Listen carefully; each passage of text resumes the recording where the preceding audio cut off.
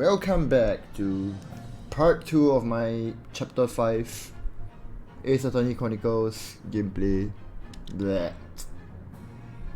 Okay, yesterday I stopped at the first checkpoint in the trial. It's time to continue. Hopefully I have a bit more energy than I did yesterday. I had a nap, I had dinner. Let's go. Oh man, I wanted to see if Iris was like, hold on, I can just do this. Bap.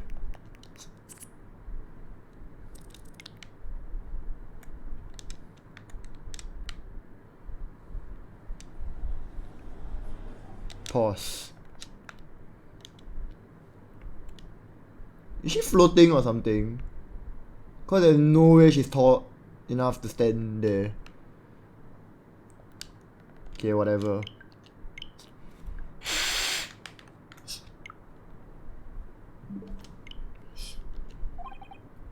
Witnesses, you will now retake the stand.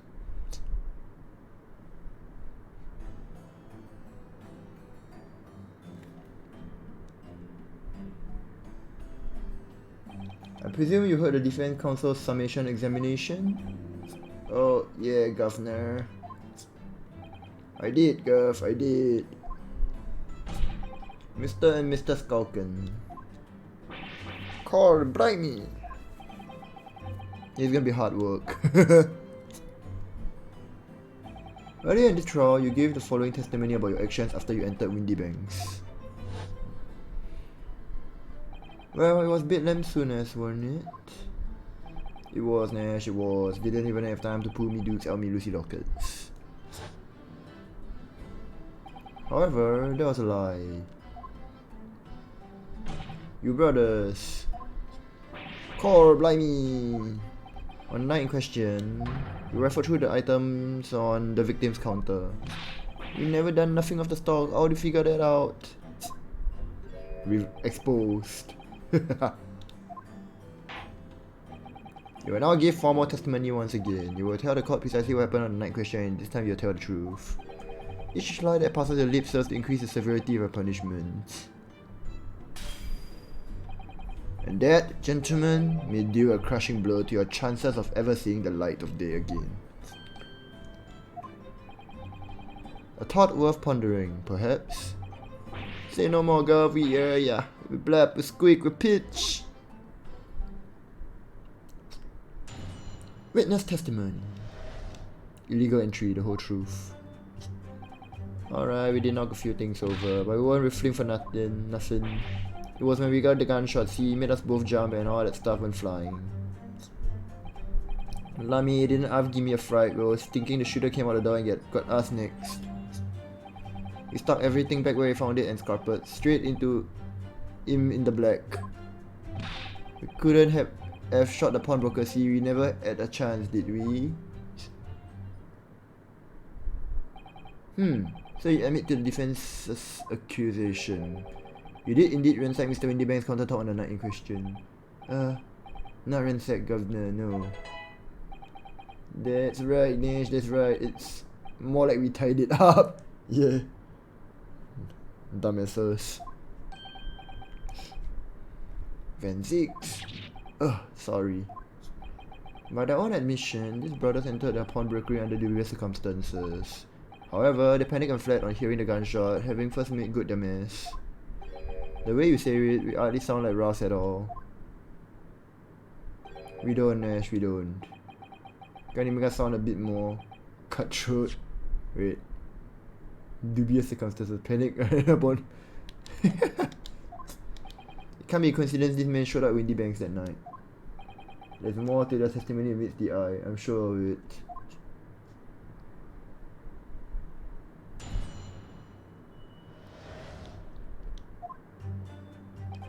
Mata! If that's the case, then why didn't you testify to the effect in the first place? You know, we didn't exactly squeaky clean, we admitted something like that, people would think we was up to no good. Well said, Ringo, Mio China.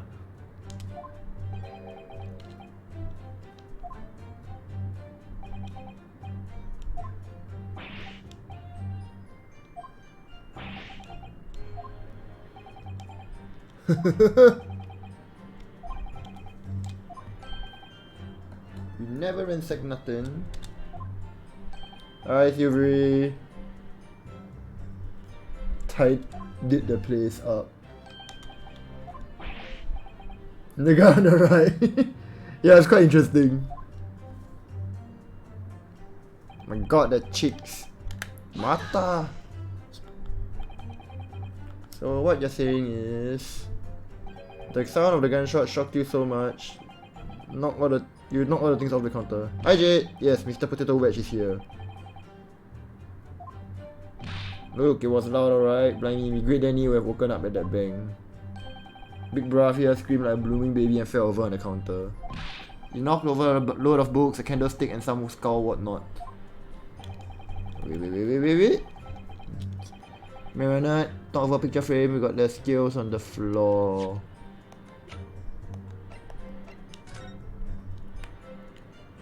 Nope, it's not this.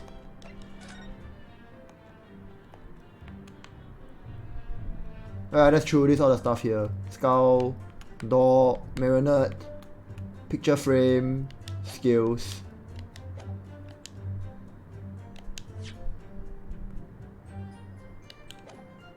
Yeah. You've already mastered working quietly then. Water Academy. Wait. Oh, it's the same thing again.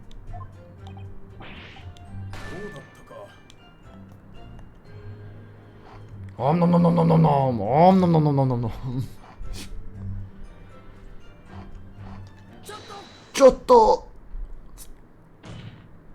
Inspector Gregson. Thanks for redeeming the om nom nom. Om nom nom nom nom nom nom nom nom nom. There it is. Do you have something to add? I don't appreciate being lumped in with these scoundrels. Wait, what? Okay, yeah. You seem to react just now at what this cocktail said.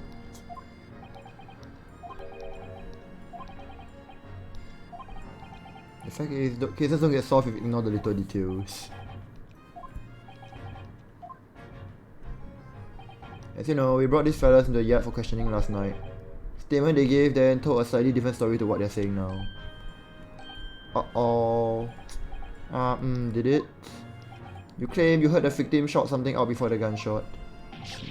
Might have, Gov, might have. It rings a bell now, you mention it. Granted, it's only a minor detail, but still, I can't help but feeling you perhaps be a bit sloppy with testimony here, fellas. Harshest punishment to bear against them. Easy, easy, we'll get it right this time. That's it, yeah, it's all coming back to me right now. Table slam. Then speak! Supplement your testimony with whatever details have miraculously... If I don't bother voice acting, I can read this a lot faster.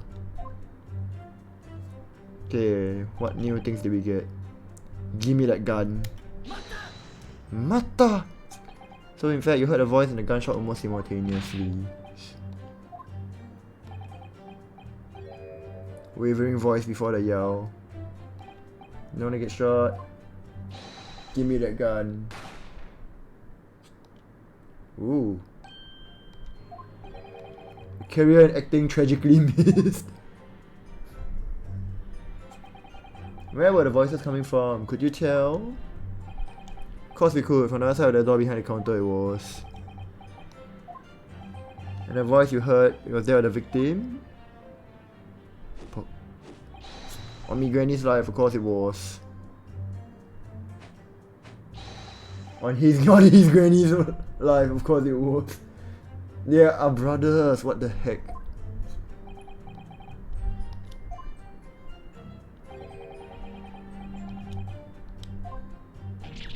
Uh-oh.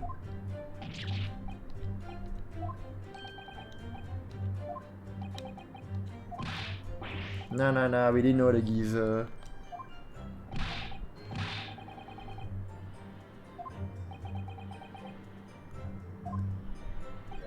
If you value your lives, you will ensure your testimony is accurate and true.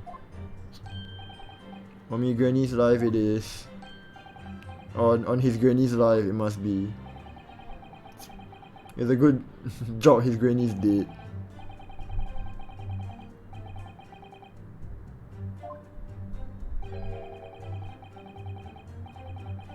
Yeah, scattering on the shop floor.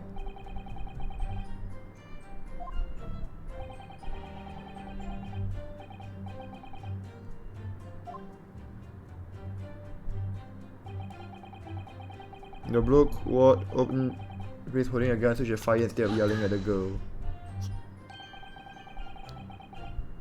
You're saying Windy Bang had a gun in his hands?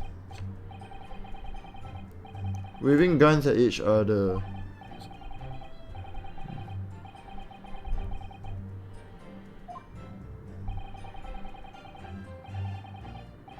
Empty threat.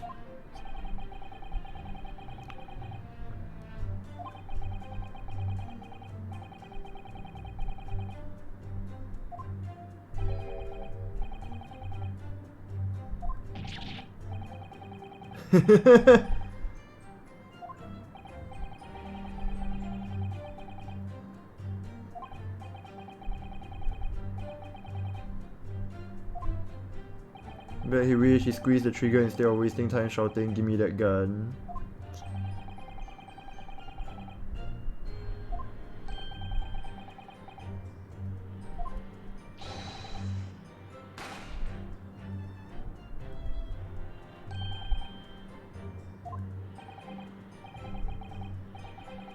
We're acting very tragically missed.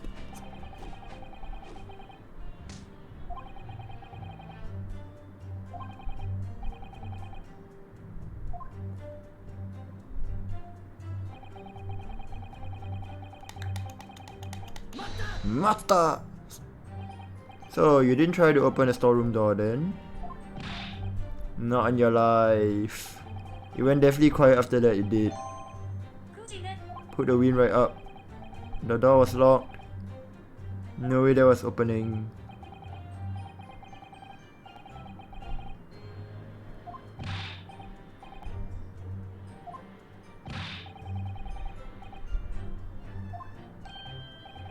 And there's some other way to get a view of inside the storeroom.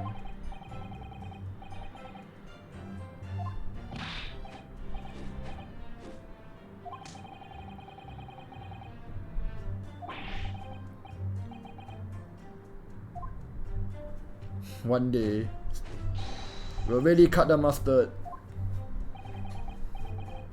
Please cut it out.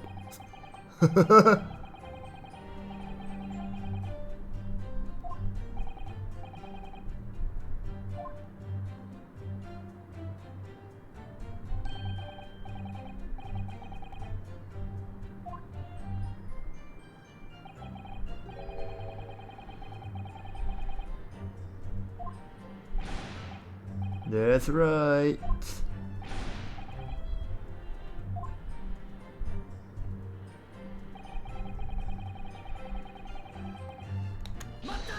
Mata.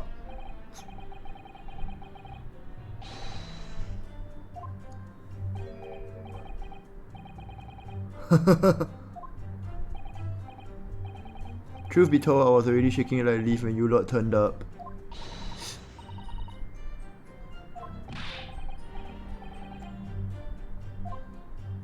Truth be told, my mind went totally blank.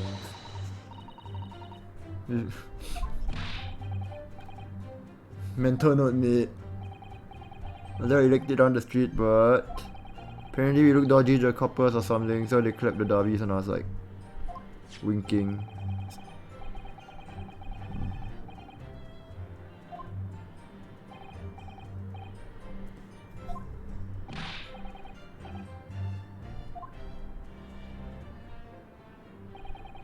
Could have shot the pawnbroker, we never had a chance, did we?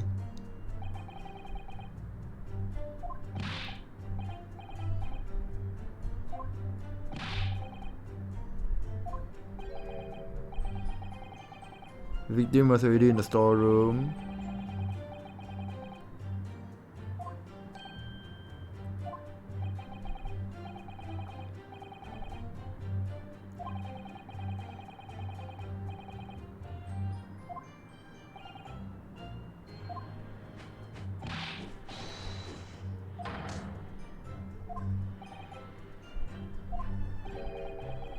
So the Skulking brothers never actually encountered Mr. Windybank.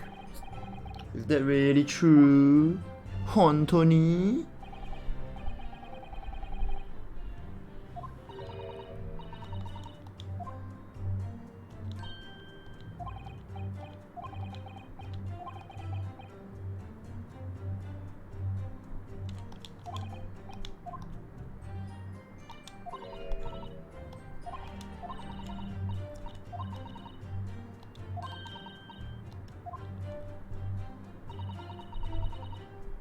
Trust your instincts. If he's 10 years old, I must be 5.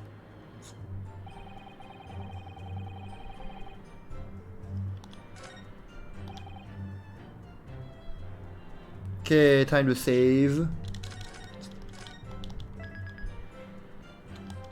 It's probably got to do with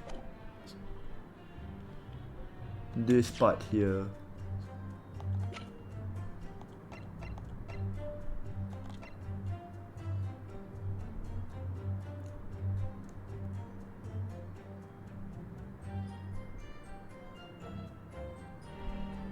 I'm not too sure though. Wait, that's autopsy.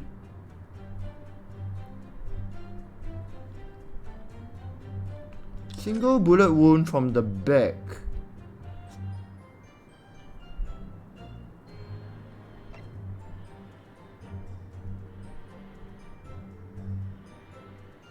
Gently rising diagonal trajectory.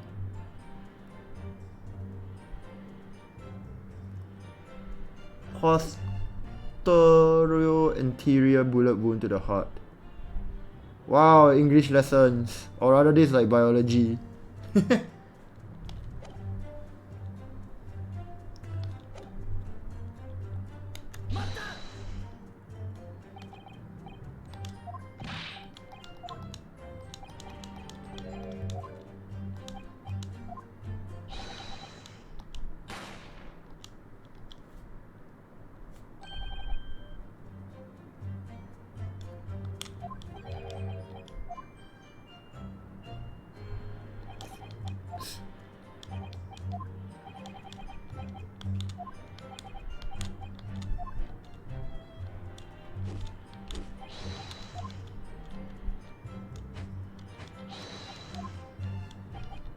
So that would mean that they already knew.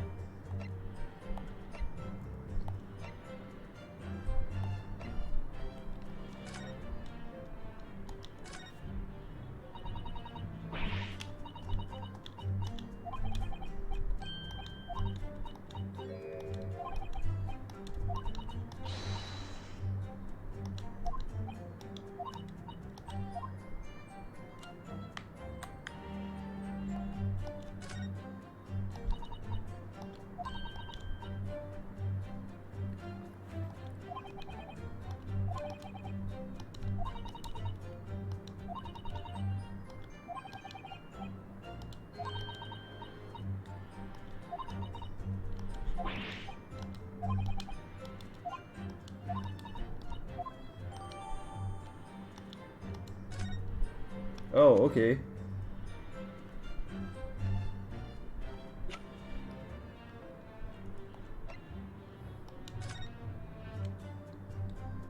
He was shot in the back though.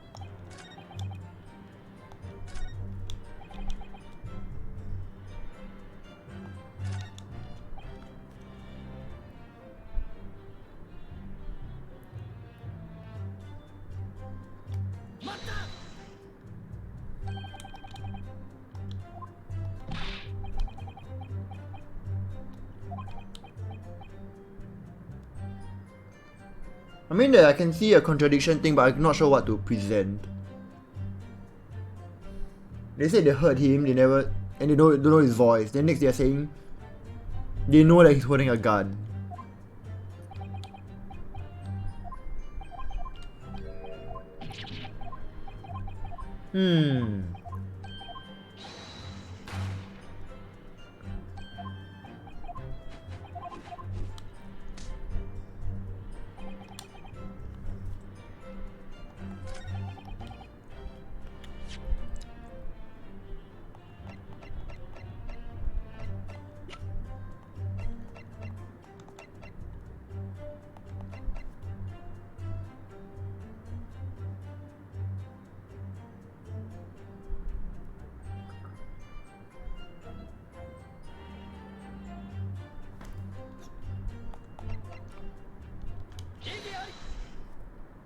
Aha!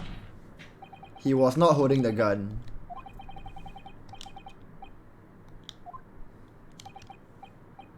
You've got a picture.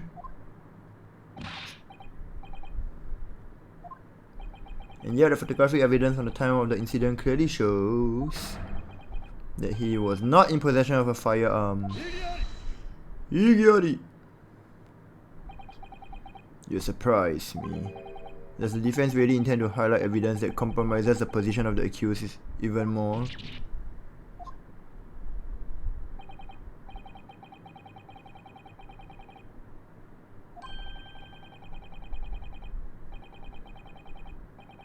Chronology is severely lacking.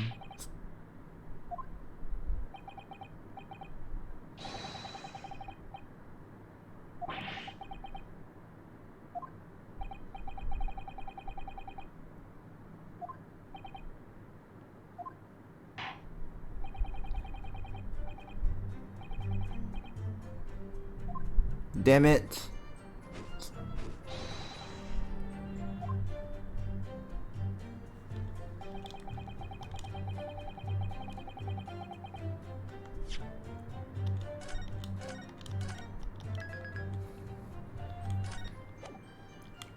Okay.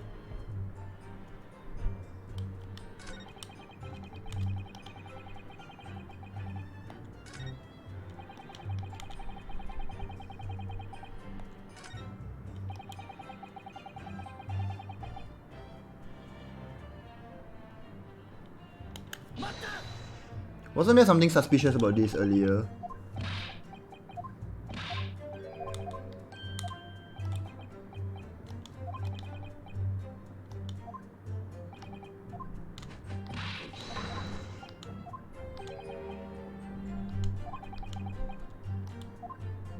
Yeah.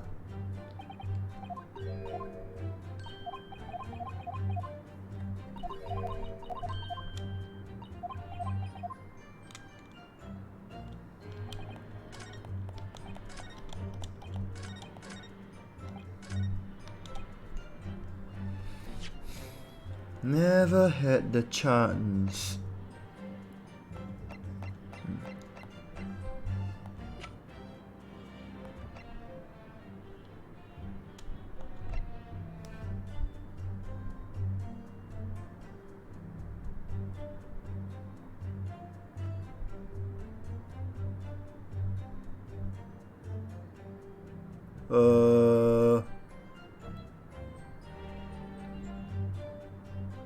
I'm thinking about the fact that his bullet wound is in his back.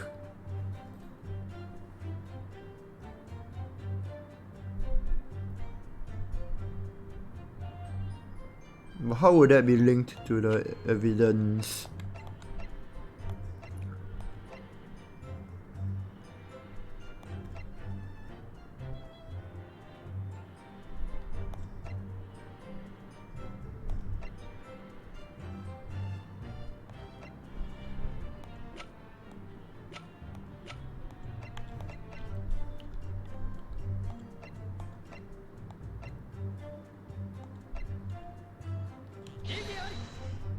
Yeah, that's wrong. Damning inconsistency, that last statement.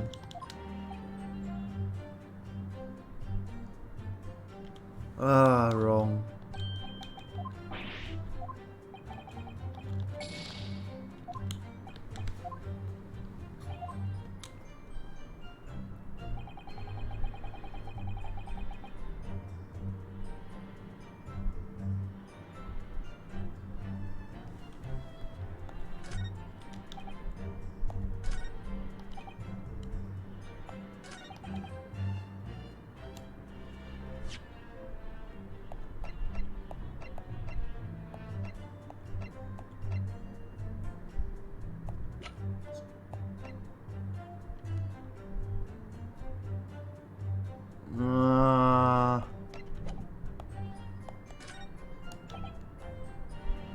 probably something to do with this, since this was added into the testimony.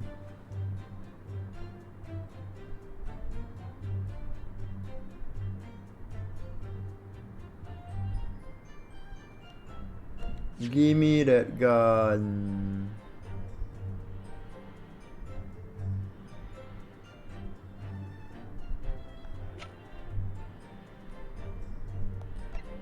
I'm not sure. Anyway, let's just look at stereoscope first.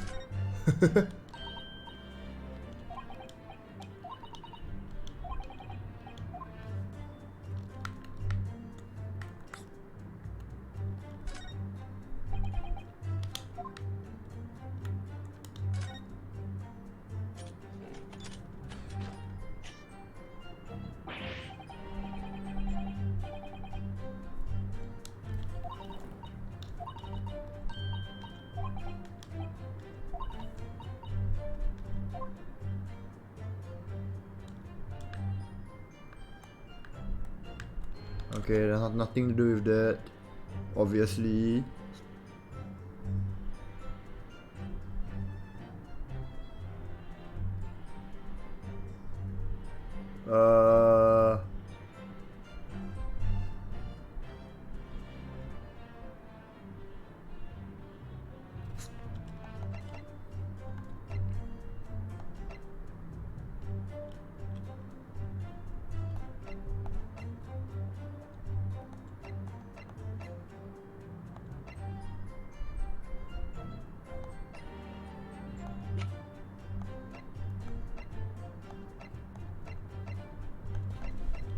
Do I repress? Anyway, I'm gonna freaking load my file again, since I already lost one life.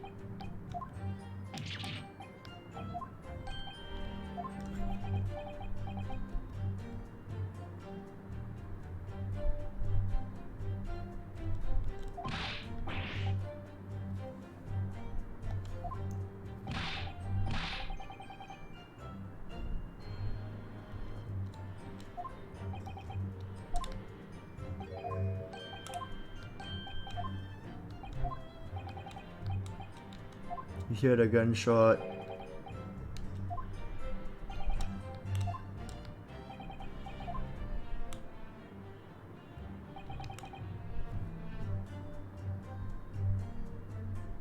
I really don't know what I'm supposed to tackle at the moment.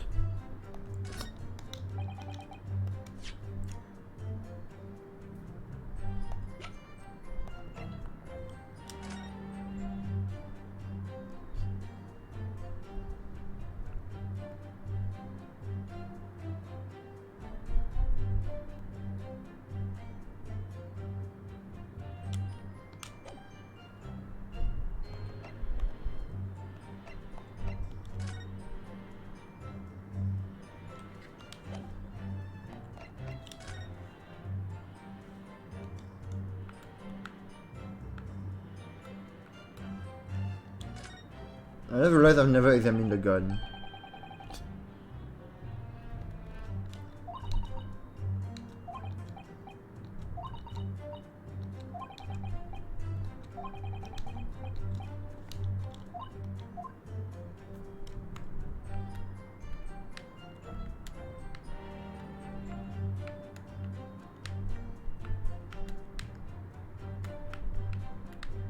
Okay, there's nothing on this.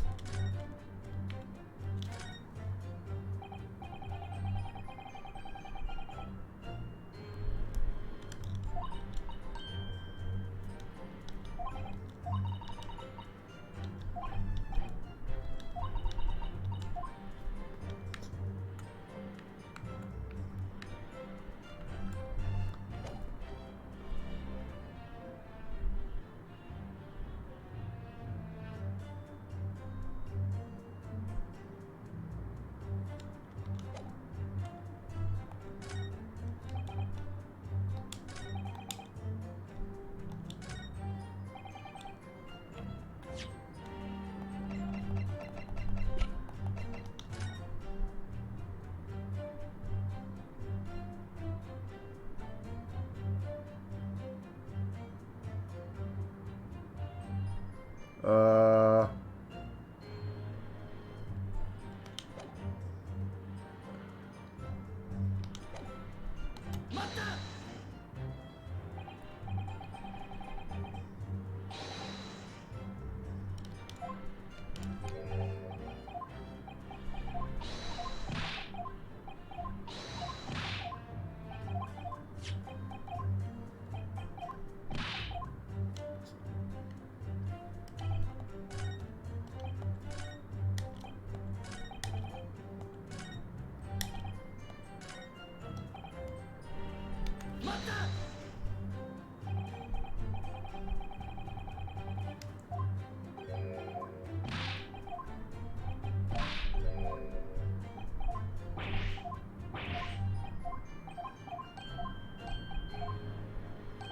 I really don't know what I'm supposed to do right now.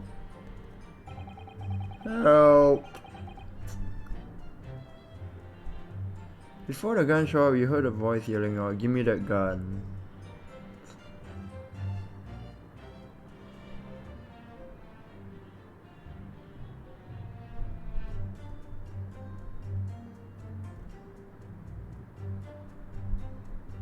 But how would they know that is his voice?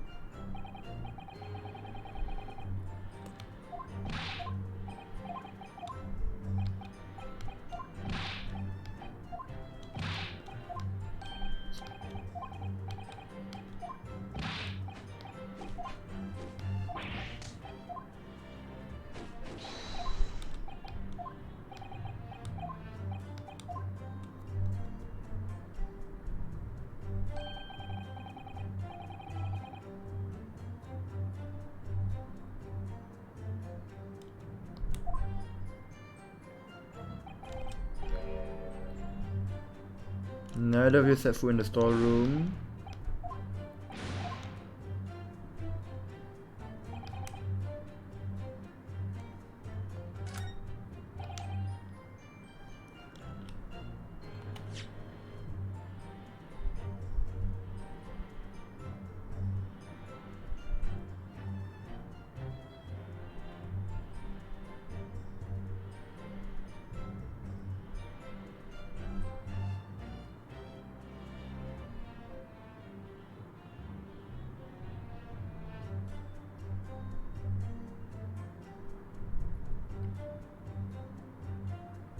Yeah, I'm not sure.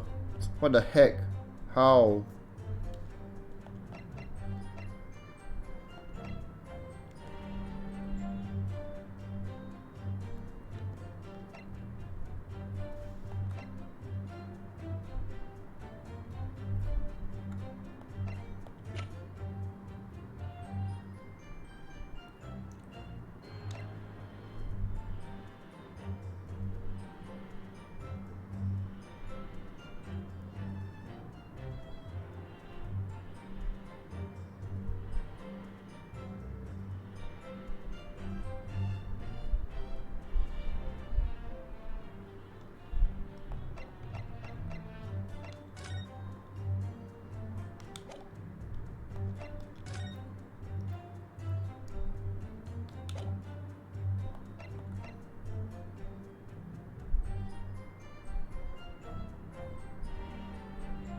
Should I just search for the answer to this? Cause I really cannot think of anything.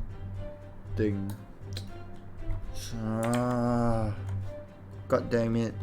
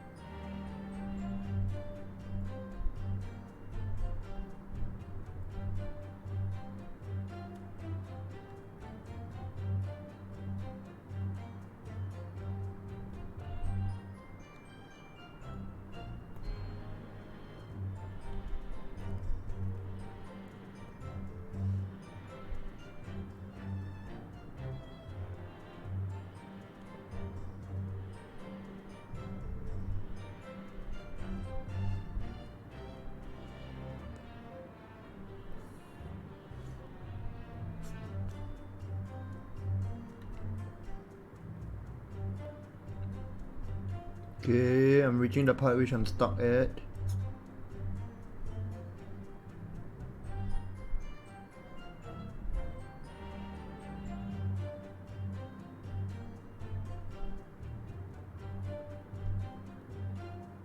Press every statement. Did I press everything already?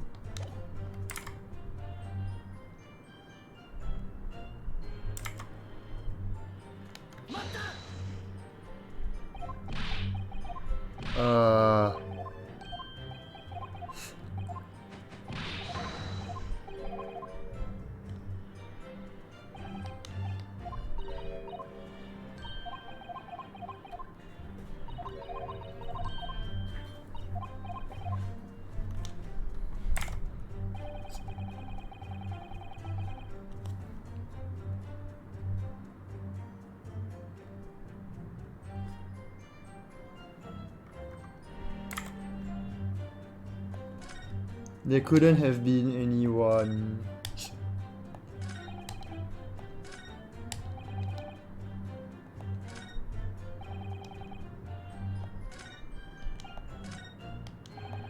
I'm quite sure I pressed everything already, so I'm just gonna repress everything.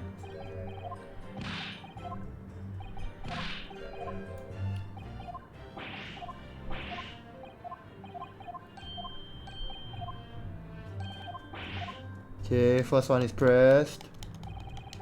Second one.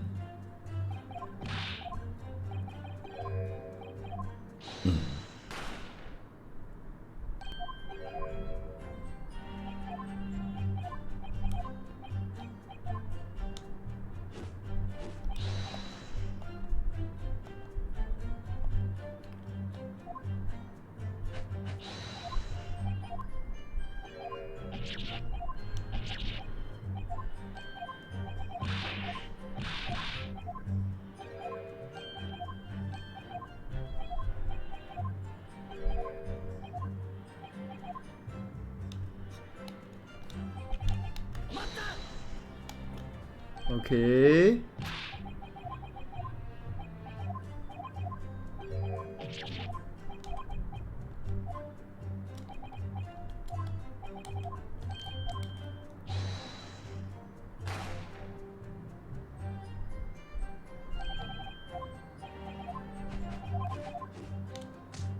Okay, press this one.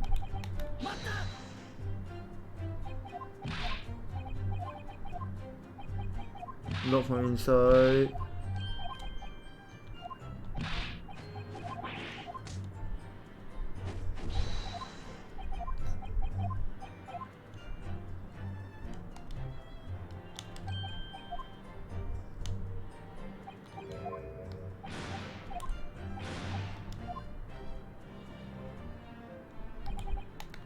So press this one.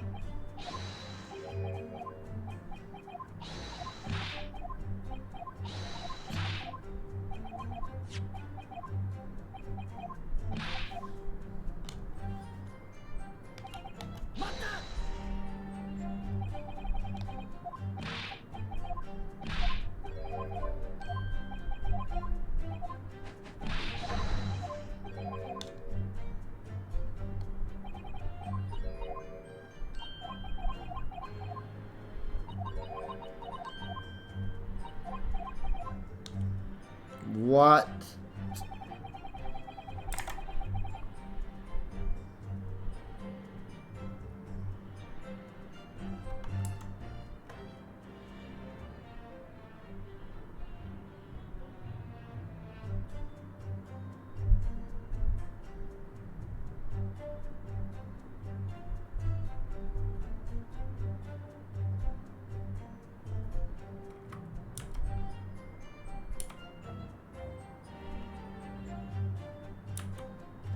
Oh wait, crime scene photograph.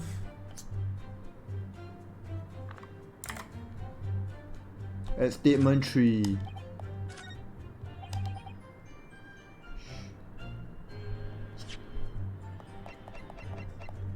I feel like this one is not very clear. Why? So you're saying that on the night in question, the victim, Mr. Windy Bang, was wielding a gun. Is that correct?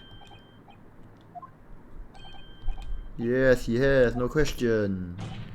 And yet, photographic evidence obtained immediately after the incident clearly shows that he was not holding a firearm of any description.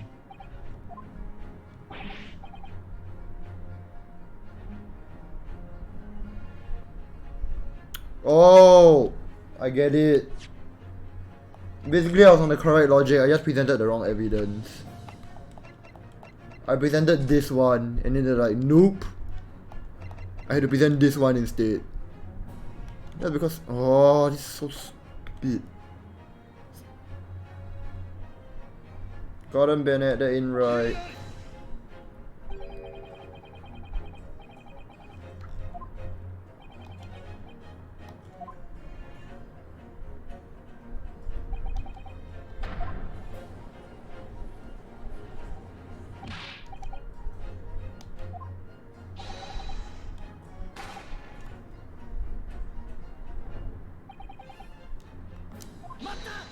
Nata.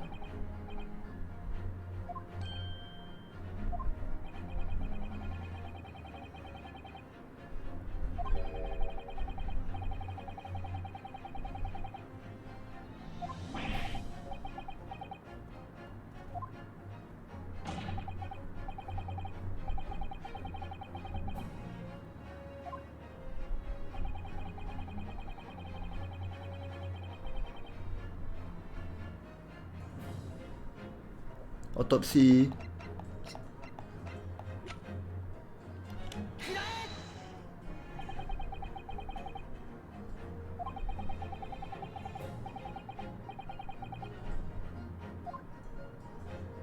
Indeed.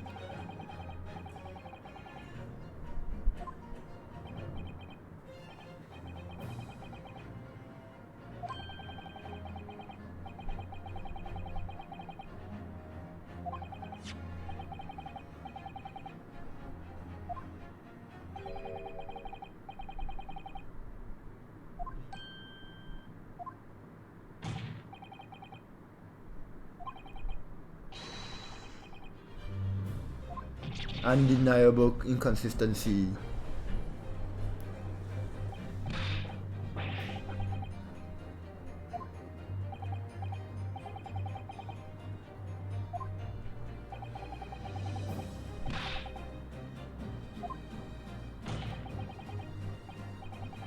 They saw it.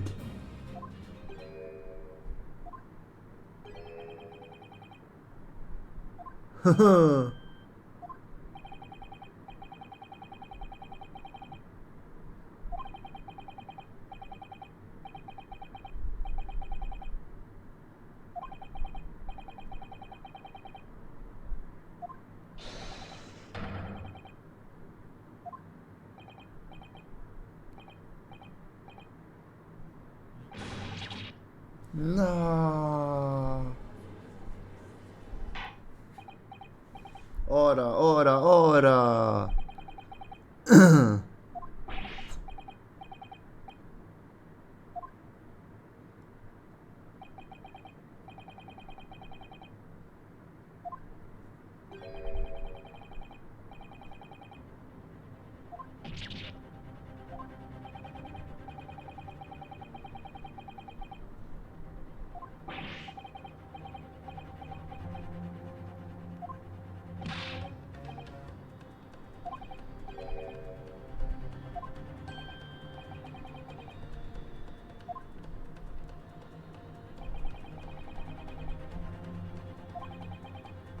You are top. There's no other option available to you.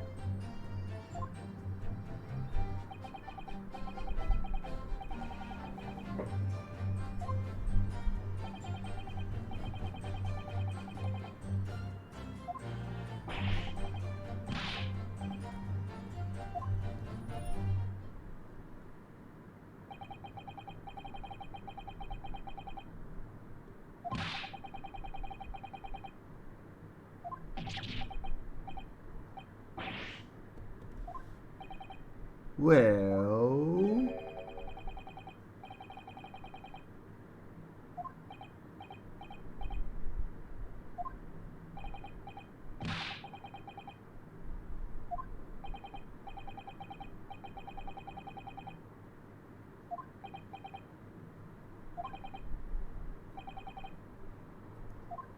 The moment I've been waiting for!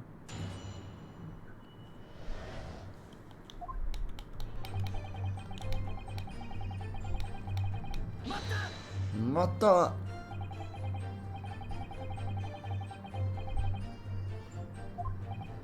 Well, sorry, I mean, that's right.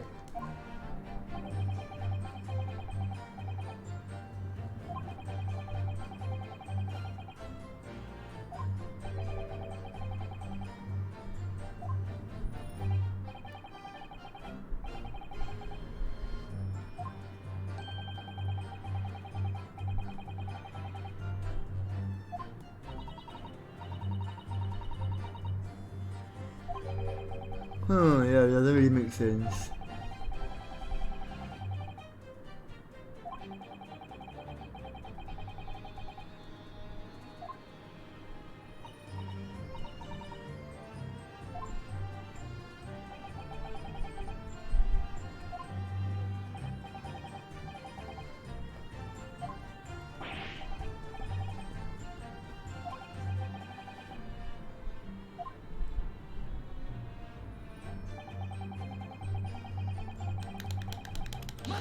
Hold it!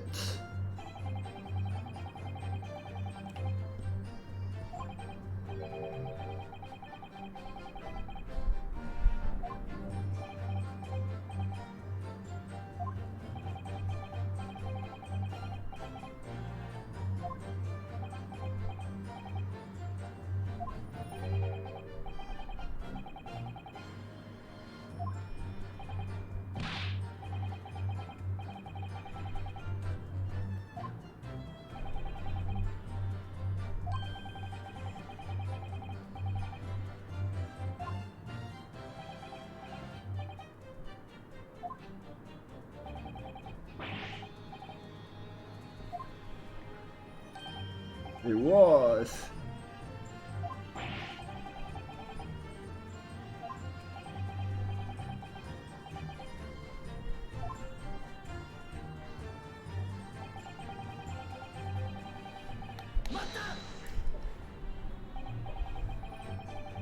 encounter in your previous testimony.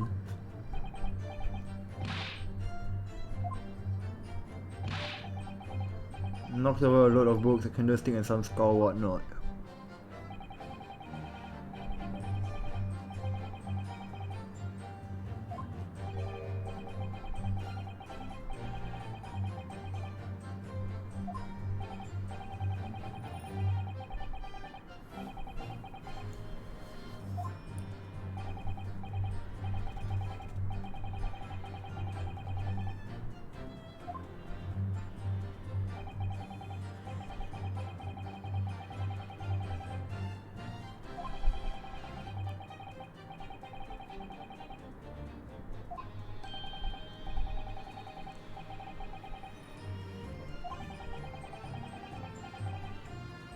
Okay, yeah.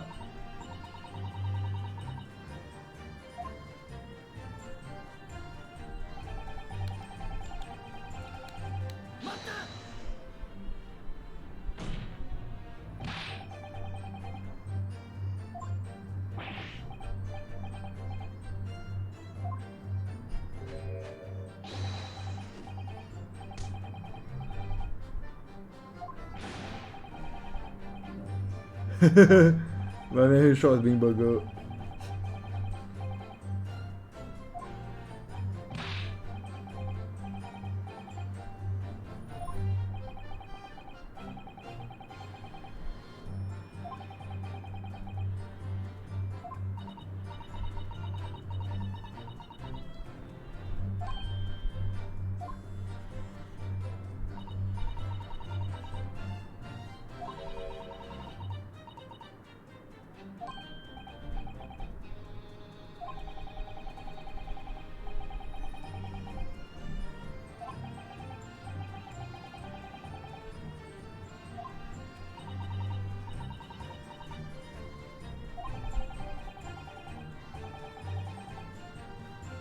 Mental note.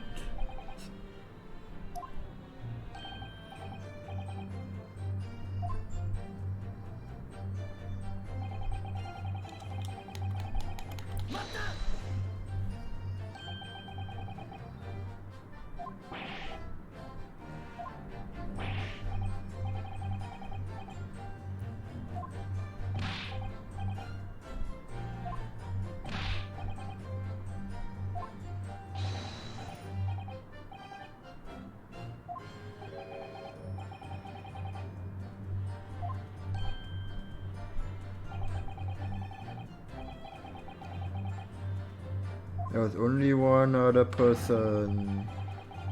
Shot the victim, the accused, Miss Gina Lestrade.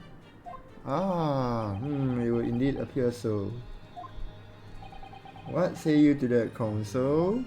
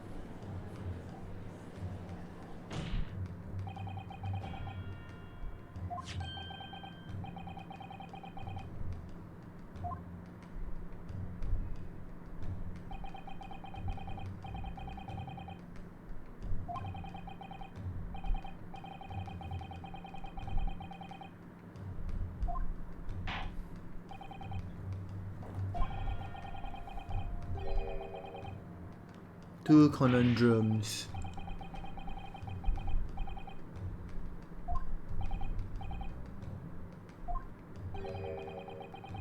What location the corporate showed the victim? Where was the victim at the time?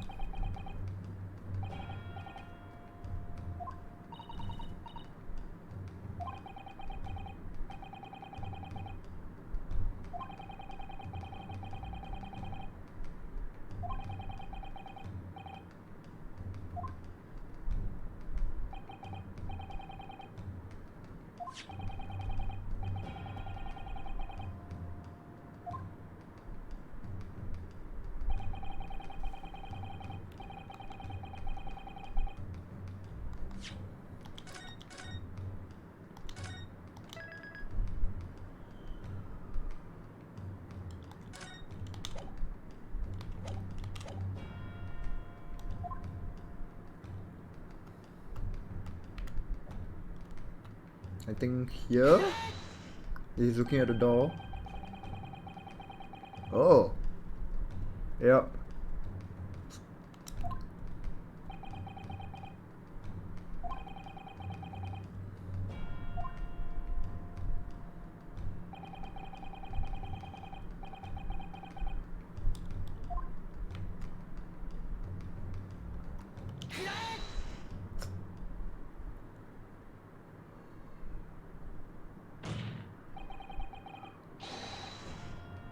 From outside the storeroom. Continue.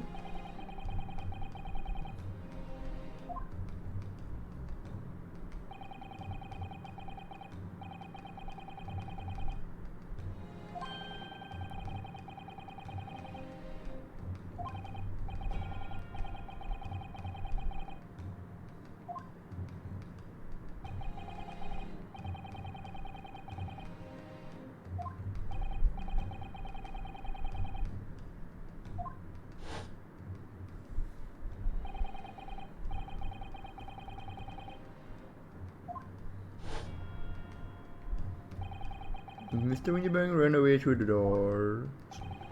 You have to assume that the door was open at the time.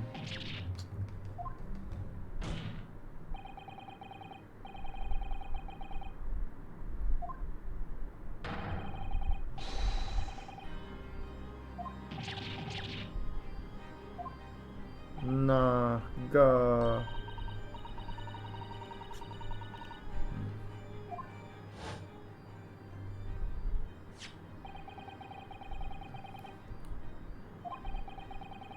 Bullet entered the body on a rising diagonal trajectory.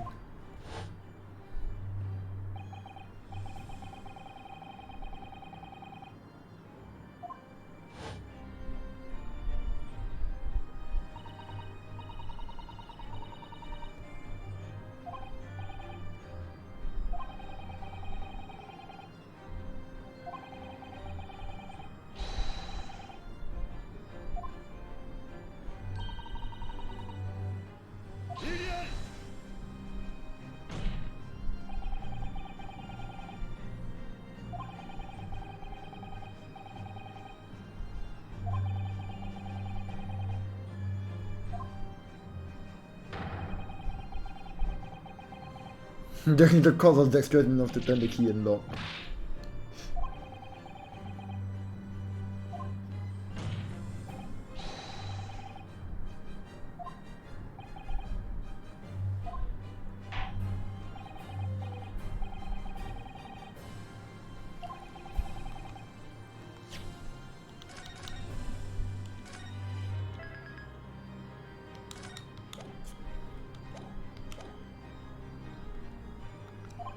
The defense assertion is that the victim was shot from outside the storeroom. In which case, who shot and locked the storeroom door from the inside? There's only one person in the room, right? Which is Gina.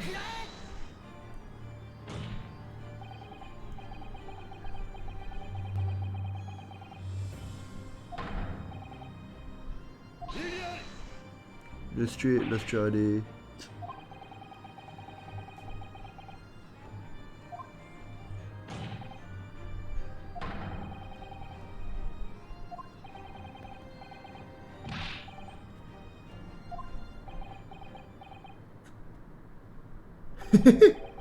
Ah yes, that's a tricky one.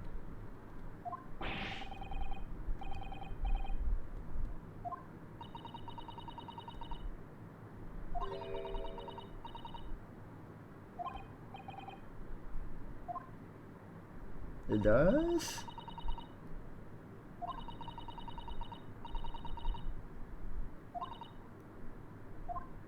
I mean, those two girls had just fired a gun in her direction.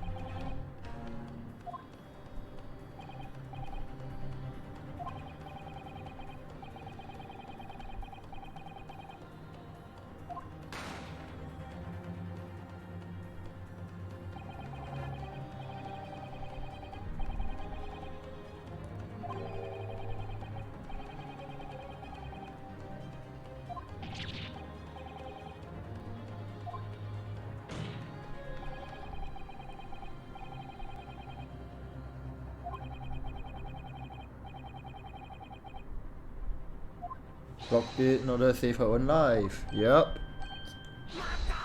Mata!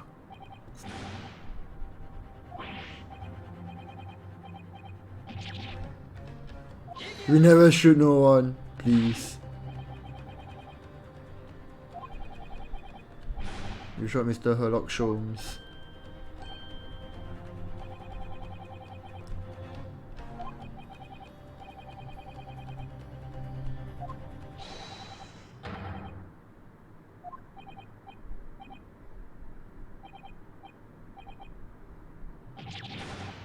Naga.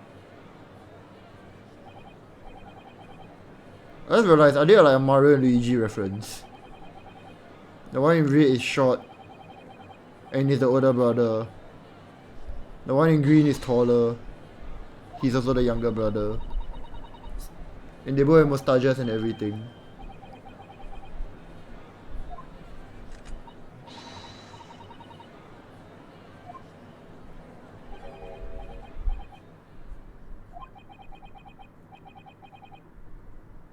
An admirable effort, my learned friend. What's this now? He's laughing.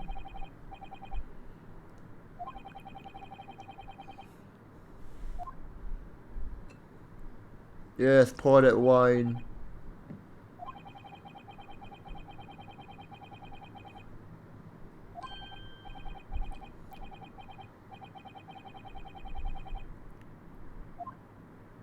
Conjuring tricks.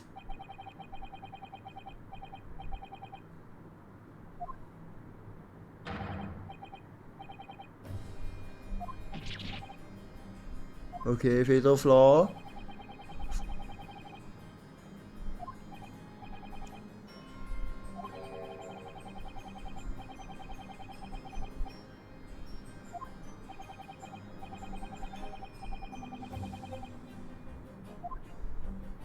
Bam.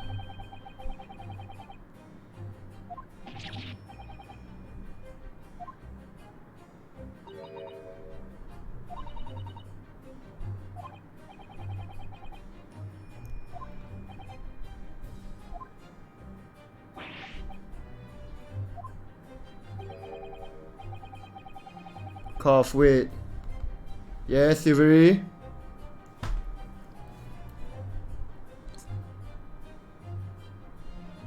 And you're the only viewer. Seems like it.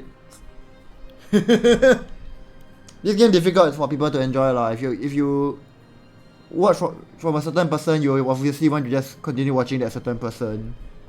Then if you like jump into another person playing this game and they're at a different point in the story, especially further on, you don't want to get spoiled, so you will avoid it. It's normal. Two bullets were fired. Correct. The first that which hit the victim in the back, ending his life.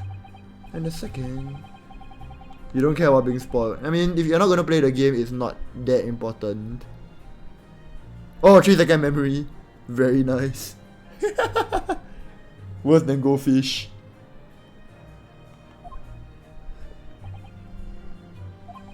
Defense presented a picture showing the damage caused by the second bullet earlier.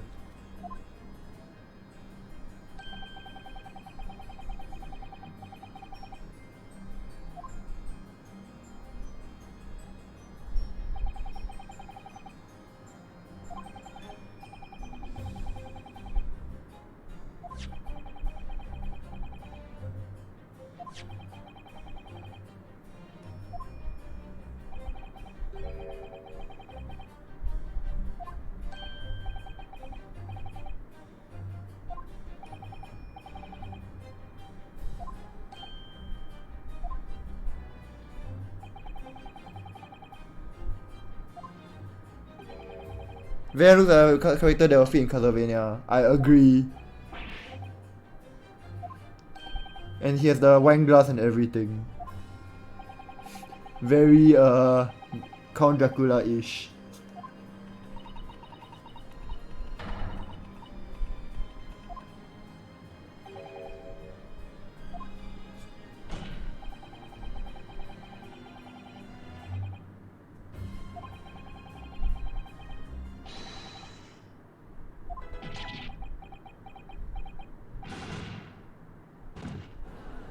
Oof. Order, order, order. He just threw the wine bottle away. Hellot nectar into the public gallery. Shino lose already. Nah, nah, nah, not yet. You can get this kind of thing means the game is going on forward.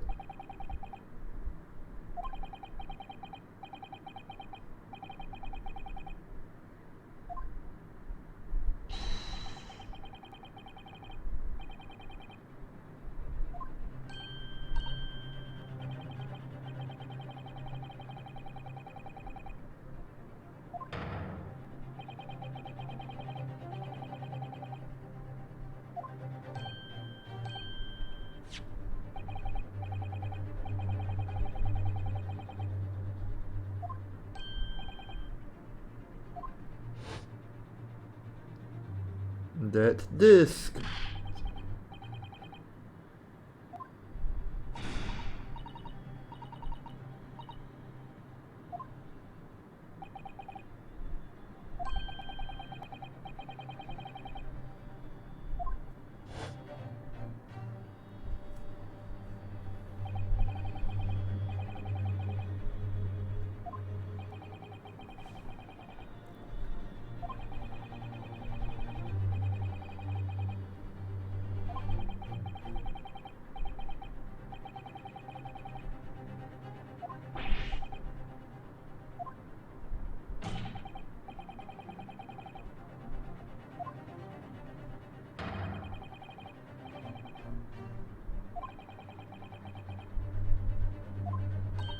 His hair.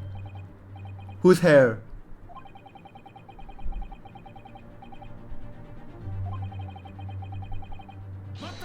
Mata. Oh, Judge hair, yup, it's a wig. The judges are always bald. It's quite funny.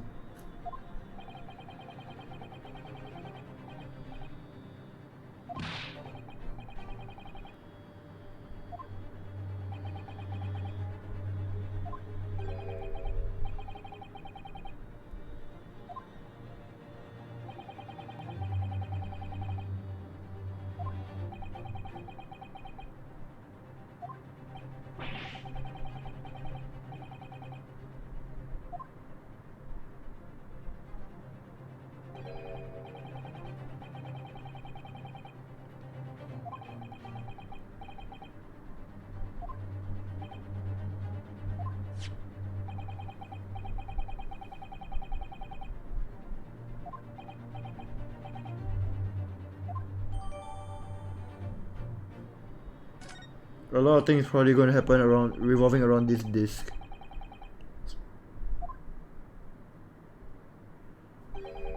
There is nothing more to add.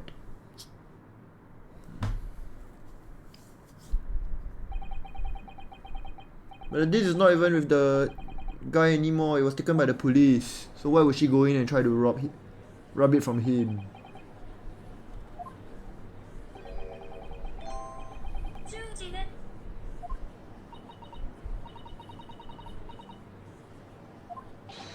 My lord! Wonder if I might say something at this point. Been stumbling about in a bit of a fog up to now, if truth be told. But all of a sudden, the answer's barely obvious to me and my man. There's only one thing for it. Oh no.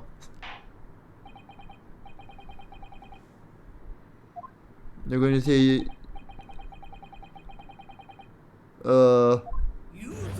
Yeah, guilty.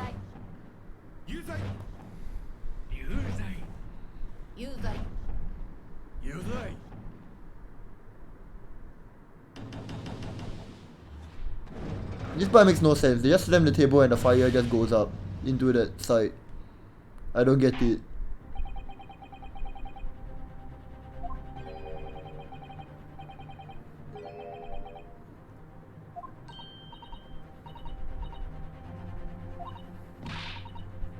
How dare he use it against us?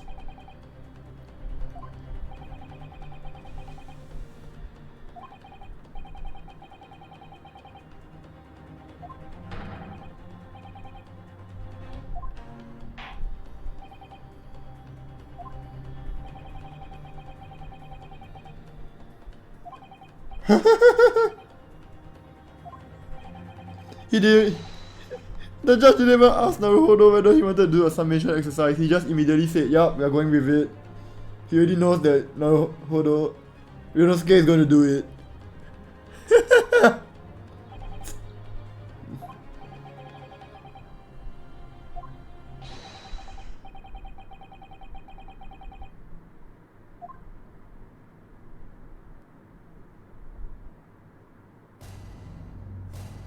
Judicial findings. The jurors' contentions. Once a rogue, always a rogue. Different breed to us law-abiding citizens. As only 2 bullets were found at the scene, I would say the whole case is done and dusted. You don't need a stereoscope to see the truth here. Every way you look at it, it was their pickpocket. I never imagined that simple operation would cause me such grief. He's still talking about the operation. The accused attempted a theft on the previous day. I can see I'm in for a busy day ahead. I am ballistics expert. I have seen many shootings. There is nothing I do not know about guns. It would seem that there is little remaining room for doubt. Have to admit, I was rather bowled over by the argument put forward by the chap in black. But when they fell apart like a house of cards, so they are jolly well been hoodwinked. No more!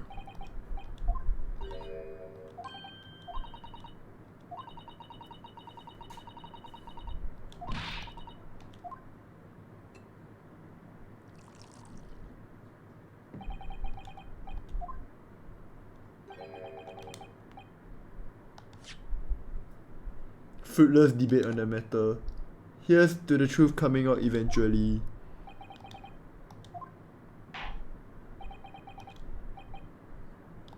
Summation examination. Yukuzo.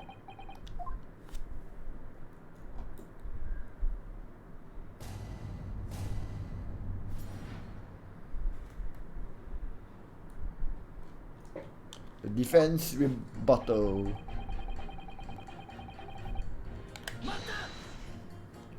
Just because people care executing a murder is what you're saying.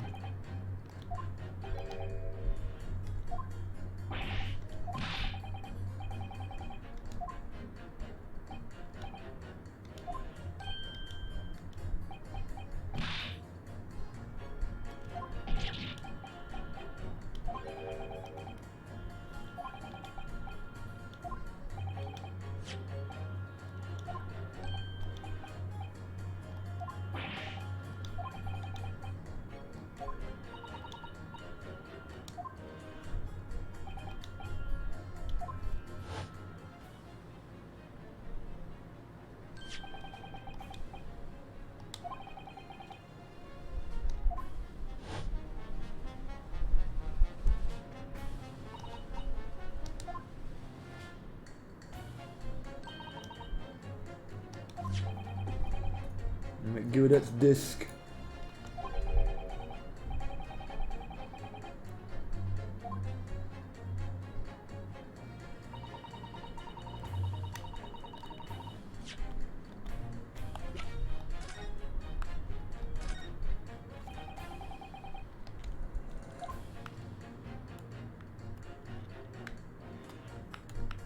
I mean, it just says for McGilded, and he has the blood.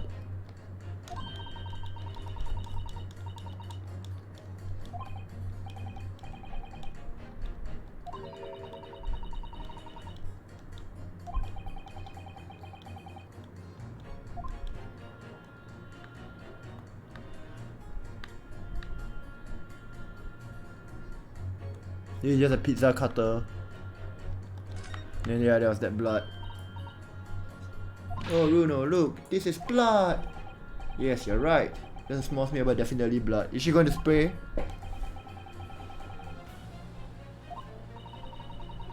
Yep.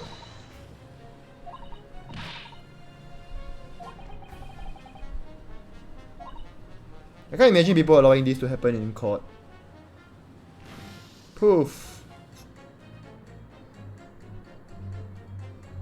Green.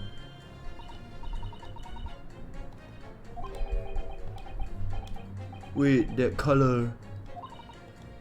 What is it? It's just that green. It's not the first time we've seen that color, is it?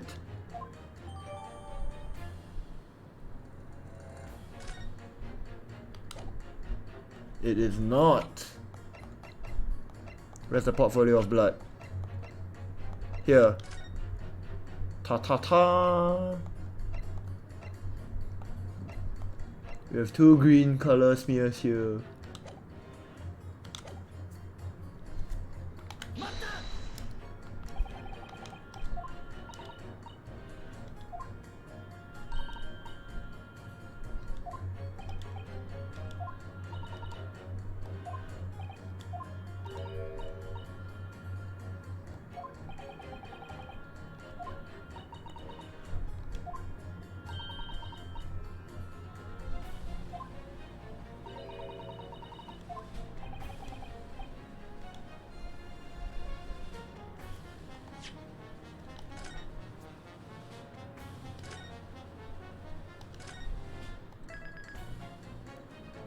I think I can't prove it yet.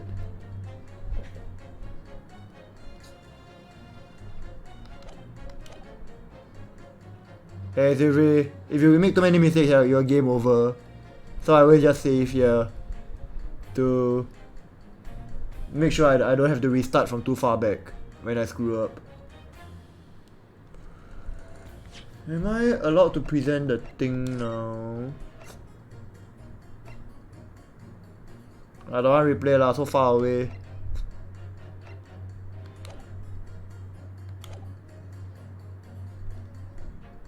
There's no bullet, I think I can prove extra people.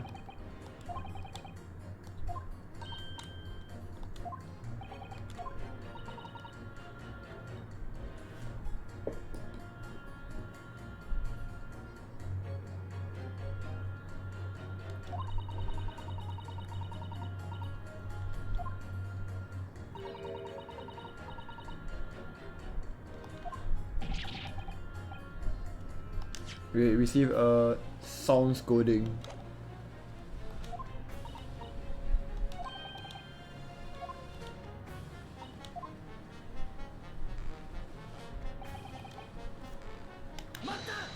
Okay.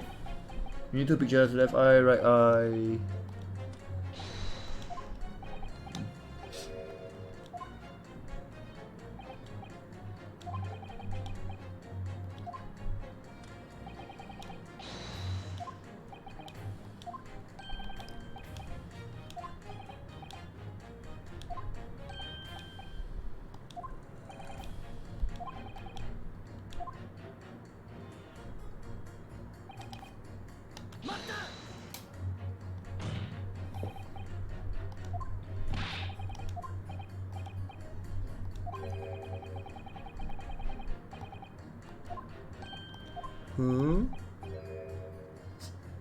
The man was shot, but the bullet had simply vanished from his stomach. I almost don't want to ask, but this surgery I've been muttering about this time. You're operating on Herlock Sholmes. Herlock? No, Herlock. GG!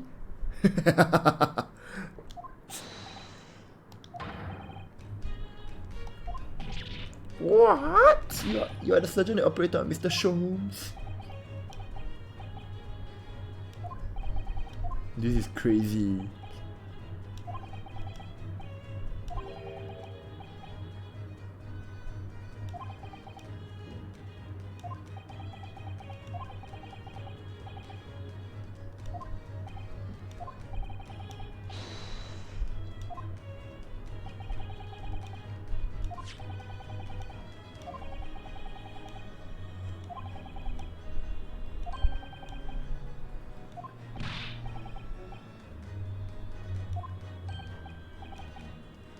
Juror number 4 is about the best I can do. Like a pancake. There wasn't a trace of injury, no sign that the bullet had left the body at all.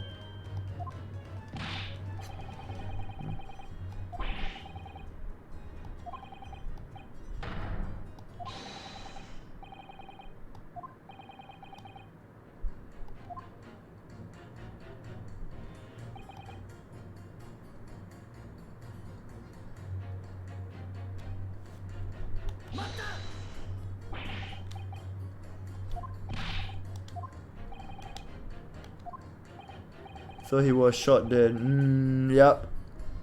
He was.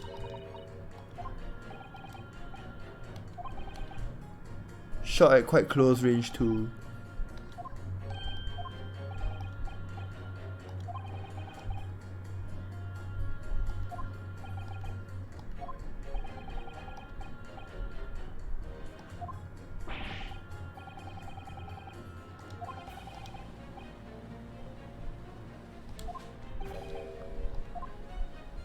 Haha, we do have an ballistic expert on the right. But first, what do you mean you're in for a busy day? Do excuse me, I'm a communications officer.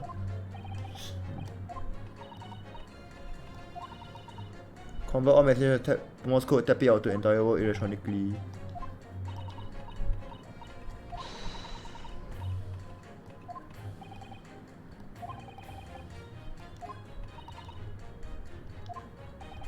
Wait, specialize in communicating information from government departments and newspaper officers. She might have something to do with this. Money, government secrets being leaked to foreign agencies. Okay, Mr. Ballistics expert. There is nothing I do not know about guns. I thought you were just a tourist. Good day, I am visiting London for sightseeing. I would like to take bus to Crystal Tower, please. Visiting. Still, the W sound for the letter V is such an Asian thing. Hello, this is Uncle Roger. Welcome to my new video. Ballistics expert, who knew? Much experience with organs. Too many, how do you say, extreme violent buff of them. No, blood of them. Extreme violent blood buffs. Those extreme violent blood buffs. Diablos! Okay, too much Monster Hunter. English is very difficult tongue. Considering the sort of people you associate with, I'm surprised you still have a tongue. Questions about bullets and guns you ask me. There is nothing I do not know. No mystery I cannot solve. My possible, please. Only in Russian language. Okay. I already know my first thing to combine.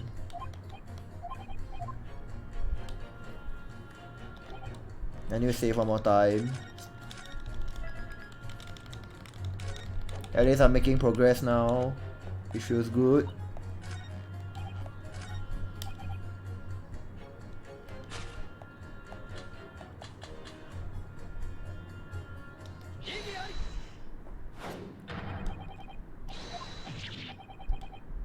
Oh, a ballistics expert. P-I-T-T. On the night in question, Mr. Jones was shot by one of the skulking brothers. But since there was no sign of an exit wound on his back, we must assume the bullet didn't pass through him. However, no bullet was found lodged in Mr. Shom's body either. Furthermore, Jin, hi Jin, what is that mouse reading? I don't know. That guy's language book, I guess. A bullet was found lodged in the wall of the shop where Mr. Shomes was shot. Juror number 6. Hello. My name is Villain. Villain! Pleased to meet you. This apparent contradiction in the facts is so clearly troubling juror number 4. Are you able to explain the mystery? I have seen very similar situation in Motherland. It was night. There was blizzard. I was running away along mountain road in freezing cold. Golly. The snow was piling high on both sides of road. It was very narrow and dangerous. Oh yes, Jin, the mouse is very cute. It's very round and innocent. My pursuers had hunting rifles, and they were on dog sleds. Mental note. Don't ask too many questions. He just sayanging the mouse. I was shot from behind and I fell down in snow. And this situation was very similar to what I hear today from doctor. They could not find bullet in my body. And no sign of, how do you say, exit wound. Then where did the bullet go? Bullet never hit me. Well, if it never hit you, why did you fall down? Bullet hit frozen wall of ice very close to my side.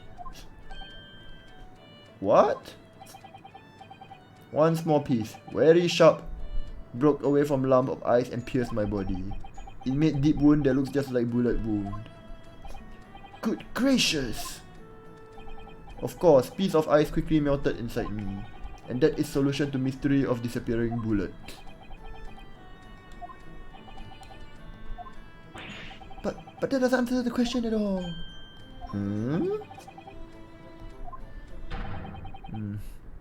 Not some snowy mountain road in another country. Just an idea, but we might not be looking at exactly the same scenario here. He was, according to the report, his stomach, sort of around this area. Well, that's precisely where he always wears a little pouch on his belt.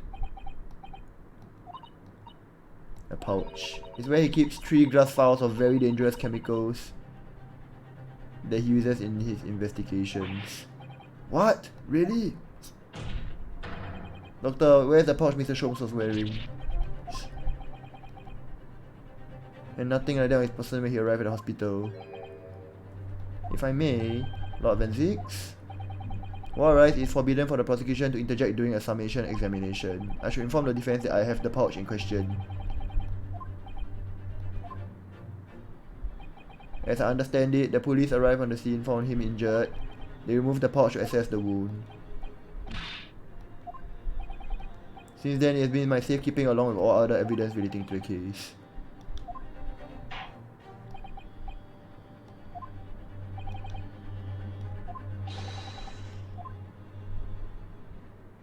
At least he's not a bad guy. He actually helps when he sees that is required.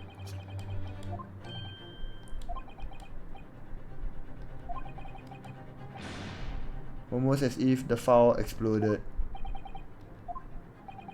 So that night, the bullet from the Skulking Brothers struck Mr. Sholmes' pouch, and it was the glass file exploding that caused the fellow's injury. This bullet did not penetrate victim, but was deflected into wall of shop.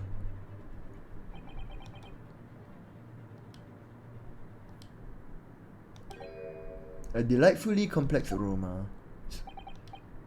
One mystery has been solved at least. No bearing on the truth of the case.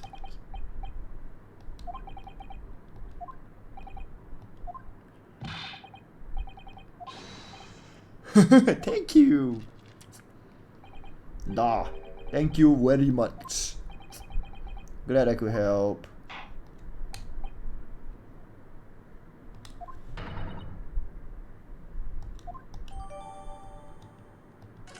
Okay, time to examine the thing.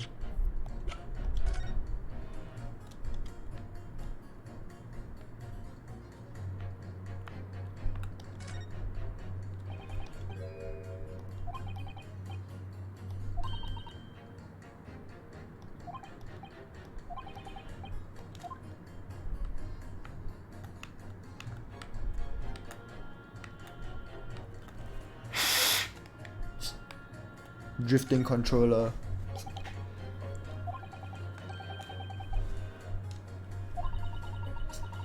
As soon as the bullet hit the chemical in that file, there would have been a really big explosion.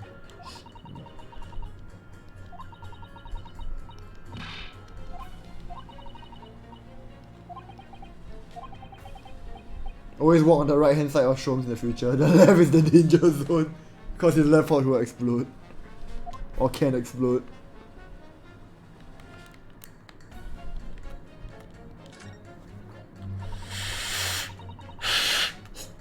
Homemade potions.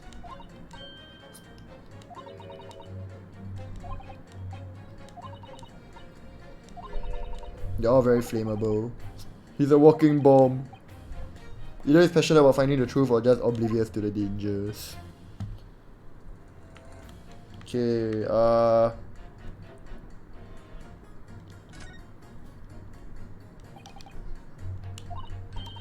strap is broken. Look.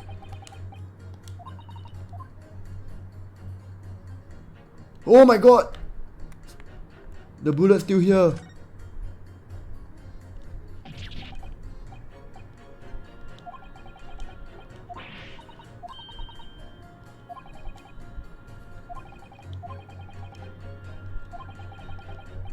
There's 3 bullets fired.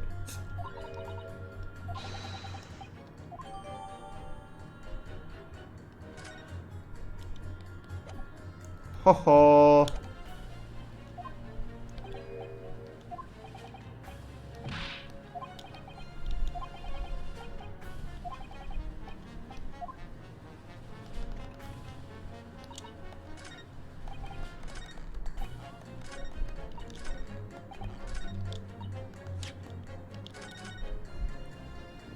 What about the lump at the back of the pouch?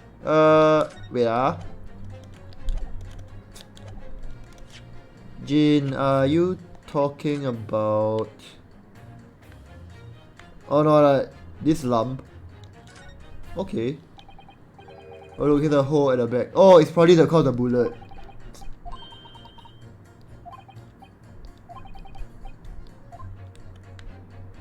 Yeah, it's a bullet anyway. Interesting, and I forgot to check the bullet.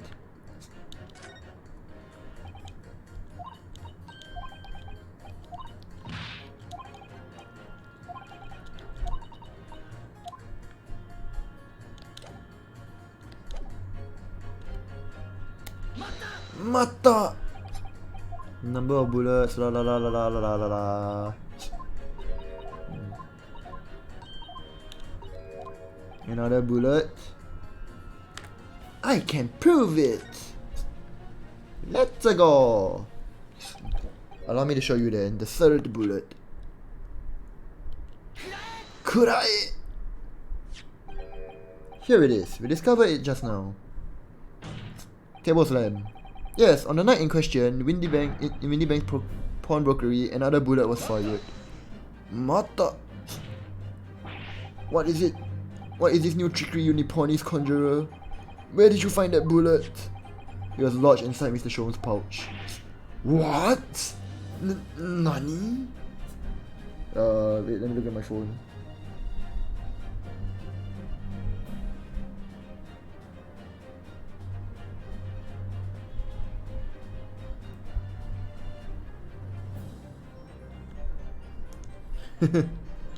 Okay. This pouch was removed from around Mr. Shone's place before taken to the hospital. Since then, it's been touched by no one. Do you mean to say the shot fired by the Skulking brothers that night? Yes, as your lordship has surmised, it hit this pouch. But that makes no sense whatsoever. We already know the whereabouts of the bullet fired at Mr. Shone's. It's clearly visible in this photographic print. Ah! 2 guns on the scene have already been submitted into the court record as evidence. Yes, that... an examination of both guns revealed that only a single bullet had been fired from each. Ah!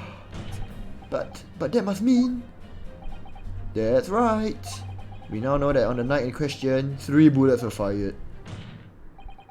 However, only 2 bullets were fired from the guns recovered from the crime scene. Yes, there's gonna be a 3rd gun. Until the incontrovertible inconsistency is somehow explained. We cannot and must not pass judgment. Egg. Ah! How can this be? Freaking Castlevania reference. Order. Wow, this submission and examination remains incomplete. He got damaged. Yes. Facts that will be... Blah blah blah. As in my prerogative institution, I hereby temporarily suspend the summation examination. By Jupiter! What? Bailiff, bring the witnesses back to the stand at once. Look at Iris, she's so tiny. She's supposedly 10 years old though, so she's quite tall for a 10-year-old. by Pluto. I mean, Pluto isn't a planet right now. It got demoted. Governor, were you listening? No, no, no.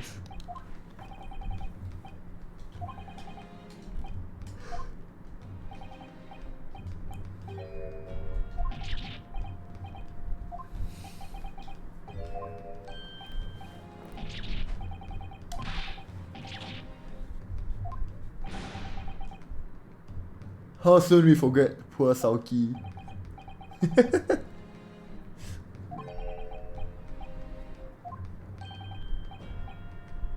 There's a head scratcher. Comments about the defense. Yes. There's obviously a an extra party that's not here right now.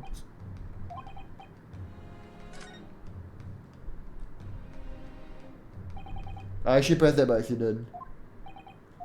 But that's the correct option. I just need to find out what are the options I missed out.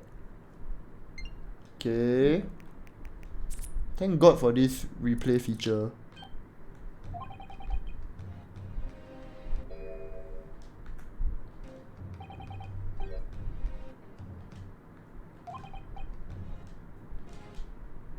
It has nothing to do with them. They had another guy, they had secret accomplice.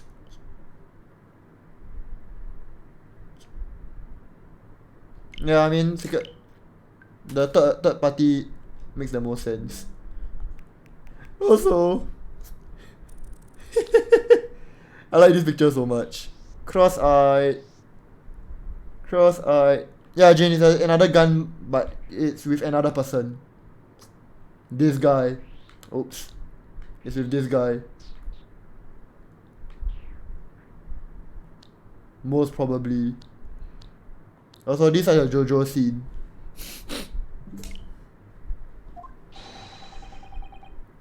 Evidence all points to the fact there was someone else present, someone carrying a gun. Yigiari!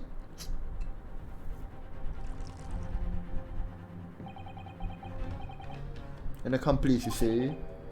Pigs will...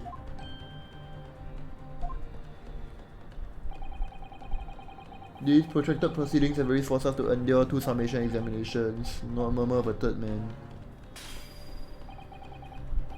Hard evidence.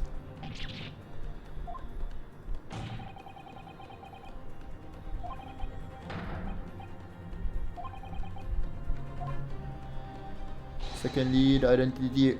Oh, okay. The first one's very easy. The second one... Probably.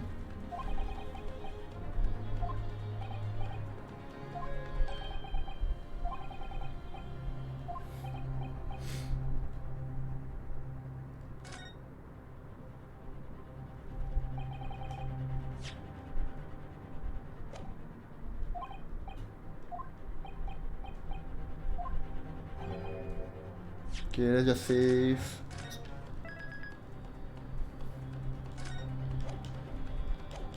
Freaking courtroom drama. Slap! Push forward now, there's no other option.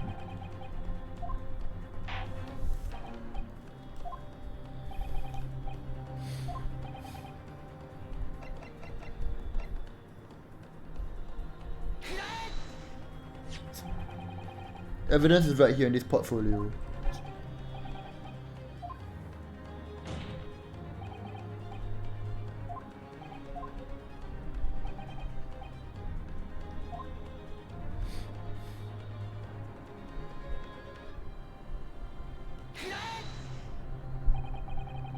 What am I looking at here? There appears to be some green paint or such light around the bullet hole. There's a blood stain. Green blood? Curious, even for you. Unhuman creature. It's something developed by Mr. Herlock Sholmes. But the great detective? New invention, not yet appeared in stories. It's this, you see? It doesn't have a name yet. This fogger spray is a chemical that reacts with the different elements in people's blood to change its color. Different elements of people's blood? Yes, everyone's blood is slightly different. because it's made up of different elements. By seeing which color it changes to, you can tell in the flash whose blood it is. Ooh, that brings the whole extra dimension to looking at blood. Talk of blood in the courtroom. Very exciting. As an example, this one shows the blood of the victim, Mr. Windy Bank. Ah, striking blue. Yes, so you see, the green color of this blood stain on the calendar shows that somebody else was shot in the main part of the shop. Yes, Jane, she's doing telegraph. That's her thing. Now hold fire there, young man. Could be from some unrelated incident, couldn't it? No typing, just tapping. No, it's not unrelated. The date showing the calendar is the date on which Mr. Windy Bank was killed. By golly! Therefore, we can assume that whoever was shot on the same day. Then whose blood is it? Well, the skulking brothers in the stand don't appear to be suffering from any gunshot injuries. Which means it must be the blood of somebody else, the third intruder, in fact. Igiari! Whose identity is the court still waiting to hear? You can't delay this any longer. Egot Benedict. Could I? The man's name is Egot Benedict. Egot Benedict? Who on earth are you talking about?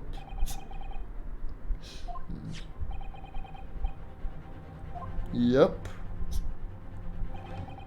That's right. The man's identity identified by the defense, Mr. Egot Benedict. That might not be his real name, but yeah. Attempted to take the article from the defendant by force.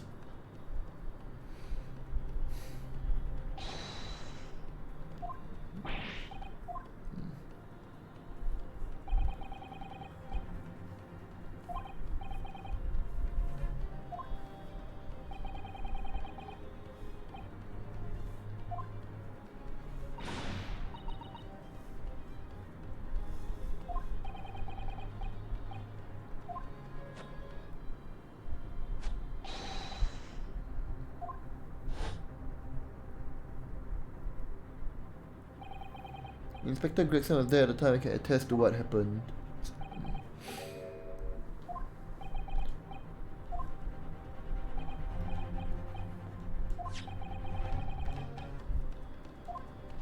For a print showing the fellow. Red-handed recorder.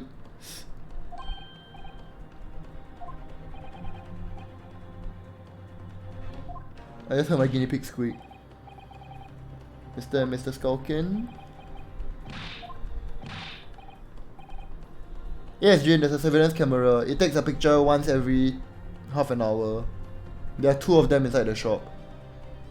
So it's not super reliable, but it's something.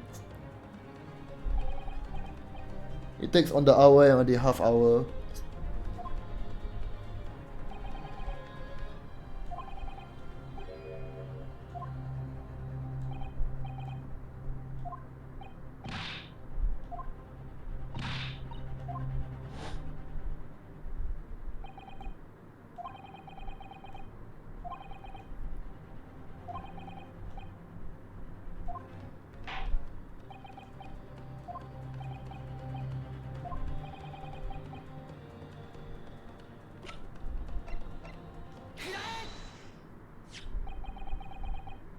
As I mentioned before, on the afternoon of the day in question, I attempted to reclaim this disc.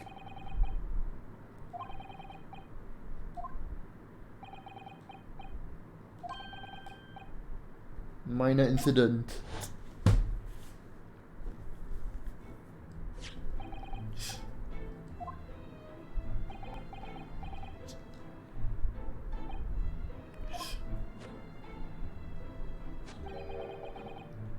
I shall bid you farewell, say goodbye to style. The disc is mine! Oh, I pressed R by accident. R! What do you think you're doing, you little tramp? You've drawn blood, you filthy animal! Being a music box disc, it countless small but sharp metal protrusions over the surface. They cause his finger to bleed. Resulting smear of blood is still visible on the disc. My assistant and I have just analysed the bloodstain here in this very courtroom, using my trusty fogger gun. Yes, and we added the results to this portfolio. I say, it's green. It's exactly the same colour as the blood around the calendar. Evidence conclusive. The man calling himself Mr. Edgar Benedict, who was in the thing earlier, is the accomplice who was present at the scene of the crime that same night.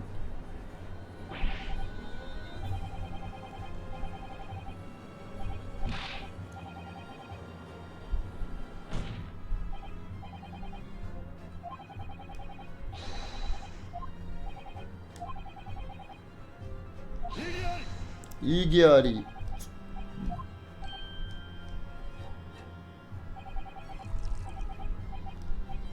Wait, what did he say? The flagrant ignorance of the mechanics of law.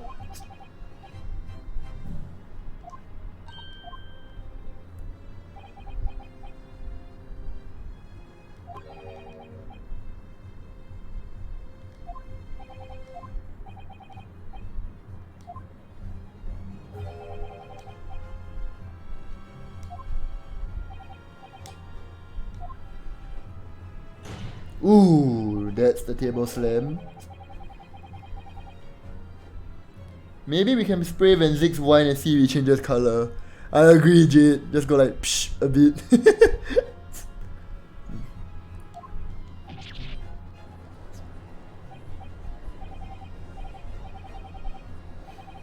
There's not blood. It's okay, we can pretend it is.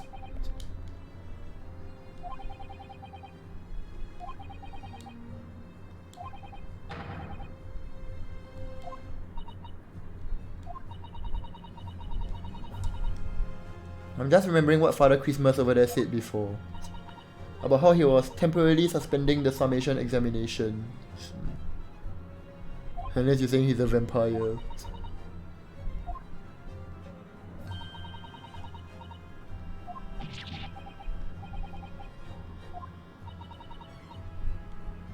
Summation examination, decision as to whether or not the trial continues, is in the hands of the 6 jurors.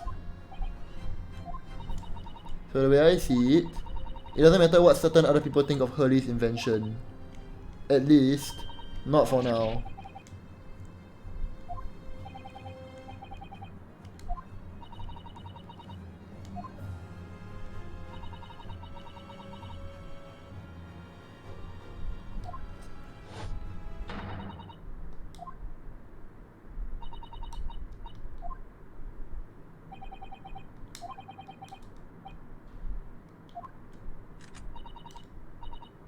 Iris Wilson, sharpshooter.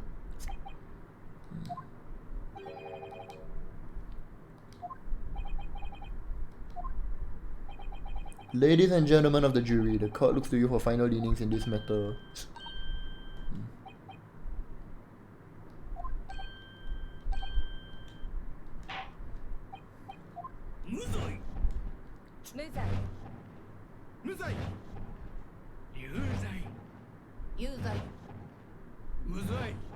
Muzai. He just hit smashed the freaking surgeon. 2 call guilty and 4 call not guilty. Igiari.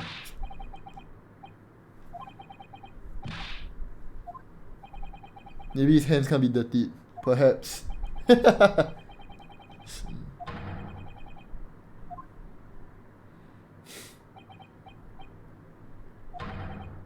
This trial will continue. Take that, Van Zix.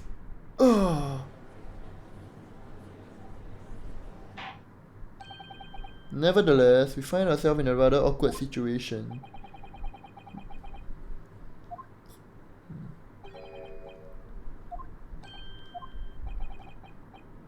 The name that he gave himself is clearly quite false.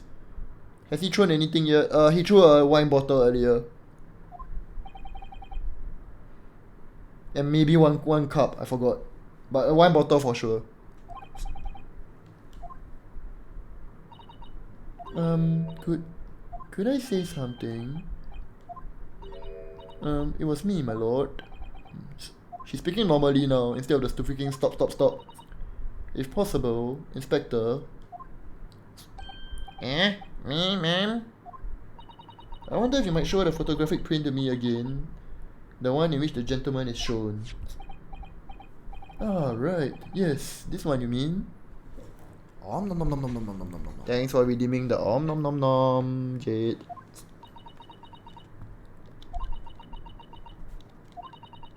Yes, there's no doubt in my mind.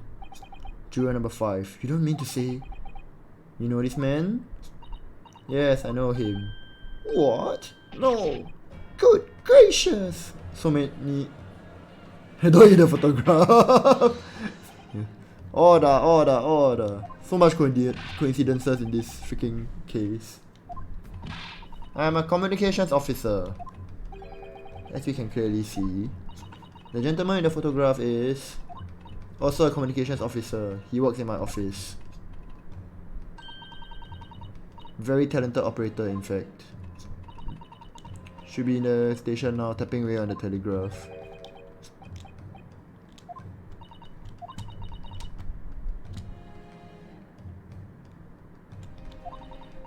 She's a Mughal now. Stop. Why Mughal? Respectable job by day, whatever it gets to by night.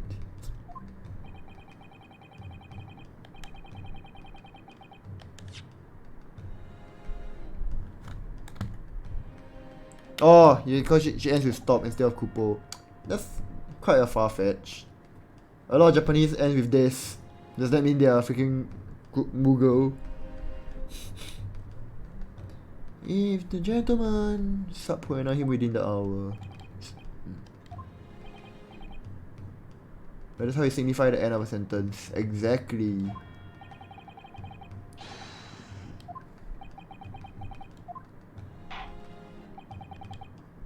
Period. Yep. But you don't usually like verbalize a period, that's all. It's only in Japanese formal language where you kind of do.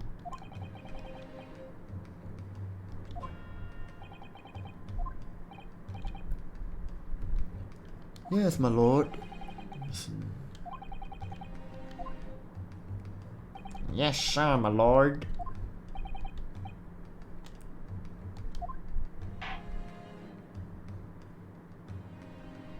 Okay, at least I've made progress. To be continued. Down, down, down, down, down, down, down. Yes, intermission. Save game. Let's watch Kaizo. Shun. Click on this. Okay. Back.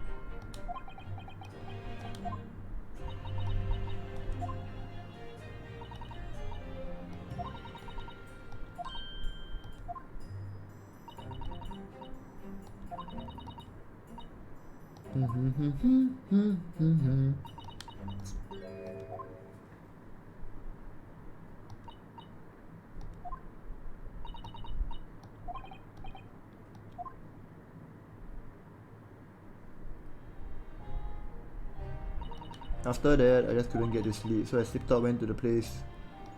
I had to know.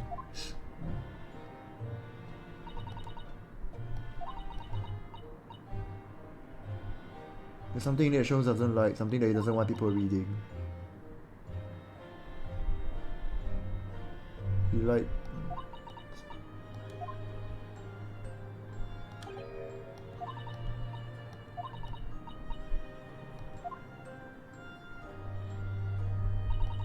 I struck the lock and snuck inside.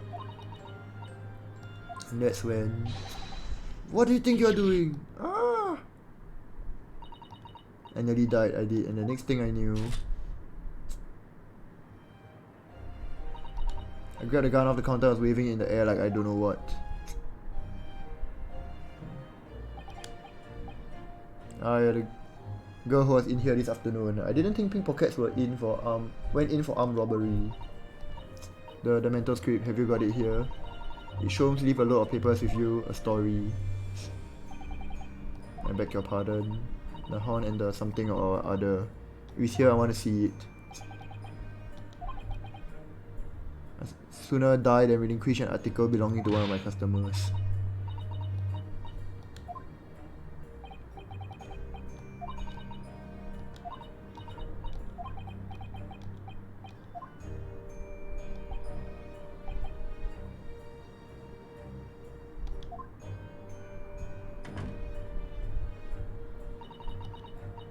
Oh, we both went inside. It was there, alright. Mental script. Anyway, there was a bit of kick up out in the main bit of the shop. They arrived on the scene. What was that noise? Someone's breaking in. He's like, some shit again. There's some burglars convention here tonight that I don't know about. I think I forgot to shut the door behind me. Sorry. Go take care of it. Can I have my gun back? I'll come with you and... Now don't be foolish, young girl. You must stay right here. Don't leave this room under any circumstances.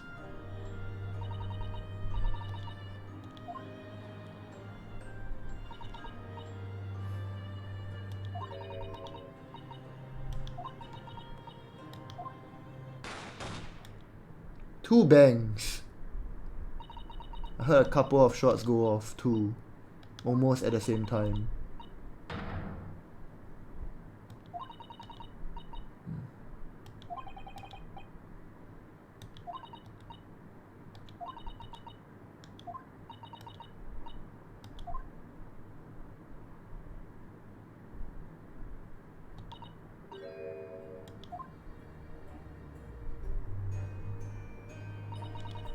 So funny, my head all of a sudden kind of dizzy and then she fainted while holding his gun.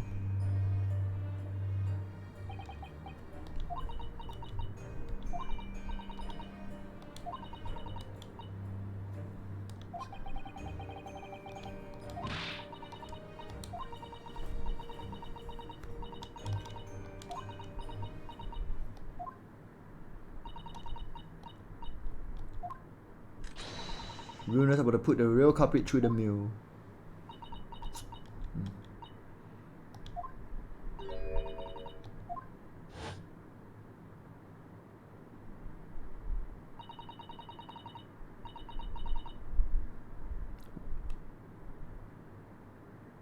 I have one thing to ask or to say. What is this? Okay, stop moving. I guess it's just a shader glitch or issue thing that happened while the camera is zooming out. Okay. Ends. Nah, I think it's just a shading issue. Yup, it moves when he turns. Okay, okay.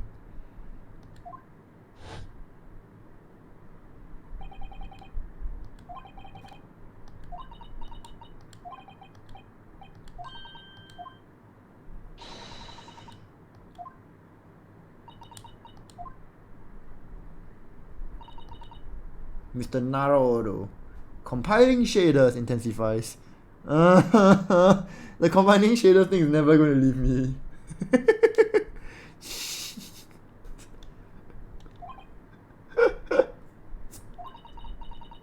How come you trust me? I don't get it. Compiling shaders.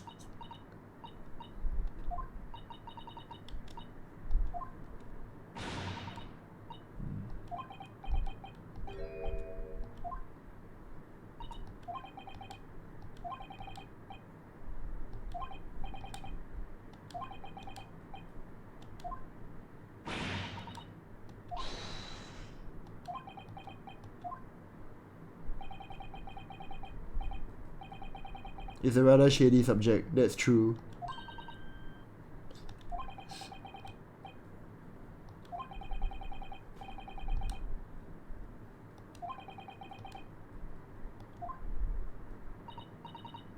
It's her dad.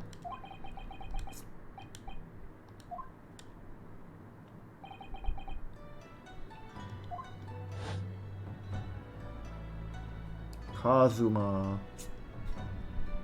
No one believes in you more than I do. Leave this to me. All you need to do is put your faith in me, and I'll do the rest.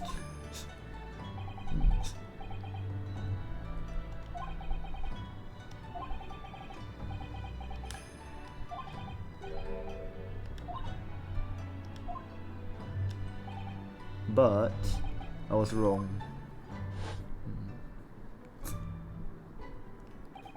And since my trial began, it was obvious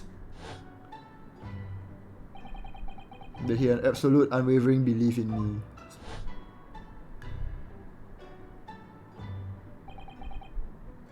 And in turn, I developed an absolute unwavering belief in him.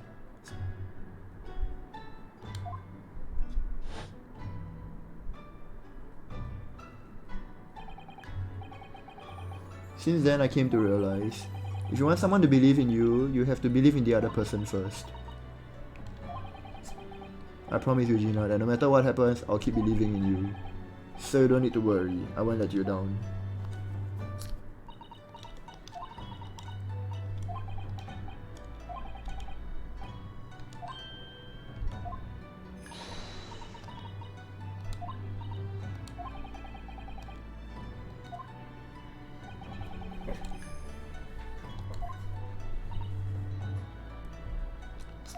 The music though, making me feel things.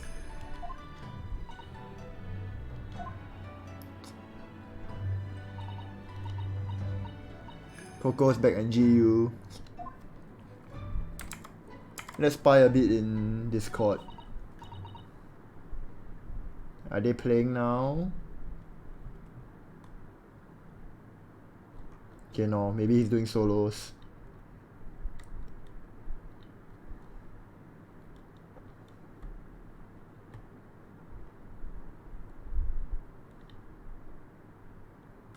Okay, back. Sniffle sniffle. Defendant Gina Lestrade and her legal representative.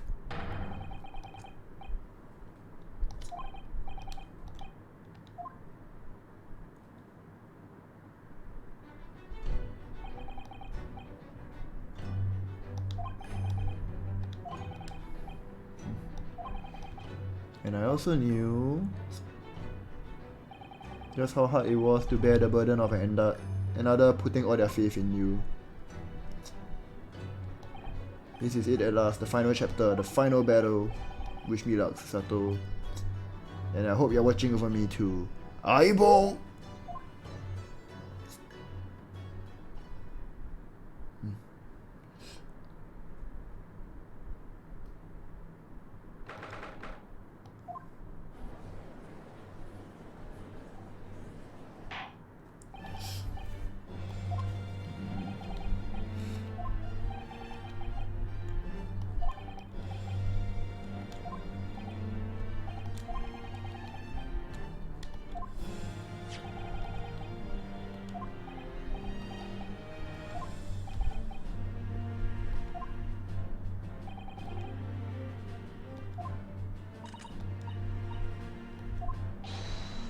My lord, the guy has just arrived in the building.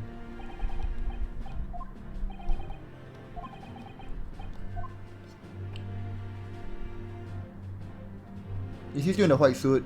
Oh yes, he is.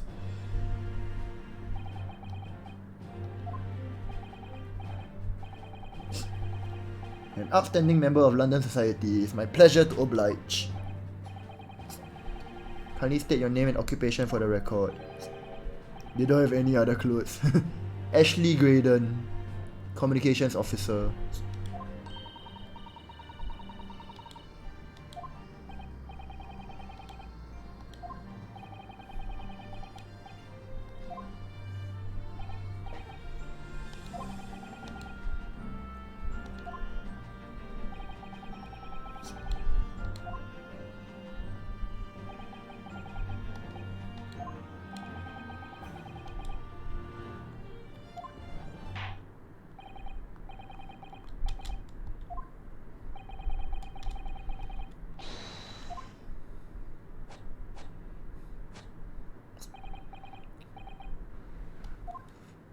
Freaking flamboyant guy.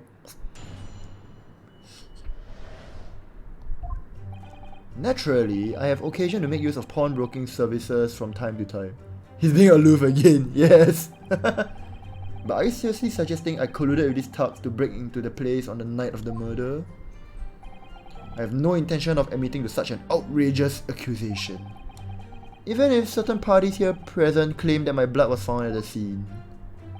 Some Scaramouche detective's homebrewed tincture can hardly be taken as serious evidence. So, you deny the accusation completely, do you?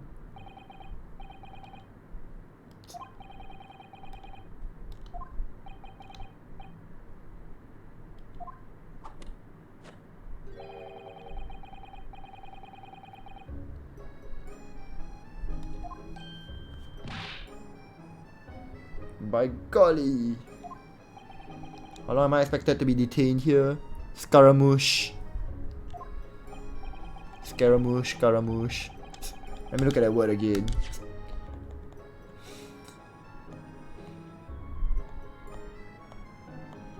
Wait.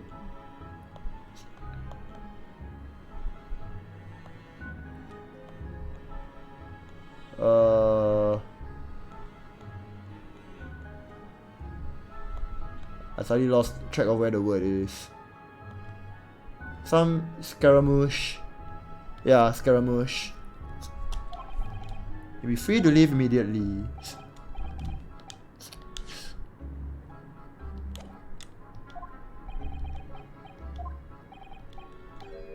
Mr. Egot Benedict. Or is it Mr. Graydon?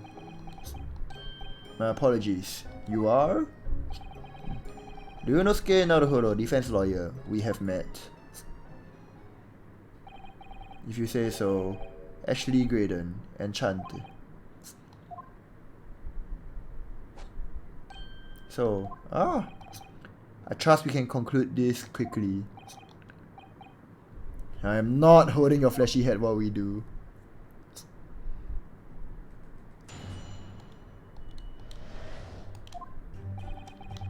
Okay, save.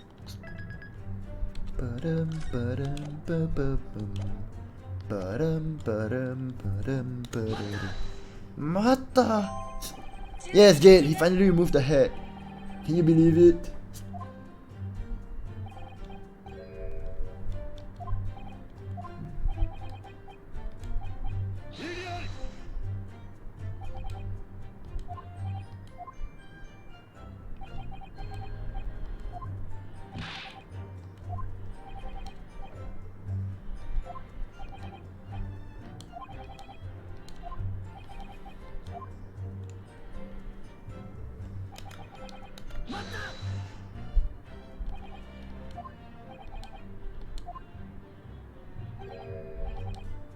No, I don't associate with criminals.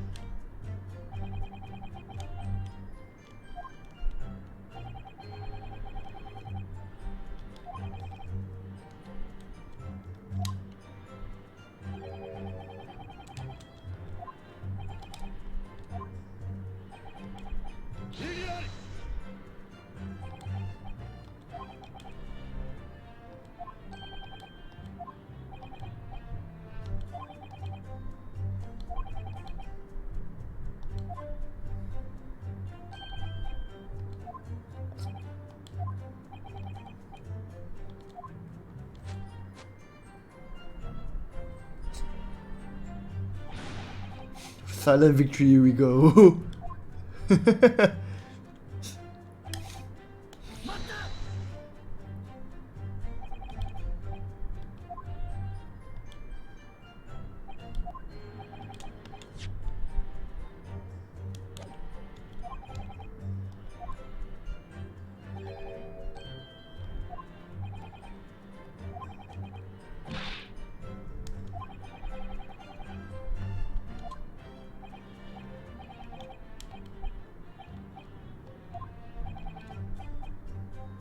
So even you are unable to bring yourself to say great detective.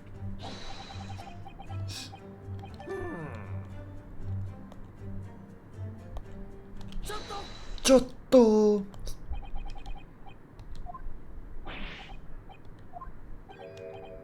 No, that means there's skulking next to you. Yes, I know. You're not big bro sulky.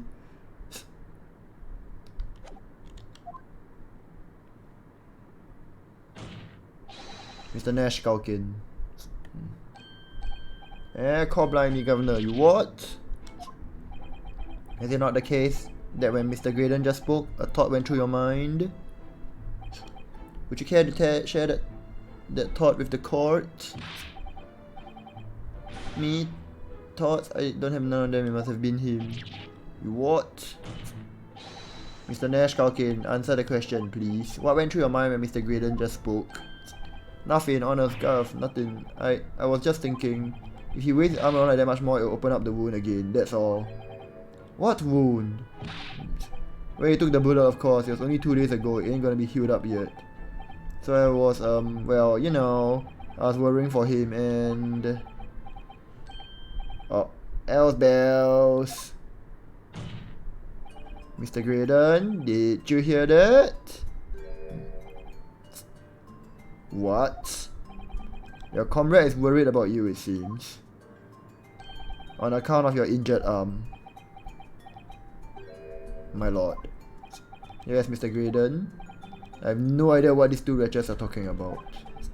Certainly I shouldn't be expected to answer anything in relation to their mindless insinuations. You know that someone other than the victim was hit by a bullet at the scene of the crime 2 nights ago. And from the height of the bullet hole in that arm, that person was in the wall, that person was likely hit in the upper arm or thereabouts. Perhaps you allow a court official to examine your arm, sir? The left arm that you are currently clasping with your right hand as if in pain? No, I refuse. You have shown no evidence whatsoever that links me to these common thieves. Accordingly, I am not obliged to permit any such invasion of my privacy. As I've already said, I'm completely uninvolved in all this. I've never had anything to do with the pawnbrokery where this fellow was killed whatsoever.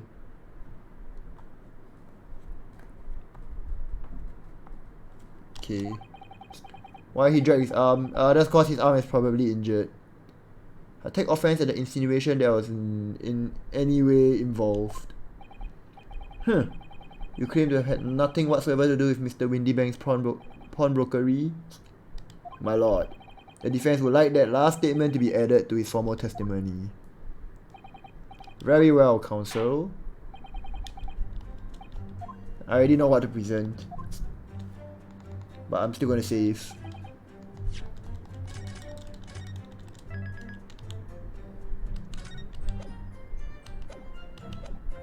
The bottom line is, I've never had anything to do with the pawnbroking establishment where the man was killed. That's what you claim.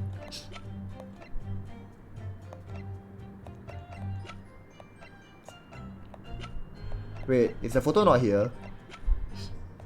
It's not. God damn it. No! Bro, where was that photo? They brought it out earlier. Okay, fine, I'll press it first.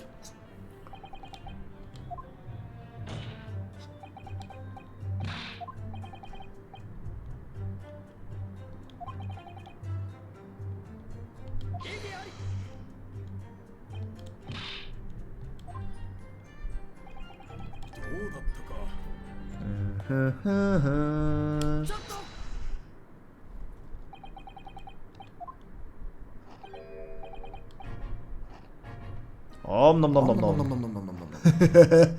Back to the fish and chips. I'm actually a little hungry.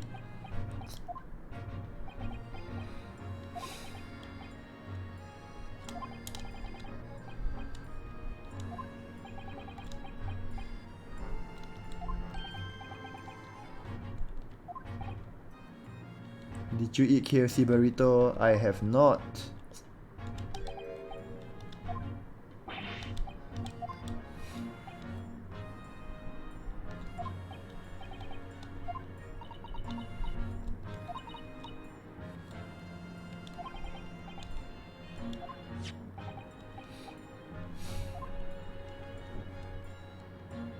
Yeah, this is the photo I wanted.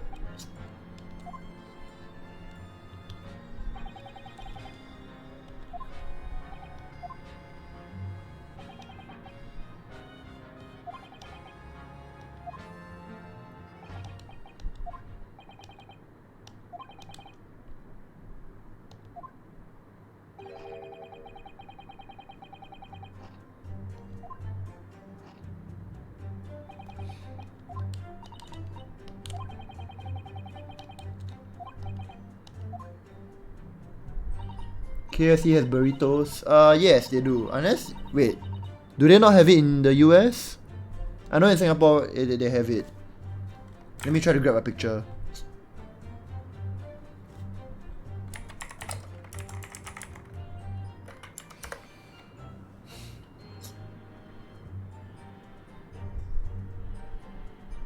We have like the Zingerito. I could have sworn there was another one that looks like it as well. Not that you've seen. Huh, okay. Yeah, we have like... You must... Hold on. Jade, I can't remember if you're in my Discord. Are you? Okay, you are. I see you there. I can just show you a screenshot. I'll paste it in the food channel.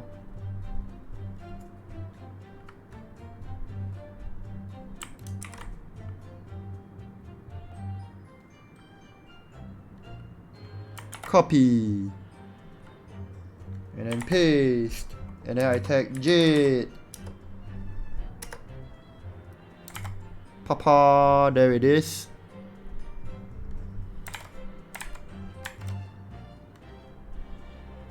Ignore the 3 burgers. There's like two wraps over there. And then I think there's one more special thing. But anyway, what I'm looking at now is just some... I'm quite sure there was more than this though. There's something called Bendito Pocket or something. I guess that's not really a burrito, the ones that I showed. But when I googled, there was another one.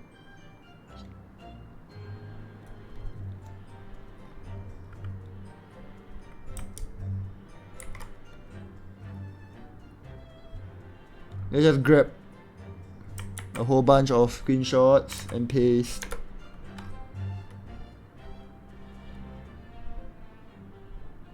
Oh my god, lagging.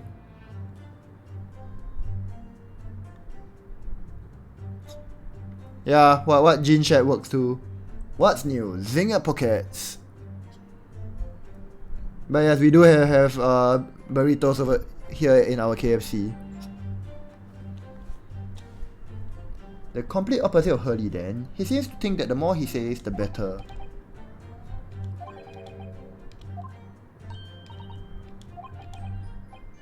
Burrito look alike, yeah.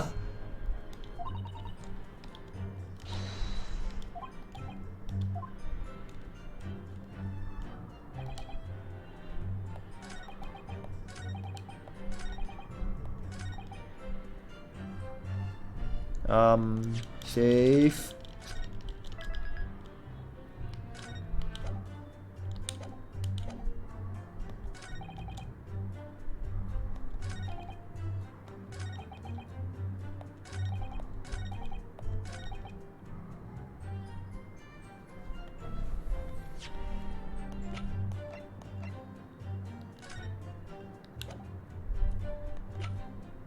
Should I be presenting this right now?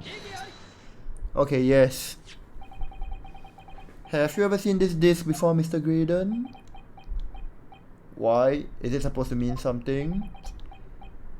This disc was, until the day of his murder, in pawn in Mr. Windybank's shop. It was redeemable by the defendant Miss Gina Lestrade that afternoon. However, somebody mysteriously appeared to try to take it from her. And that somebody was you, of course.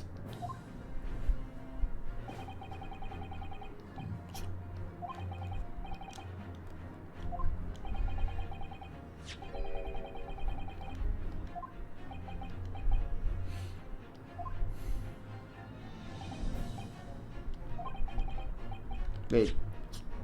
Hundreds of tiny metal bumps. I'm not sure if it's 100, but yeah. Right. Minor lacerations.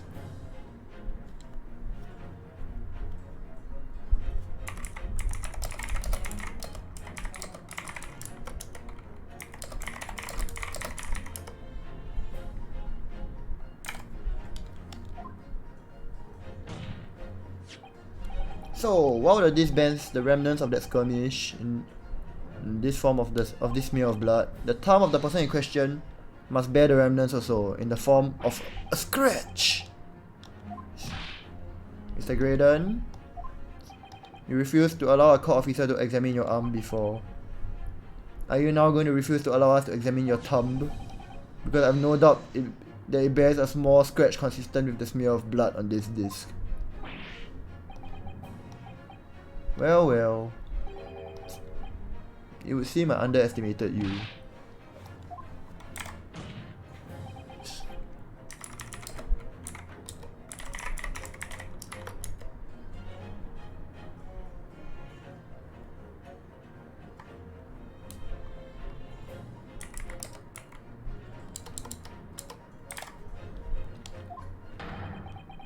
You admit you have a scratch on your thumb from when you attempted to take the disc from the defendant? Order! Order!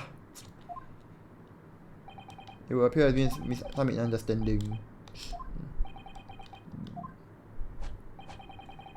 It's really quite simple, you see. The disc was mine from the outset.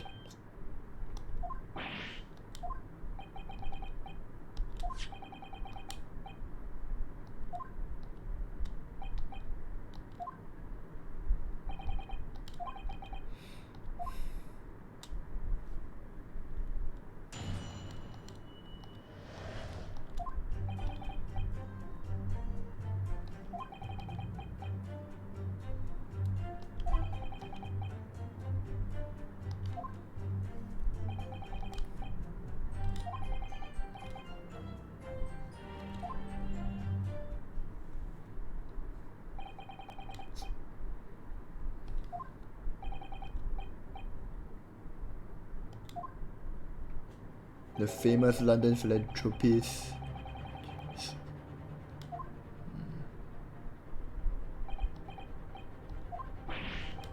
Good lord!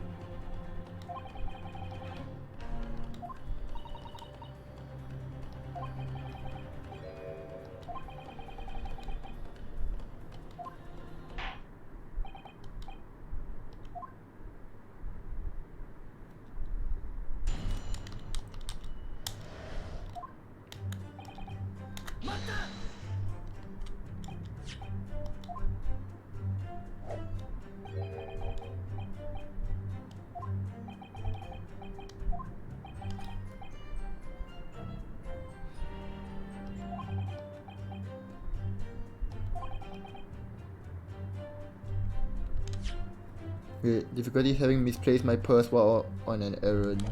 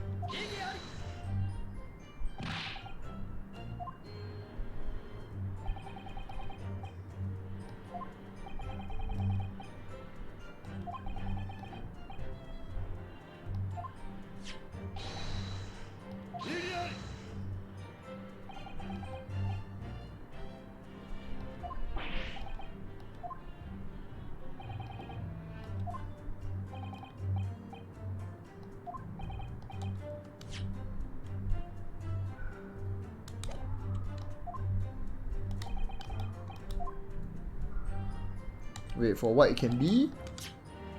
What possible use it can be? Ever been to Windy Banks?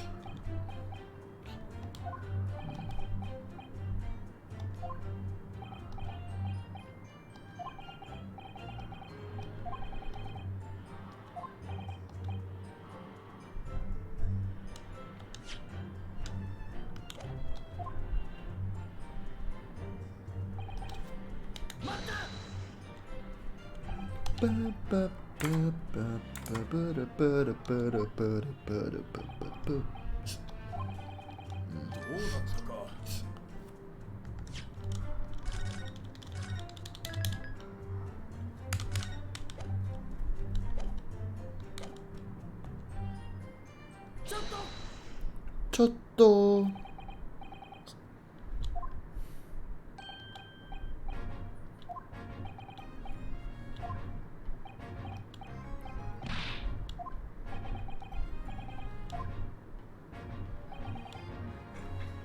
Why is Scotland Yard gathering Mr. McGilded's possessions?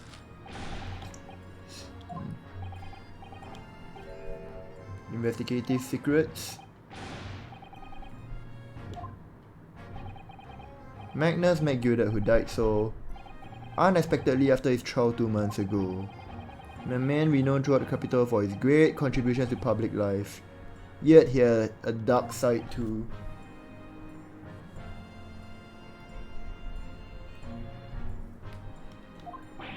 Where are you going with this, Venzix? I suppose the police are dealing with the aftermath of his nefarious activities, are they? That's enough! Coppers like me have duties to carry out they were not at liberty to talk about. Duties conferred by Lord Strongheart.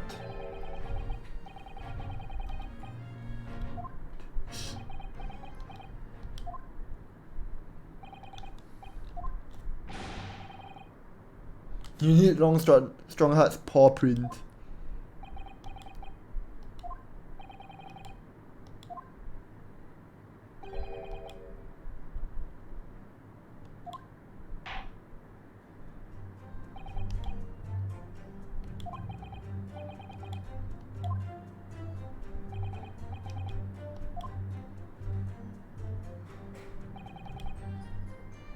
In other words, I had absolutely no reason to break into the shop later that same night. Something of value among the forfeited items?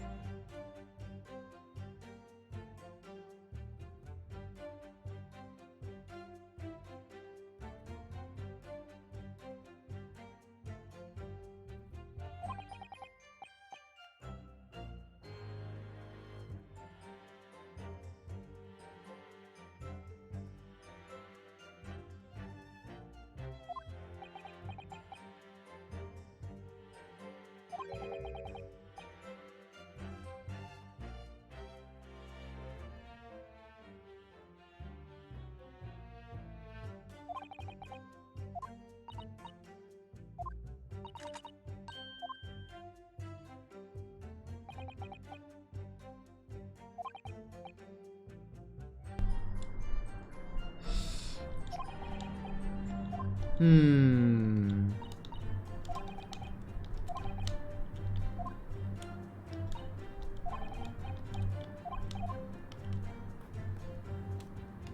I'm actually not sure. But let's just save cause save's coming. Okay.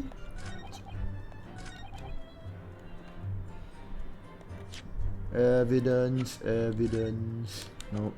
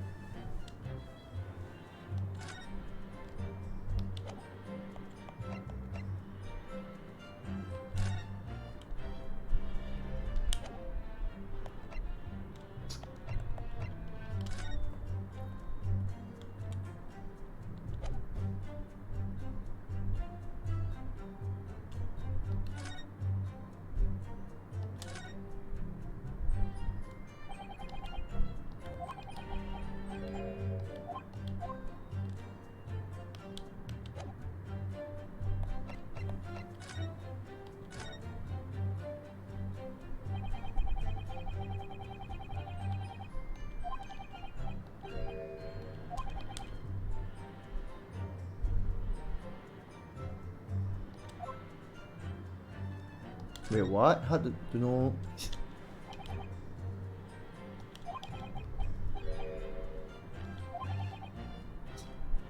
Wait, what's the front and what's the reverse side now? Oh, you mean the cat pictures?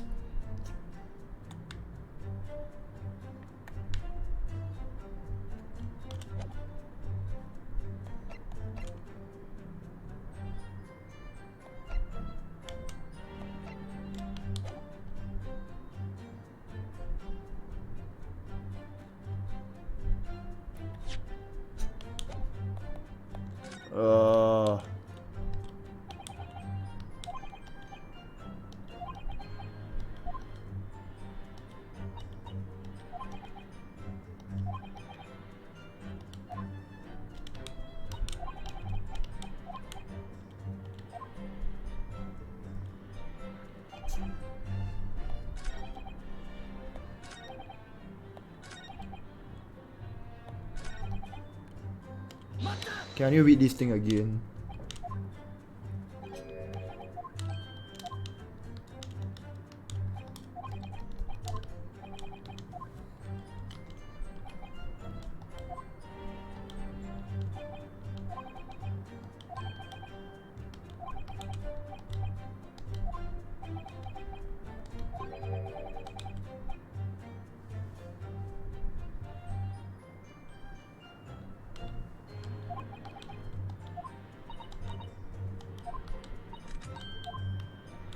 It's probably for this line, but what am I supposed to give?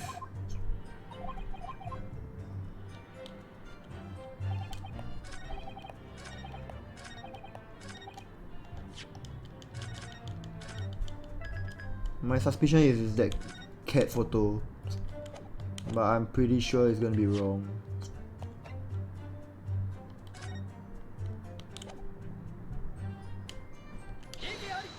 Oh, it's correct.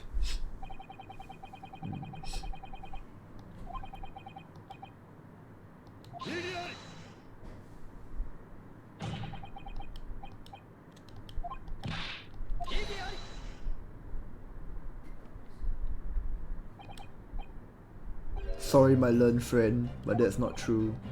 What?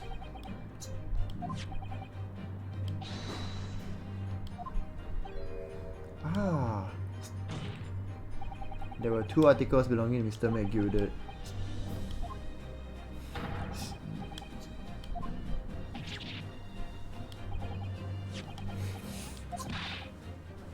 had a man deposited. Article description reads, one small box. Are you suggesting that I broke into the pawnbroker with these clowns in order to steal some trinket box?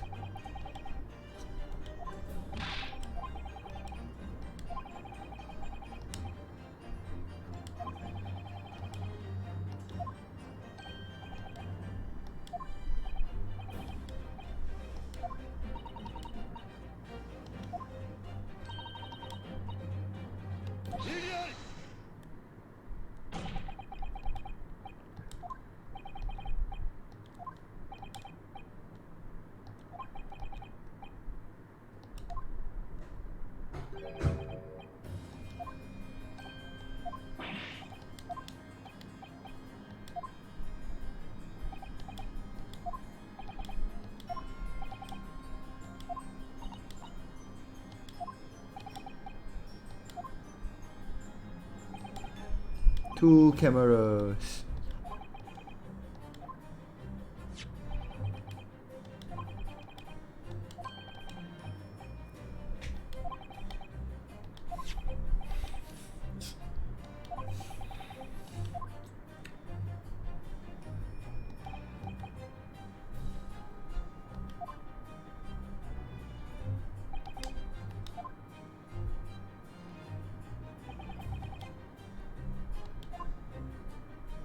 I know what we're going to do next.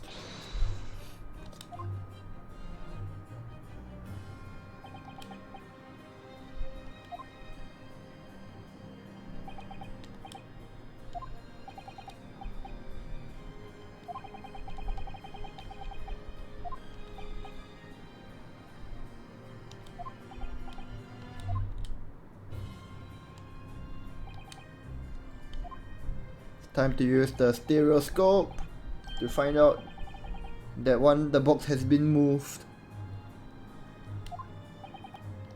which implies that it was touched and maybe just only the object inside was taken.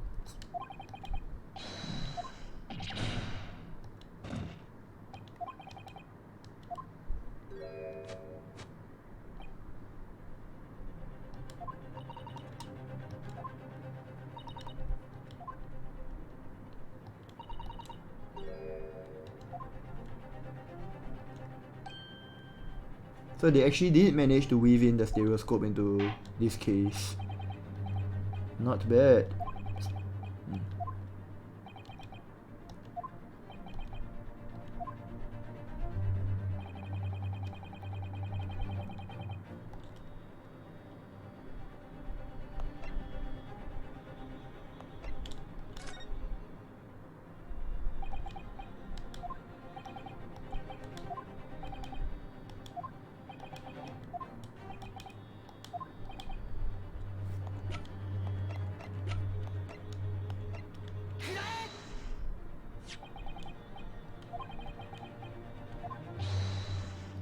Ooh! Yes! You've caught the bug at last. You can't resist it, can you? We've got a cross-eyed compulsion.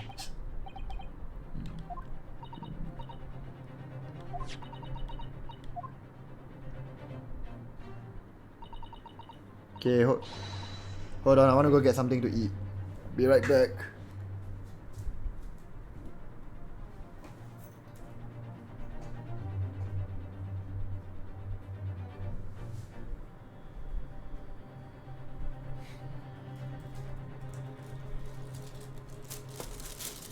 I hope the plastic bag sounds aren't too loud. I will not put it next to the microphone.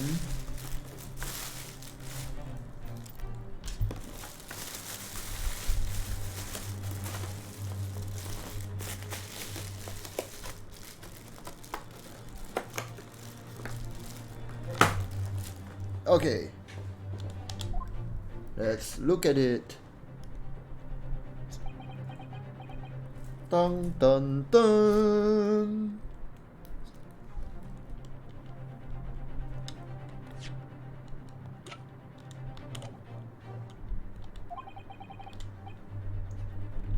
I honestly thought it would be another box on the screen, the one nearer to the center.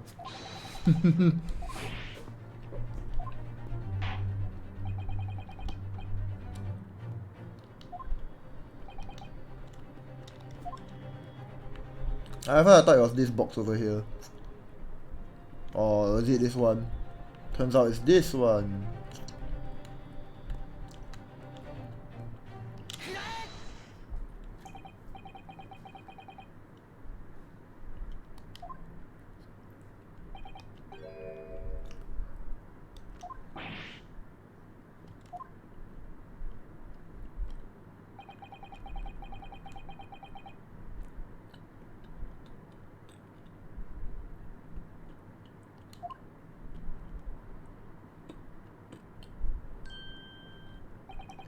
A single area stands out as being different.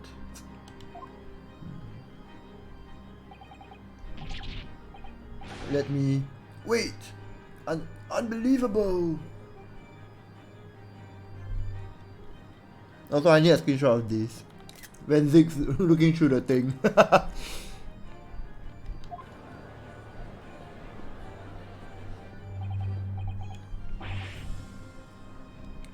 Oh my god, he's doing the cross-eyed thing.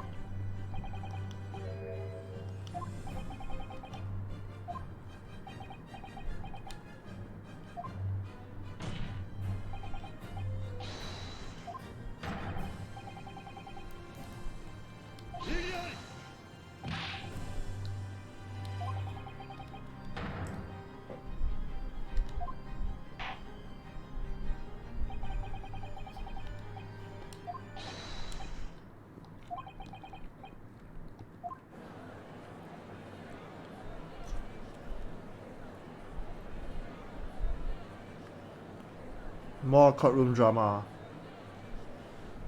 Ho ho.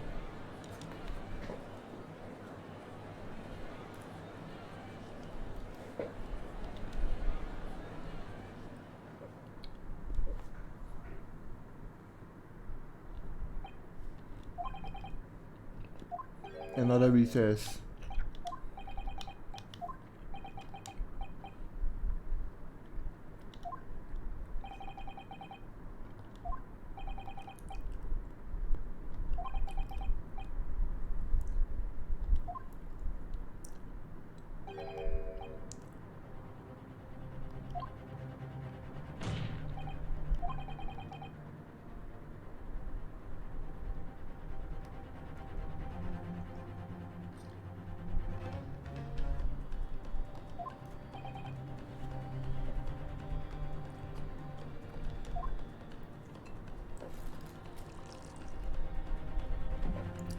More wine.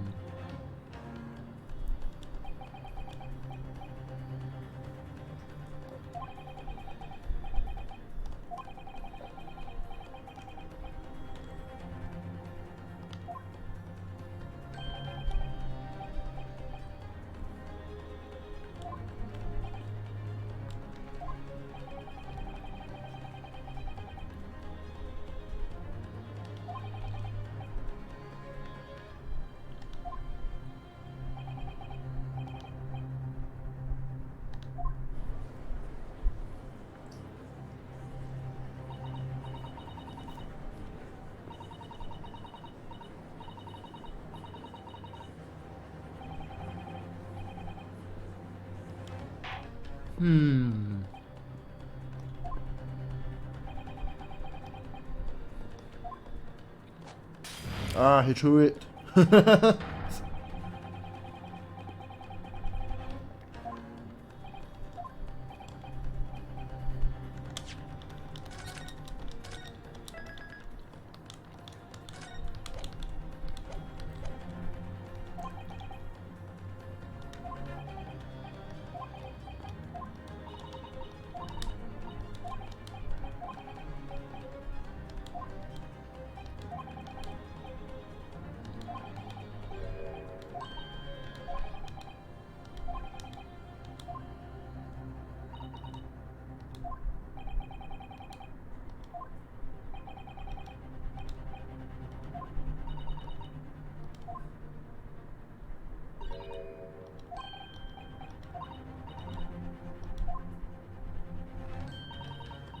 Sooner or later the truth comes out, every time.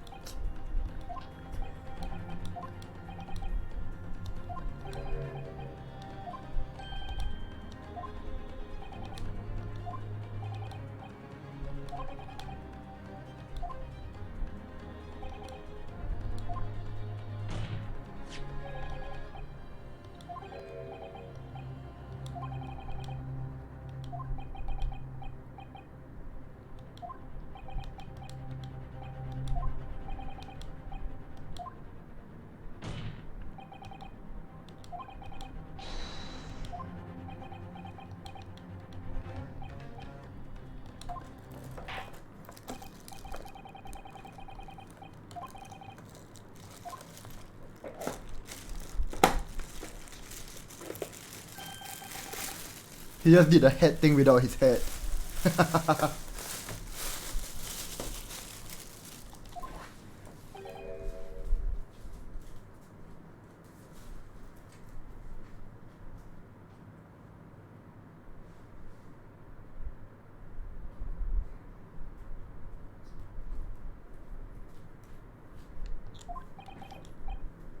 You, sir, shall remain in the stand while Mr. Straight testifies.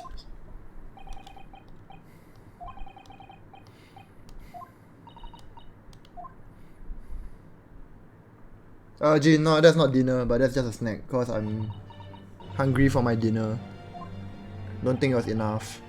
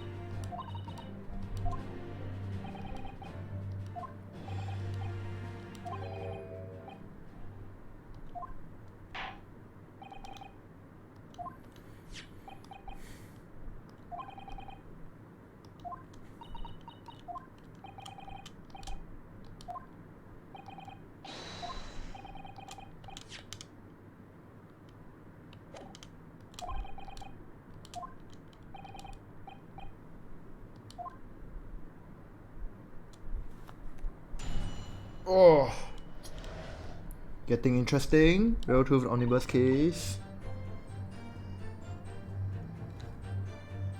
Truth is that Brickmaker Cove was in the cabin of the omnibus the whole time.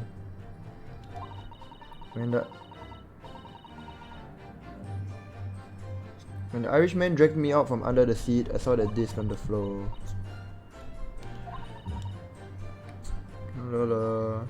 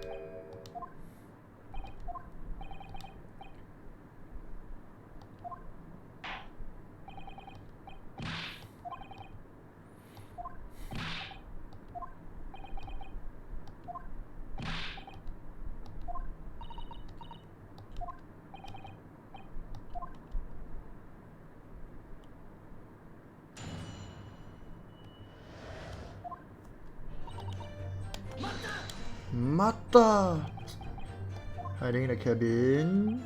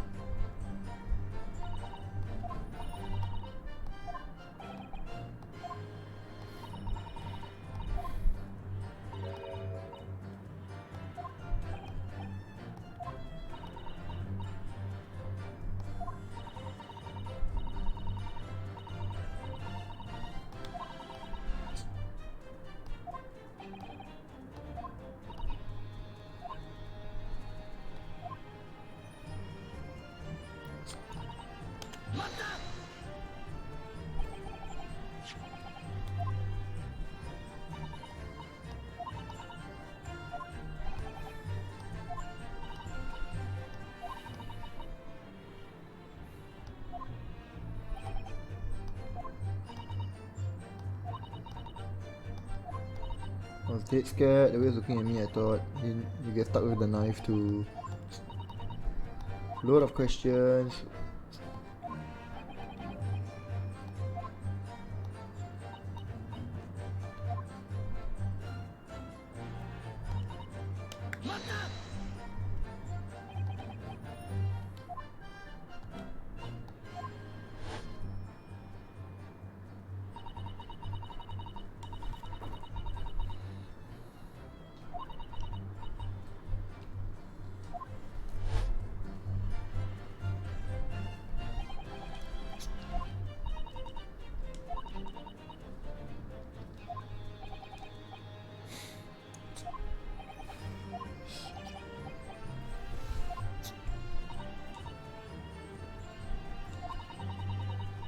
Window open, a voice on outside.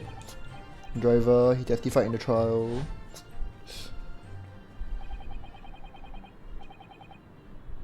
Beppo. What did McDuder and the driver say to each other?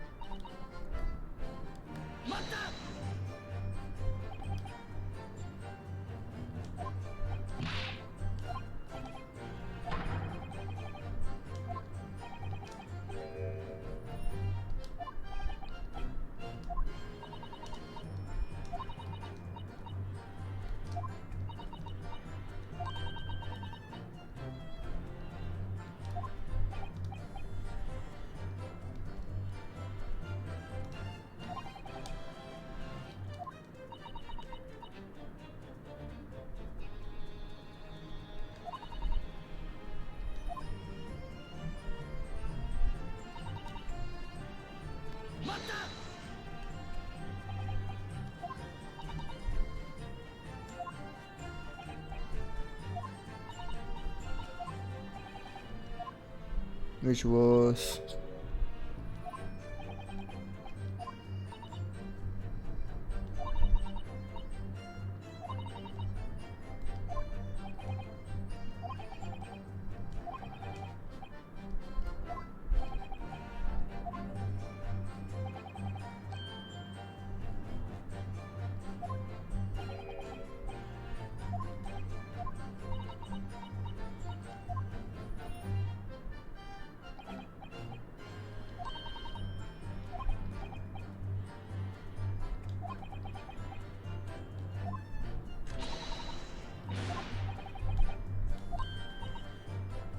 another thing.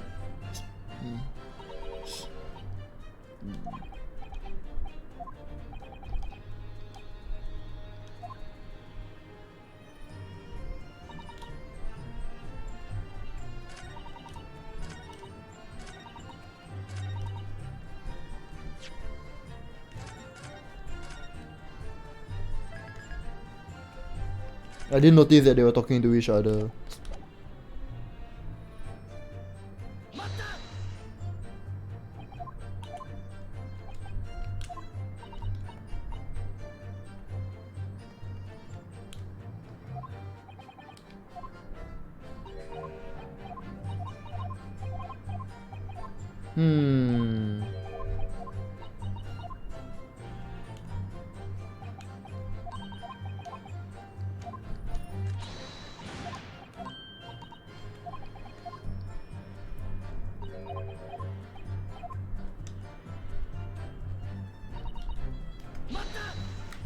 What am I supposed to do here?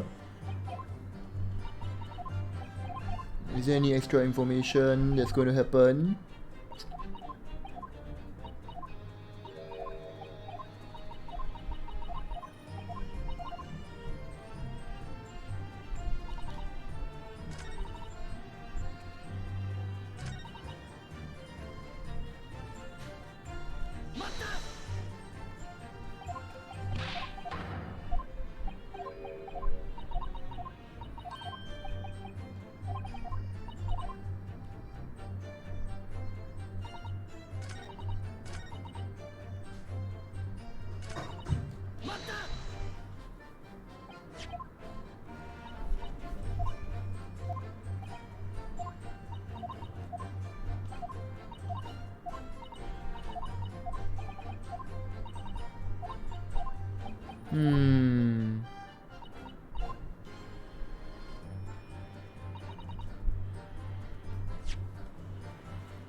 What am I supposed to do now?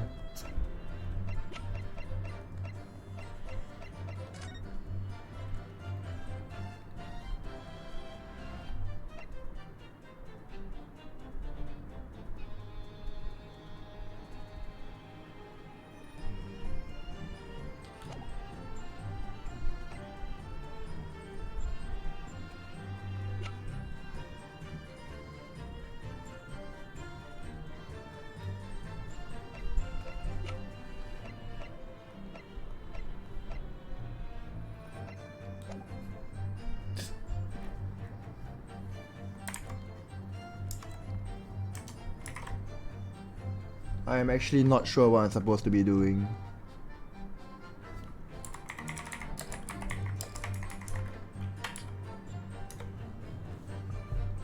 I can't believe I'm going to be looking through this again. But, what can I do?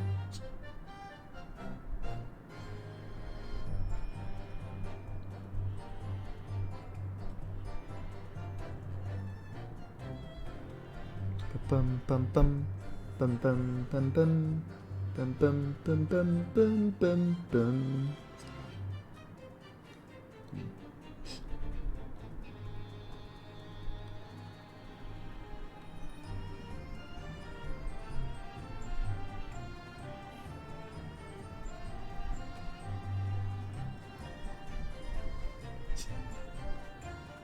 Wow, that's okay. So that's why they mentioned it.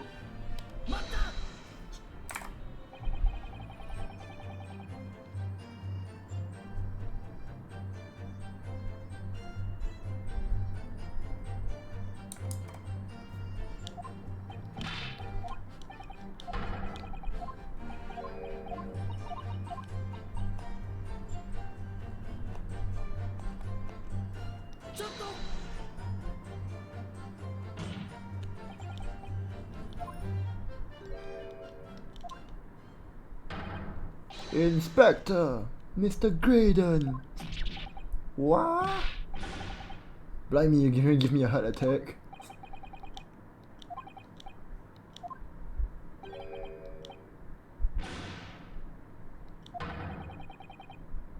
Shady gents.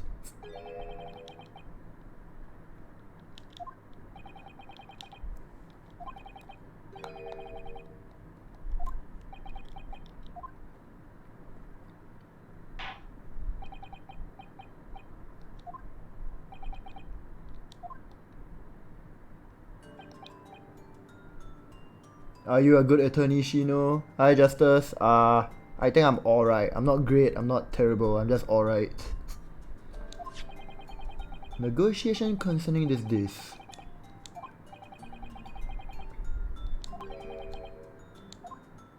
How are you doing, Justice? Are you done hunting?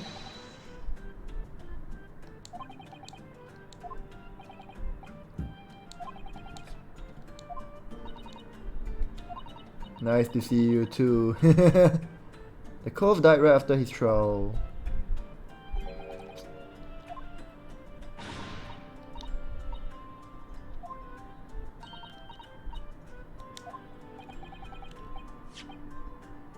He was prepared to kill in order to take possession of the disc.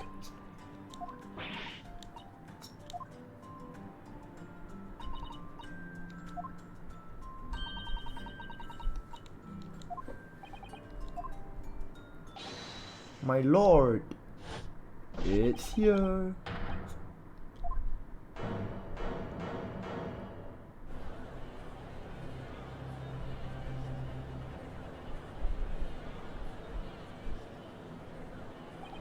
The mysterious little box deposited by McGildet 2 months ago.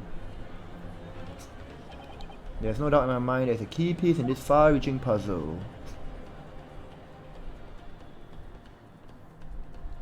Wow, to be continued. What a cliffhanger.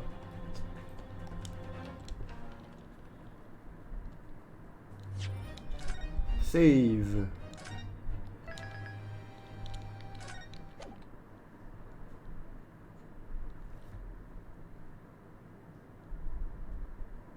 Yup, here's that tiny box.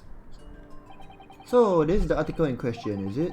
Small box deposited with the pawnbroker by Mr. McGildet 2 months ago. And on the night of the murder, the only item on the shelves that was touched by whoever broke into the shop. Open it and see what's inside.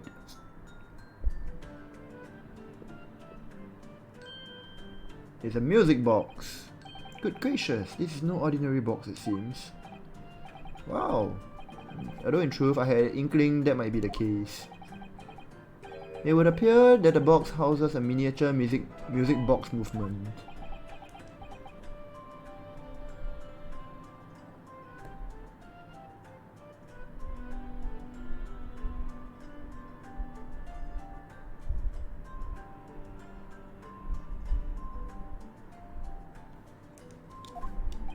Then, is it too much to expect?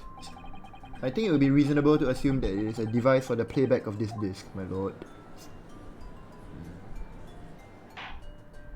So, here we have the means to playback Mr. McGildet's disc, deposited at Windy Banks at much the same time. Not strictly correct, it was not McGildet's disc. It was the disc of his victim in the omnibus.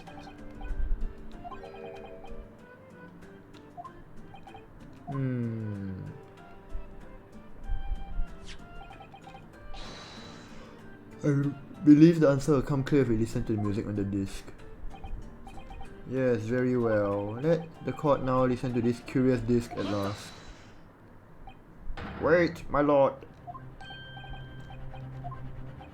The music box and the disc are... well, they're unrelated to the case. Igiari. May very well have motivated the culprit in this case to commit murder.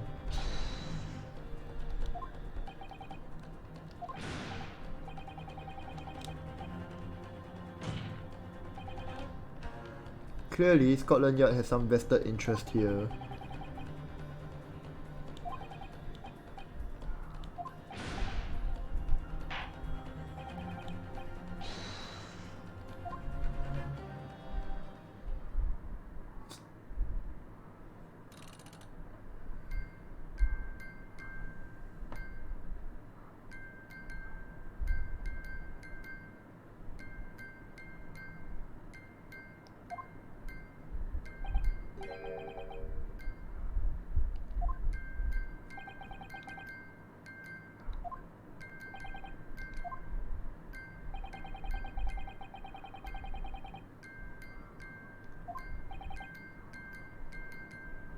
Is it Morse code or something?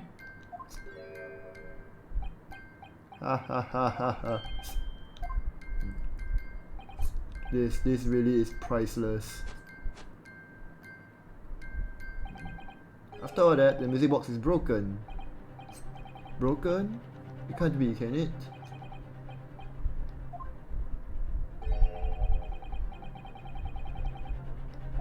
Or did he damage it on that day?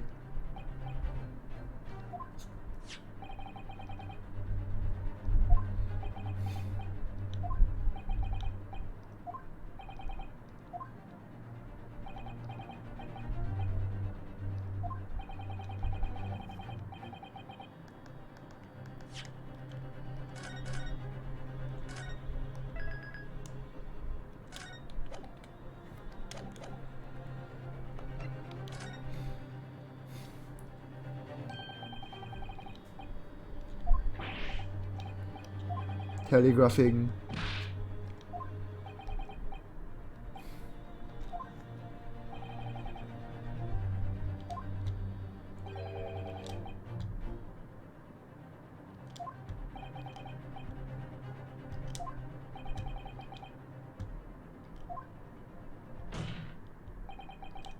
It's probably Morse code.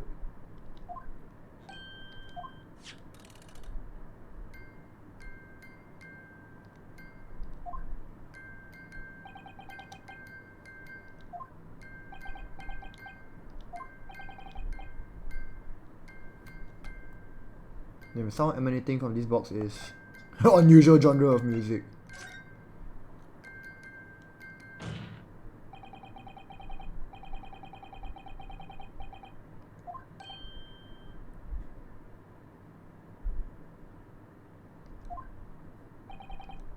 Look at that, the smile vanished from Graydon's lips as soon as I said it.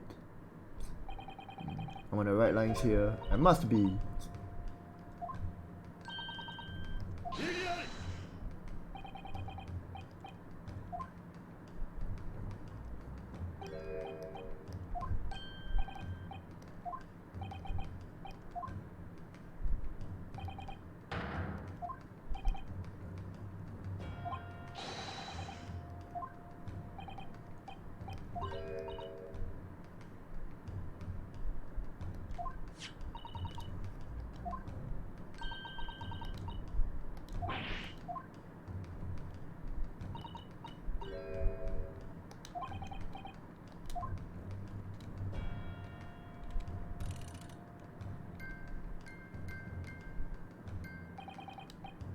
If the music box isn't broken, it must mean that the sounds it's producing have some significance that isn't musical.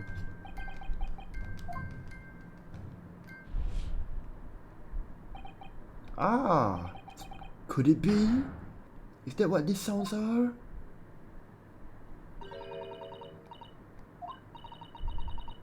I feel like recently, in the past few hours even, I've heard another sound very much like the one this music box makes. Yes, it's a familiar sound. Actually, Iris, I was just thinking exactly the same thing.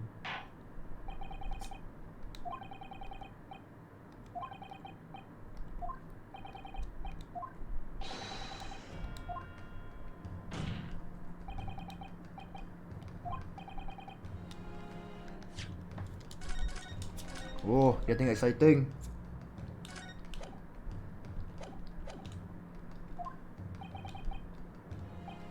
Alright then, best chance you're going to get to fight back in this trial.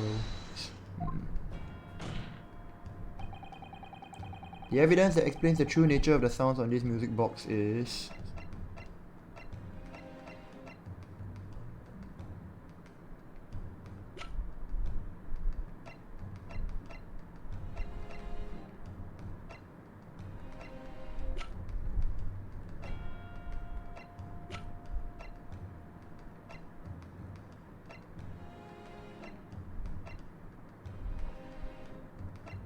it's probably this. Today's paper, council. Not the headlines. Ministry mole. Classified secrets may have been leaked overseas from Ministry of Justice.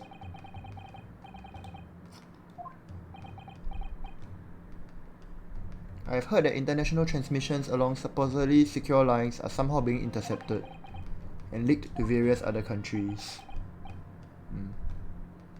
Presumably those transmissions are in the form of wired telegrams.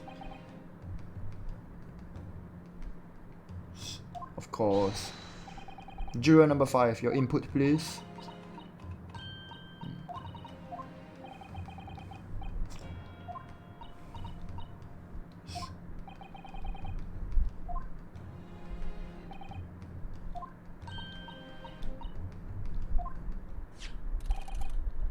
Then tell me, is this not a very familiar sound?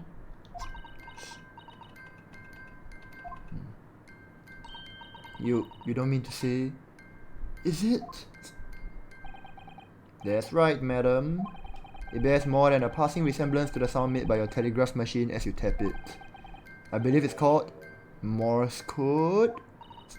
But I don't believe it. Now, correct me if I'm wrong, but when it comes to leaking telegrams from government departments, there could be nobody more perfectly placed than a highly skilled communications officer. Are you suggesting that the music box disc contains stolen government secrets in Morse code?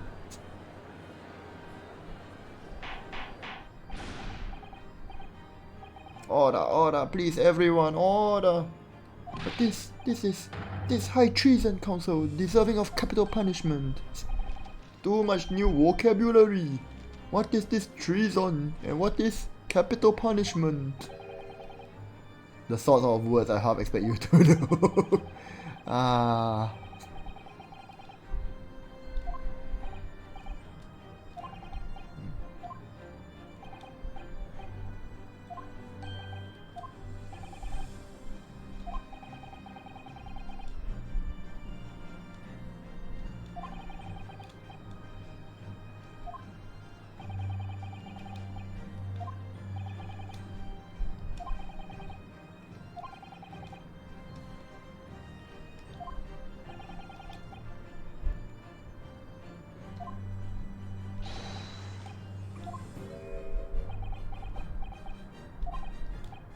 You think I've been stealing government secrets?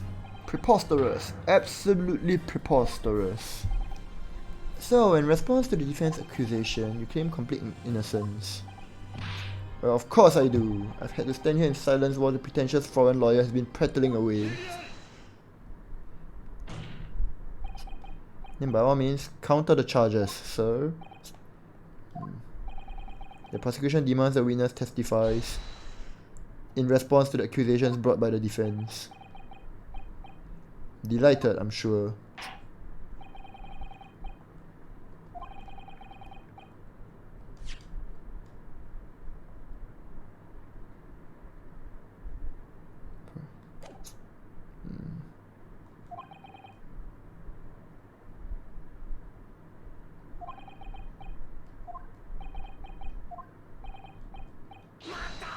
Mata!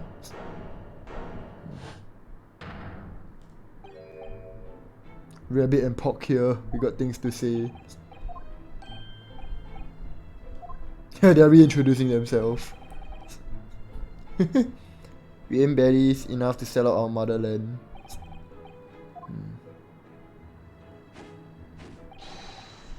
The three skulking brothers.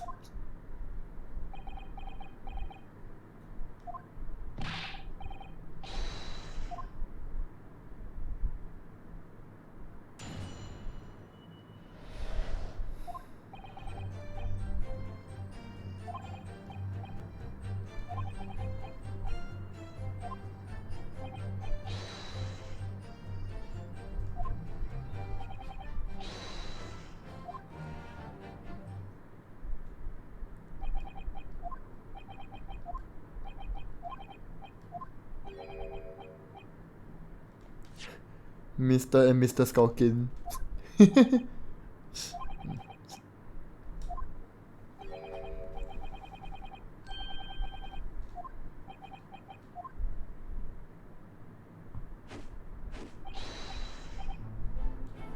We did, Gov.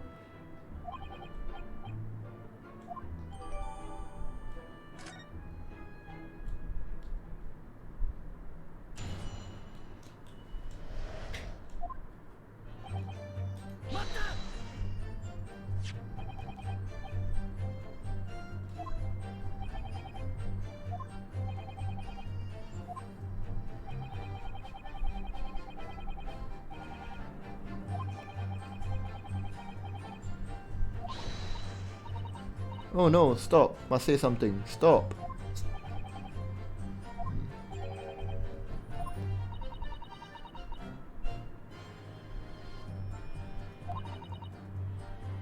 Team of us responsible for setting out and testing the telegraphs used by the ministry. And Mr. Graydon is the team leader.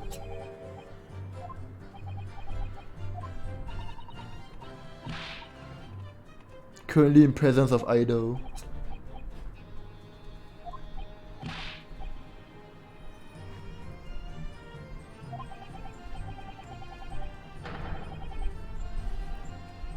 And Seifert. Oh no, must say something. Regularly attends meetings.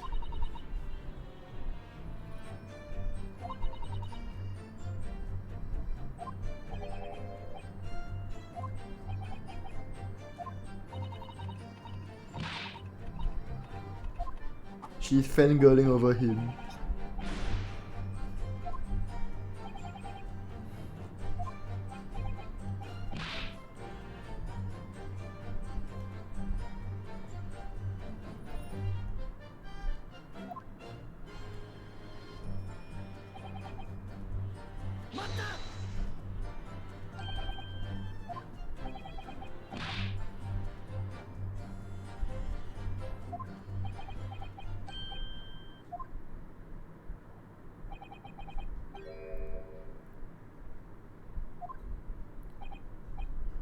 He looks genuinely shocked at my ignorance.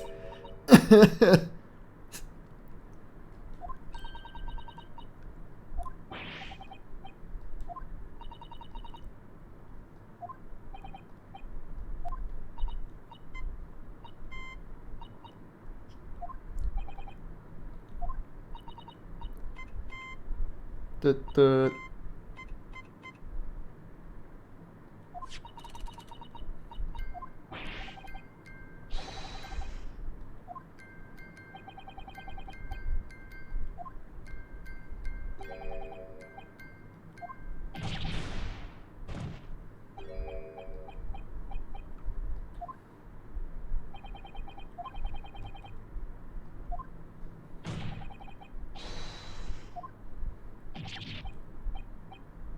Stop, nothing to say but stop.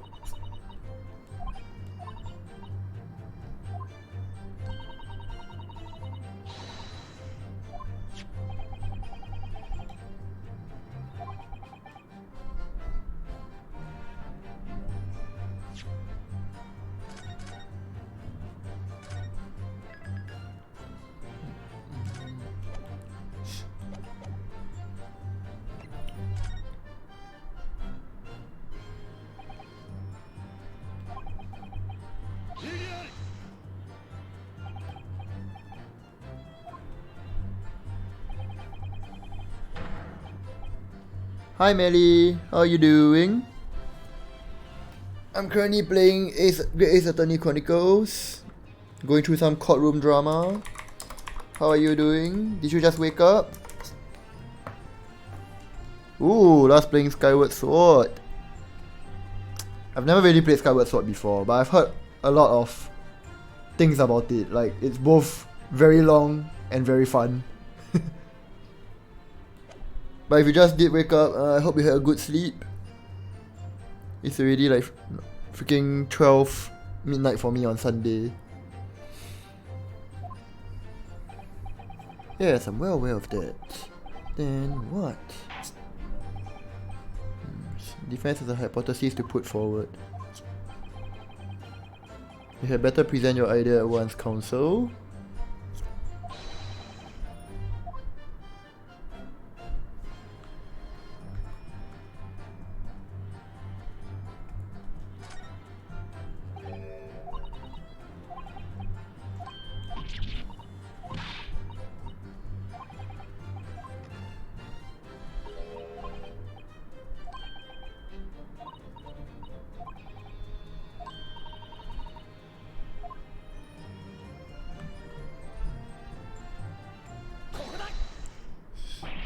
Kokuda? Or is it Sokoda?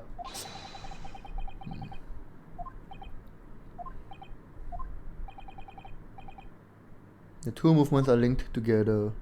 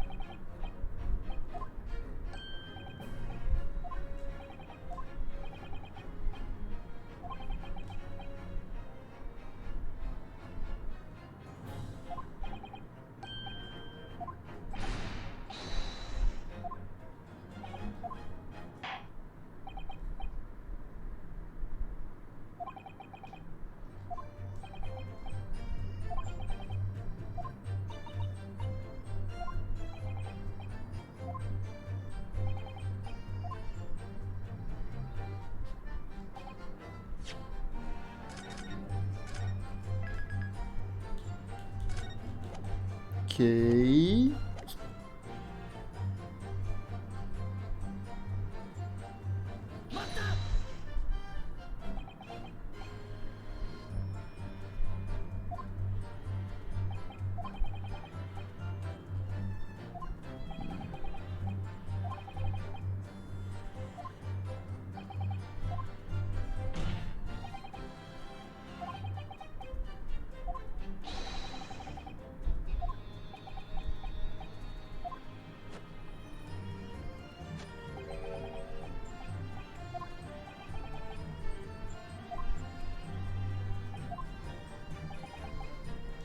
Wait, find evidence to link the two of them together.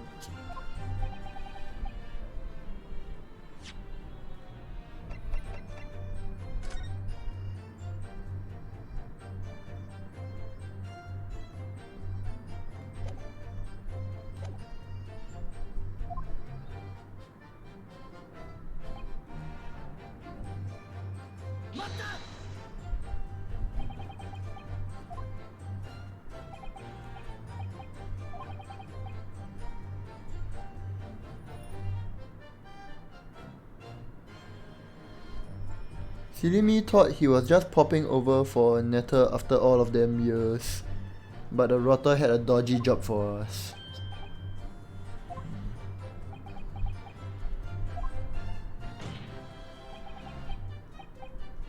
Yeah, so it means they've met each other before.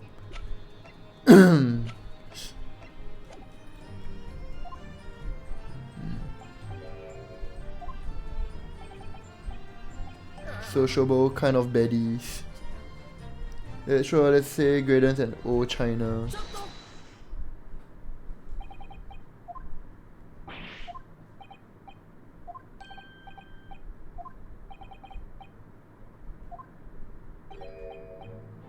Remembering the old days.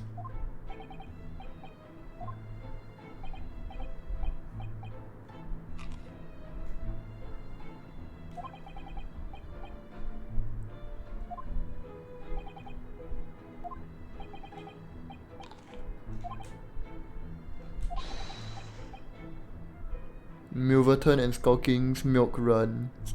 Hey Seth! Hope you're doing well too. How you doing? Did you just wake up? Last playing GU. I haven't played it today, or rather I'm on a so-called short break on it playing other stuff instead. You're doing alright? Good to hear that. I'm trying to finish up chapter 5 of this first game. Oh, you've been awake for a while. Okay, okay. Then have you eaten? I mean, it's 3 AM for you now or something? You want to stop by? Yeah, appreciate it. You have, you think? Bro. What do you mean by you think? Well, if you're hungry, go eat. If not, carry on with life.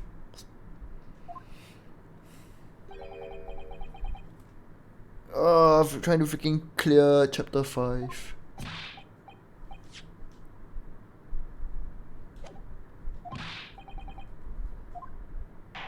How has the story been? Oh, the story's been pretty good so far.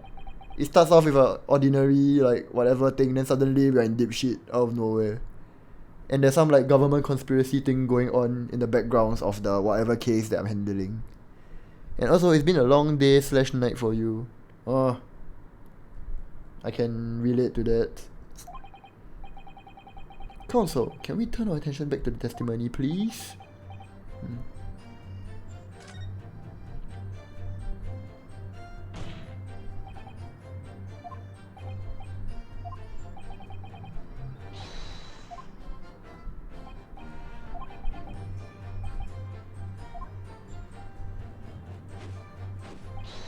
Say no more, a skulkin's never skulkin'. I have been working, so you imagine I'll be very tired. Yeah.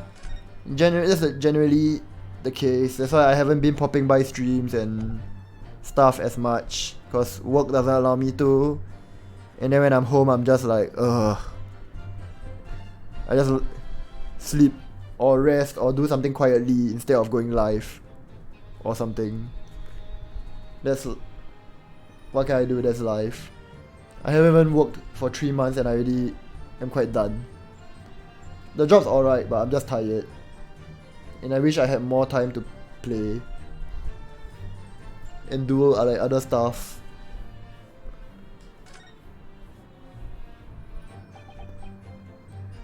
National security.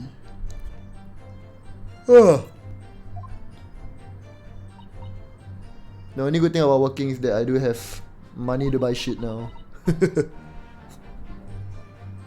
I've already bought a new microphone. I'm not even worried about getting games.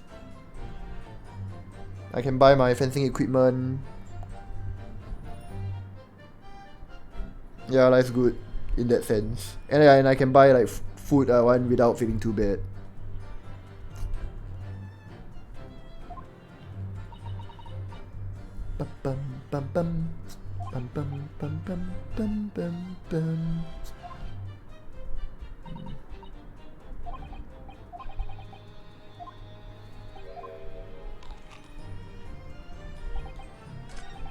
I didn't pay attention to the last statement actually.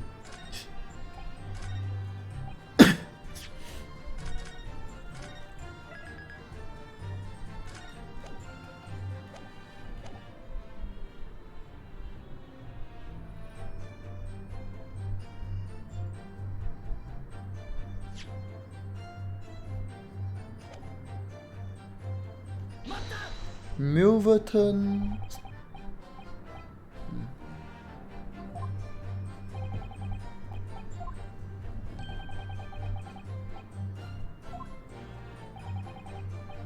That sounds alarmingly legitimate. There must be a catch.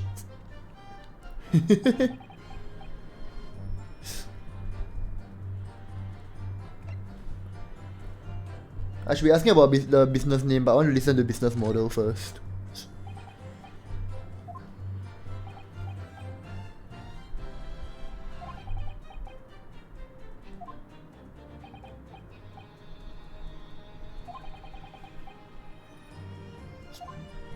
For half the price.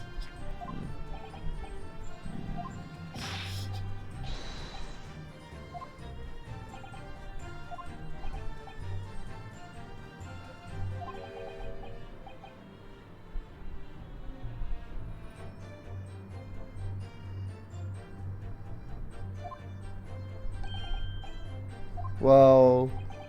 Not legitimate at all. First thing you're saving for when you get work is trips to Japan, USA, and maybe the UK. You don't know? Ooh. Yeah, I do want to go back to Japan. And if I ever do, I've never been to the USA, but if I do get a chance to, ideally I would want to visit all the friends over there, like, you know, Kirada, Roost, but Roost is 3 hours back. Then there's Shadow and many other friends. I would totally want to do that. Maybe Mango and Sento as well. And if I do get to Australia, would you want to find me? But yeah, I do want to travel as well, especially to Japan. That's like my regular travel thing in the past few years for food and everything.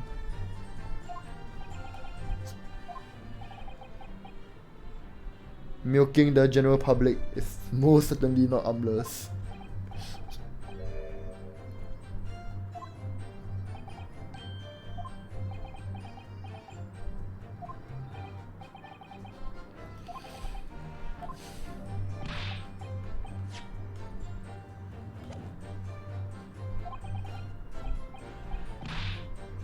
You'll be down to be the personal driver. Hey! If only we could travel. Like if any of you guys ever came to Singapore, I'll be glad to like meet up and like bring you guys around or something. I don't have a car though, so I can't be the driver. But I would totally just join in and accompany you guys. Cars are pretty expensive here. Not every family has a car. Heck yeah! Shomes and Wilsons. Milk Run.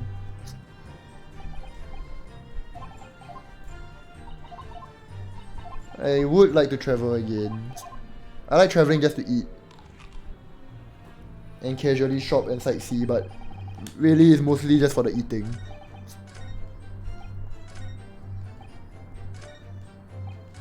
I didn't want to press A there. Man, the food is the best part. Yep. The pizza. Oh, I haven't had pizza in so long.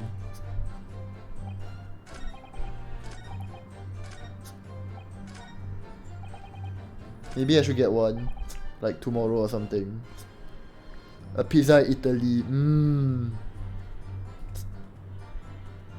I had a pizza in France. It was pretty good.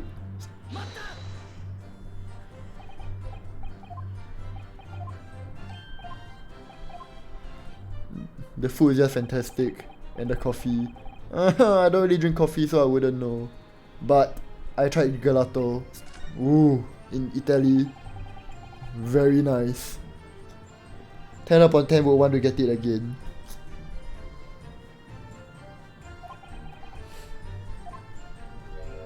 Maybe more than 10, like, I don't know, 20 out of 10.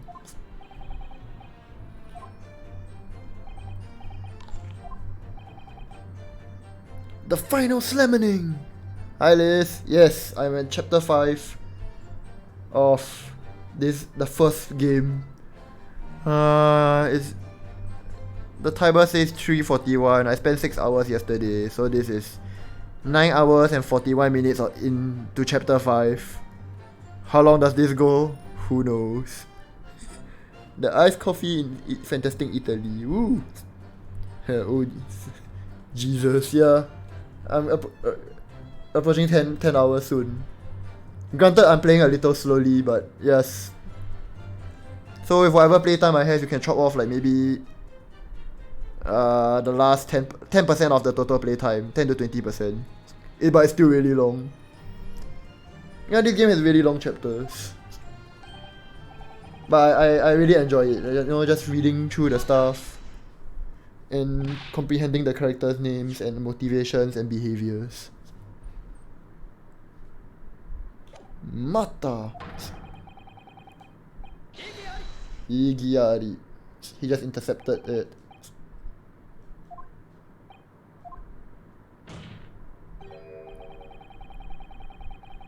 Tell me, why is it that it was only at the mention of the name Milverton that you decided to interject? Because well... He weren't the happiest of homes that one came from. This old man was struggling for money so much his wife walked out on him. She took the name Graydon then, see? But Ash will always be Milverton to us.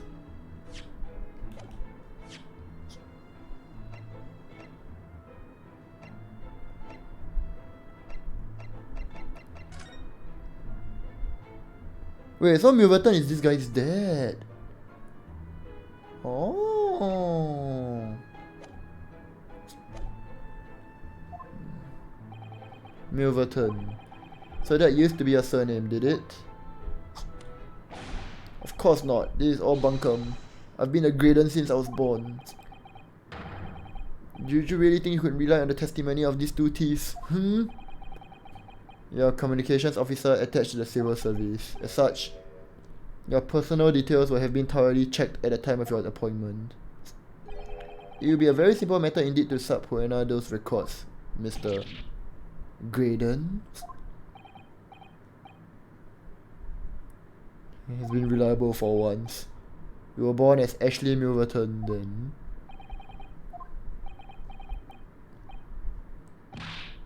Very well. Yes.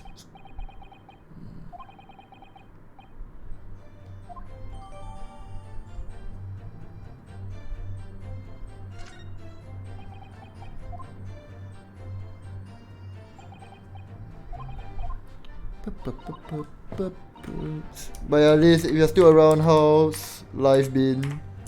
Haven't really gotten to say hi to you or anything cause of work. Last playing FF14. Everyone's playing 14. I kind of want to try it, but I don't want to get caught up in an MMO either cause lack of time. Life's been good for you, that's nice. I am okay, I just wish I had more time to, you know, play games and stuff. I'm usually like just working or tired from work. Or even if I have the energy to play games and stuff, I don't feel like going live cause not in the headspace for it. Work could be better, but it's not the worst.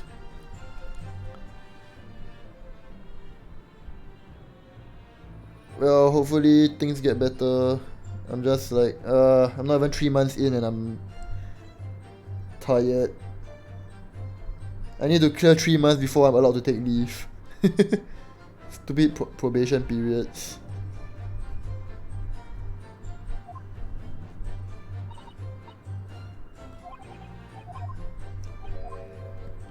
Oh!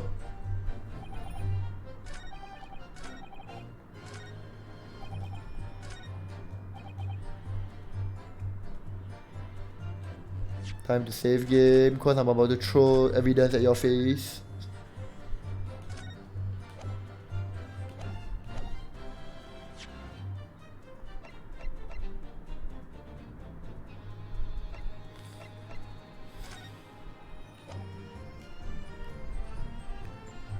Iggy Ari. Objection. Mr. Ashley Milverton, tell me, why did you try to hide your former name from the court? Because I haven't gone by the name for years, it means nothing to me. The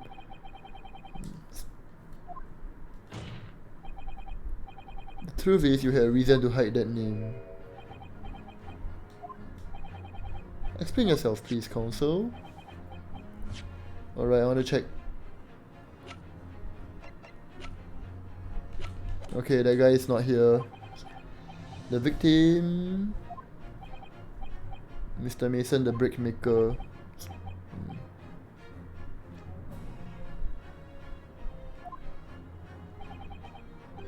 Full name is Mason Milverton. Bum, bum, bum. The music's so good.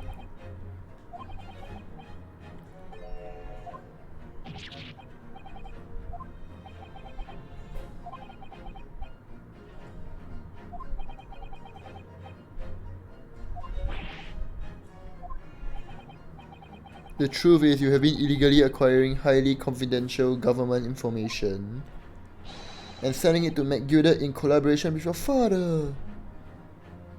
Oh, Liz, you really want to try this game? I highly recommend it. You don't have to specifically play this one. Any title in the series is good. But of course, this one has a standalone story on its own. Oops. Oh, there it is. This one here is the original trilogy that started the everything else in the series. Also very solid. You could always get that. And then there are like 3 more games after this that are not compiled anywhere. They're stuck on the 3DS and the DS. I really like that trilogy. But yep. It would be rather interesting to try out. Yes. I highly recommend. It's like a very baby introduction kind of visual novel, but it has a lot of personality to it.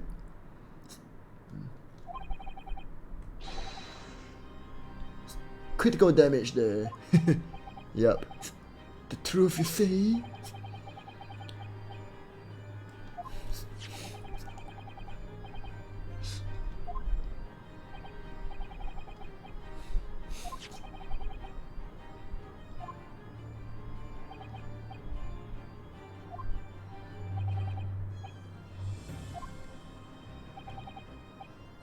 The brickmaker met his end.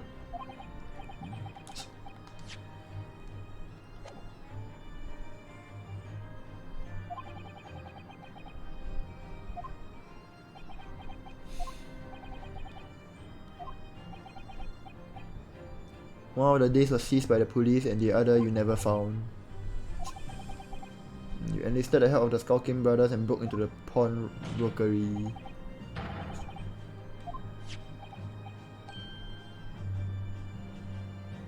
Second disc was inside the music box.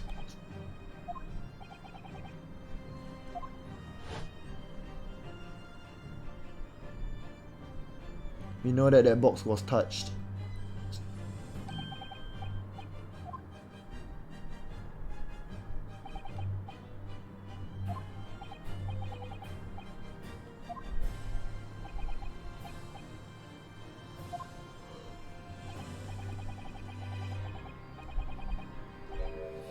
High treason.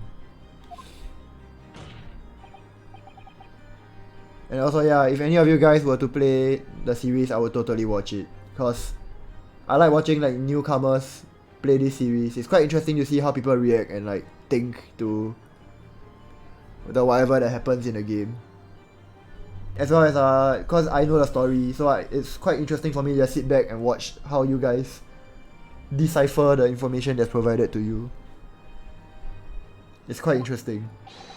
I swear. It's the usual like, oh, new guys trying out this game that you're very familiar with. Let's just observe him. I refuse to accept any of this nonsense.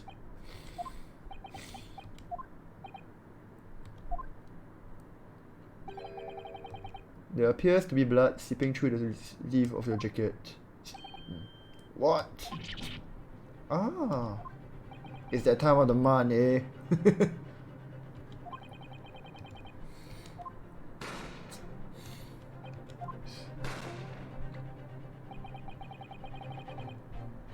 Ah yes, so you want to laugh at my mistakes. Please, Kaiser also plays the series, and when I watched him play chapter 1 of this game, I was having fun watching him get stuck at one part of the story in chapter 1 for like half an hour. I'm not going to spoil anything about it, but basically I'm just like, he was stuck on a piece of steak for half an hour.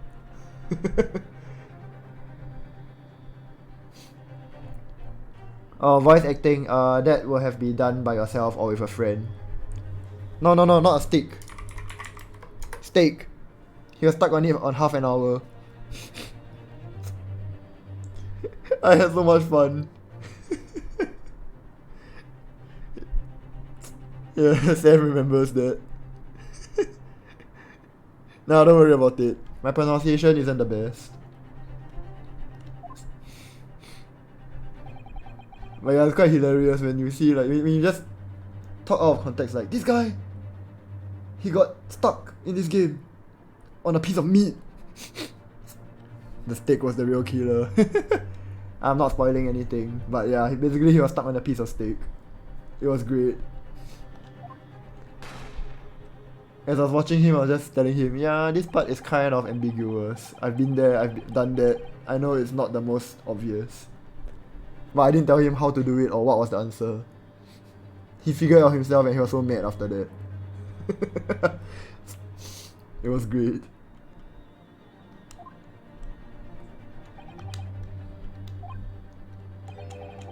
It's a bullet wound, isn't it? He's got you now, Mio China. Time to call it quits and croak, I reckon.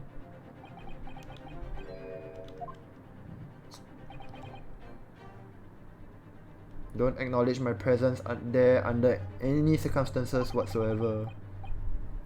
Those are my terms, remember? And I paid you handsomely to comply.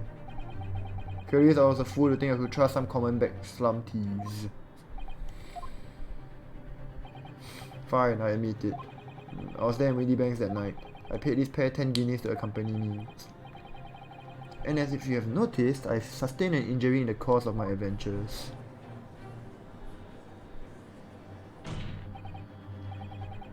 But that is all. I admit to nothing more. Stealing government secrets?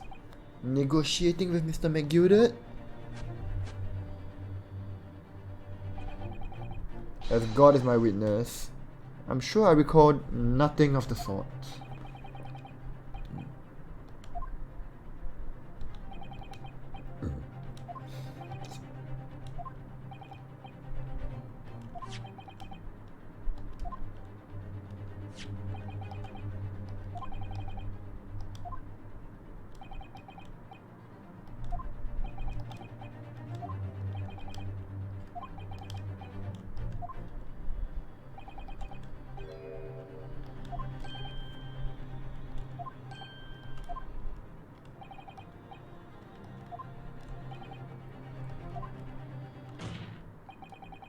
The only person who could possibly have shot Mr. Windybank that night is you!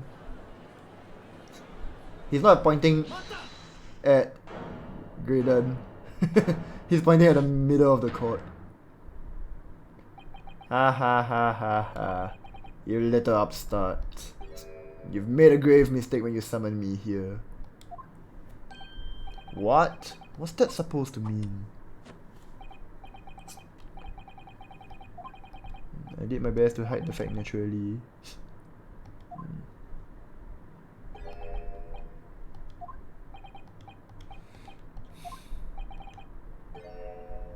The possibility that if I were there at the scene, I may have witnessed the crucial moment. I did!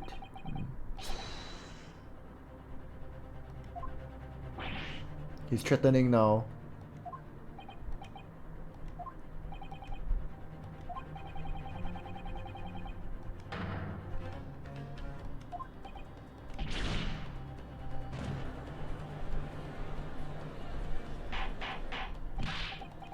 Order, order, order. Yeah, they always say last act, I'm sure. I'm freaking at the 10-hour mark now. I have been flipped. Maybe, maybe not.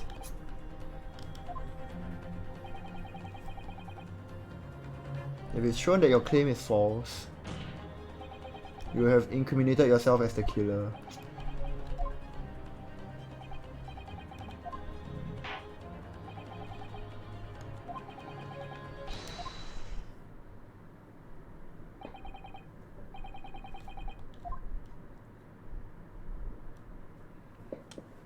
My god!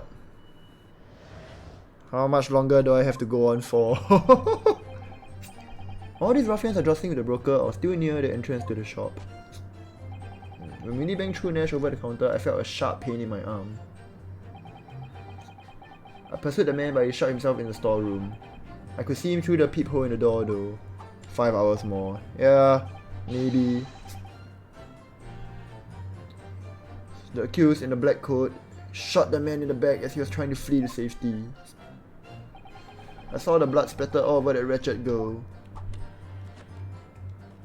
And then she tossed the gun out of the peephole, so I picked it up and made my escape. That doesn't make sense. With the plot twist thing here, it's like watching a Taiwanese drama. You might be right there, but I mean, I am here for the courtroom drama. It's very interesting. Especially since it's my first playthrough. You claim, sir, under oath, to have clearly seen the defendant pulling the trigger.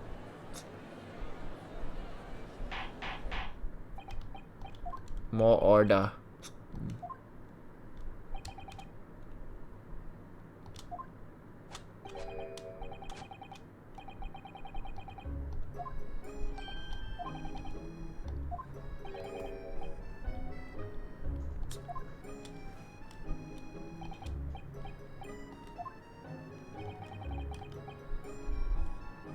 Having shot me in the arm, the pawnbroker was then shot in the back by the accused. And as I said, she was showered in his blood. You say the blood spattered over the accused's coat, are you sure on that?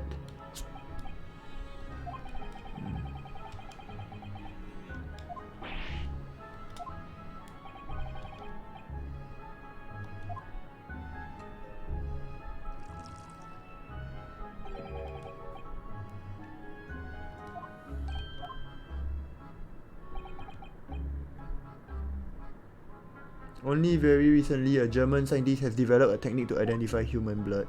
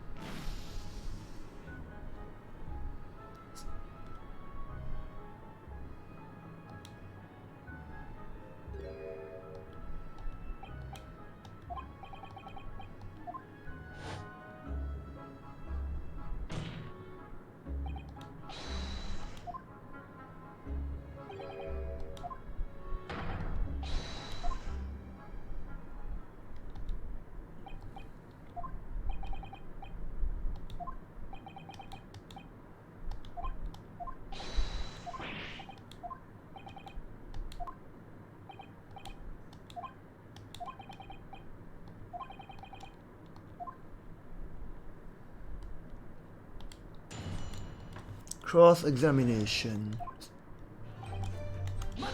Mata!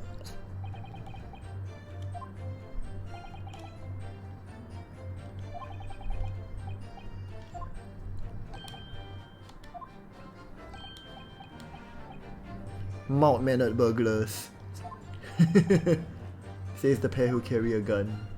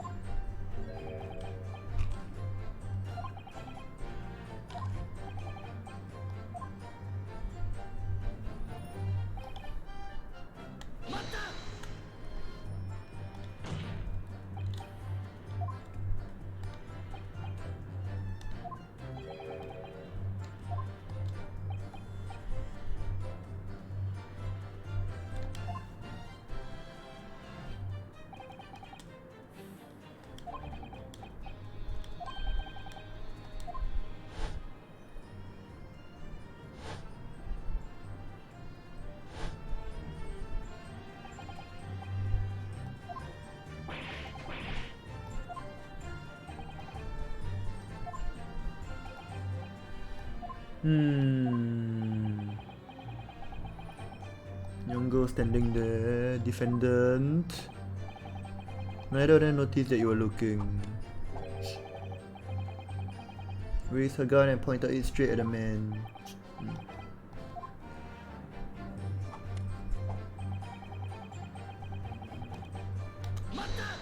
Mata!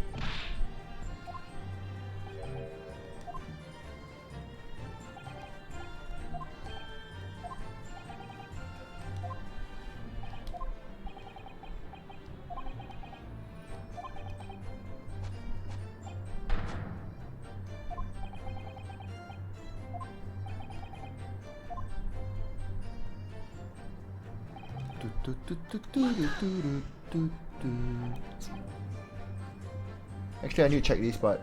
Blood splattered all over. Autopsy.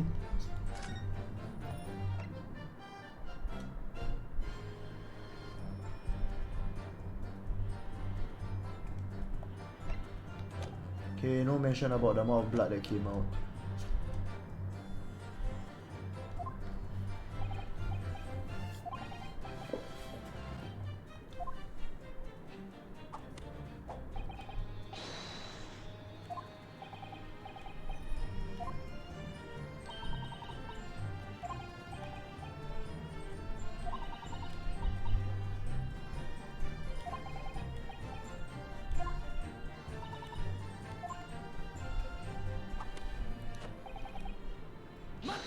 She tossed the gun out of the peephole.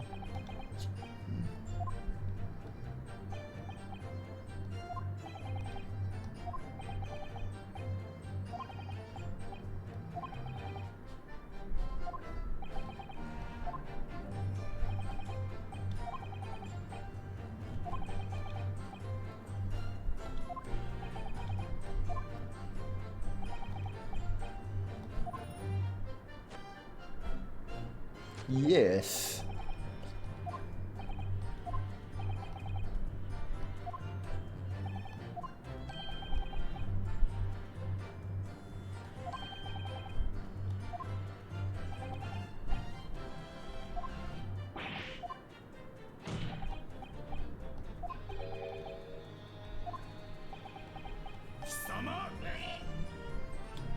Oh.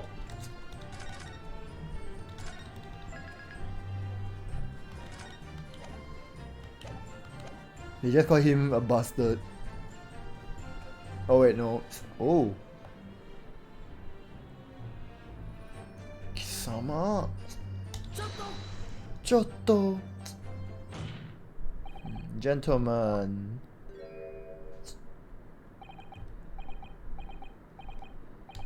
Heh, heh, heh. Something wrong, sunshine? That should be my line. You do realize you're just violently shaking Mr. Skulkin? This guy is a bit of an hooligan.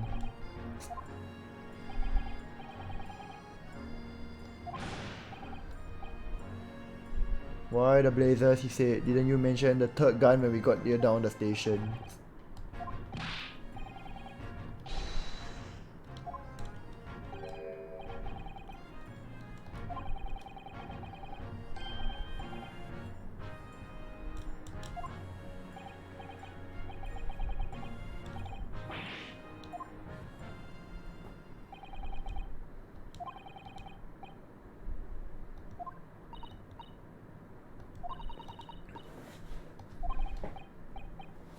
You might be a special case, Iris.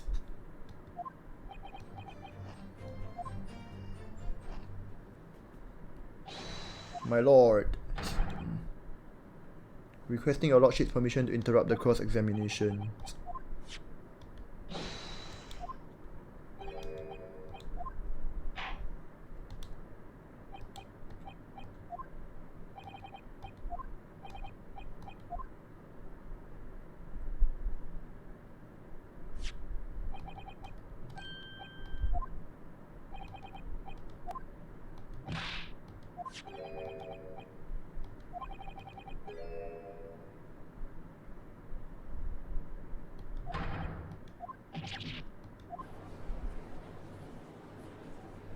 Spattering following a gunshot wound?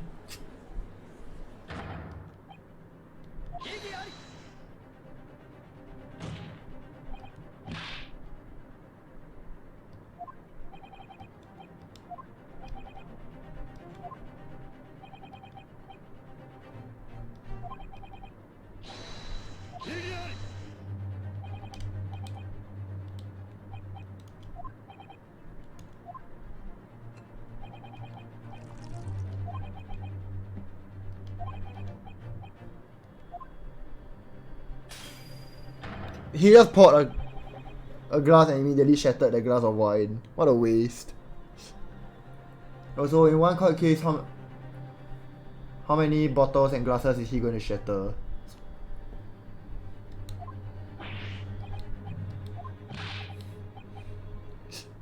Bro, is he not going to drink that?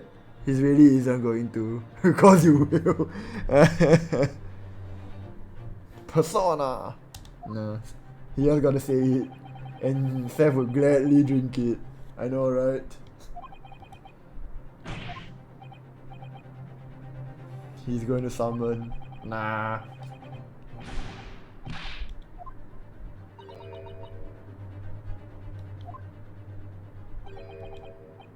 I held up Piroski to starving boy and he ran away crying. Sherlock Holmes is barely more than a figment of the public imagination.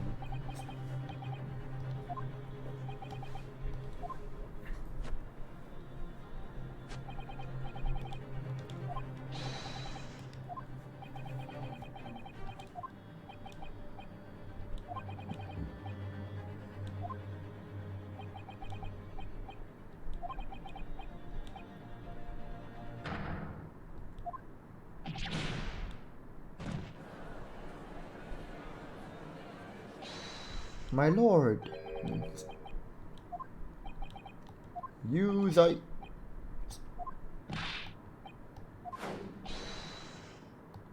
Yuzai. Yuzai. Yuzai. Yuzai. Yuzai. Yuzai. They all say guilty.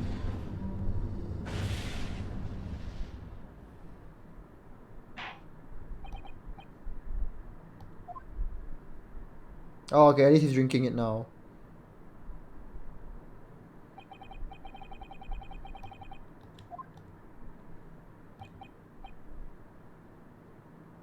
Here's to any attempt you may make at unpicking the jurors' decisions.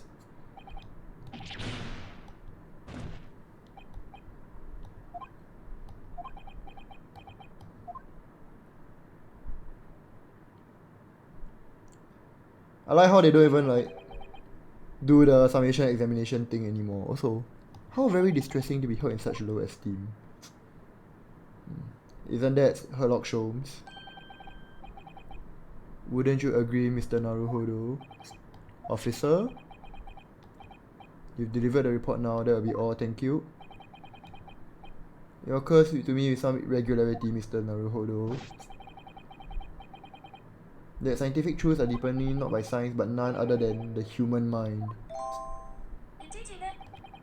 I know that voice. Isn't that Sherlock Holmes? Am I going mad?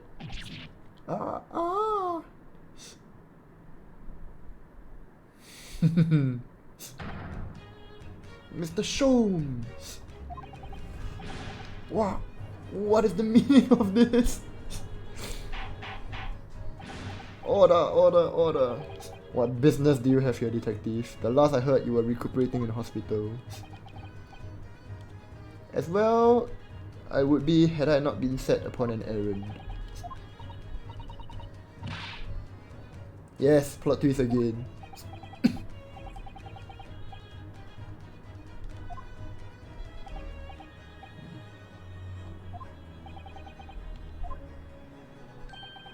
There's something of great importance I wish to give the young lawyer over there.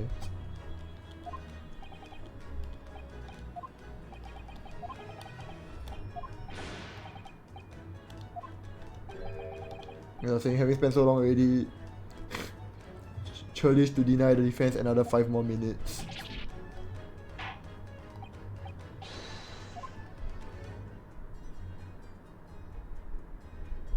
Herlock Sholmes, there you are.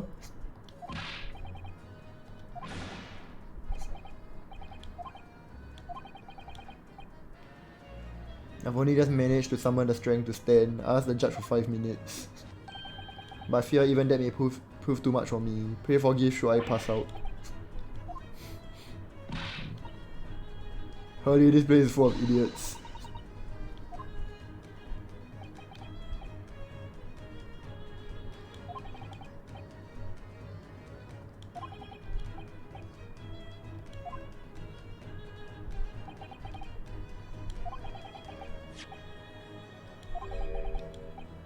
Lavender Furoshiki wrapping. Hi Kirara. What do you mean by the stream titles get better and better? Today's one's not very creative. It just carries on from like my very first stream title for this series. It's just more table slamming. Truly an art form. How are you doing? Feels like it's been forever since we actually got to talk. Why did I shout Seth? Oh, okay, I know he's playing GU. It's supposed to be Kirara. Also, Animal Crossing? Yup, I knew it. You shower and get ready, your girlfriend's coming over soon. Oh, okay, have fun, have fun. Are y'all like gonna play Smash Brothers or like something like that? Hope you have fun. I'm still unraveling this stupid case. It's been 10 hours. Have fun getting wet. Hehe. A living present from Miss Sato.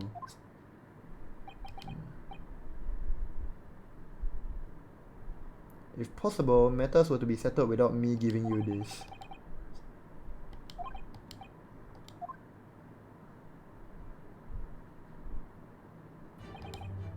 Miss Sato foresaw today's events. She knew the culprit would attempt to escape justice by means both devious and underhand. Or what's this theme song?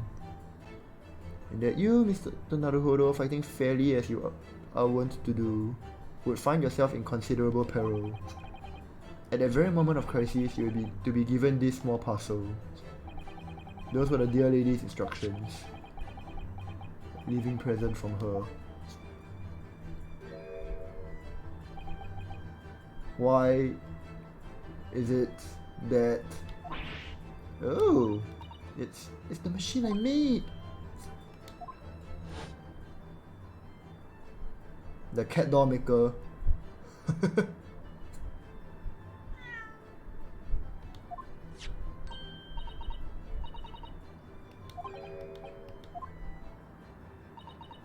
I call it the cat flapper mat. Can make a cat flap for a little furry friend like Reggie in seconds.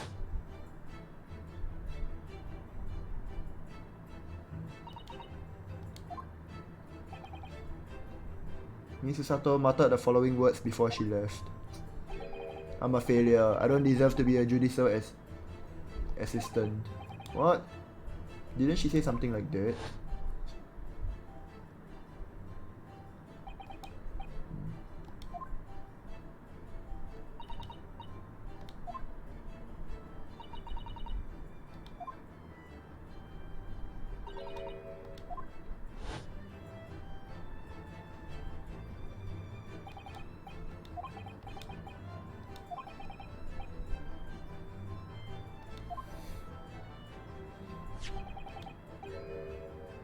She made use of this contraption for a certain purpose.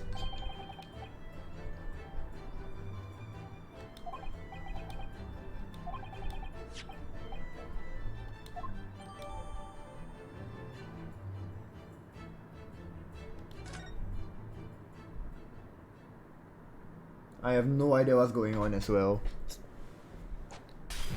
Oh, he's threw it away.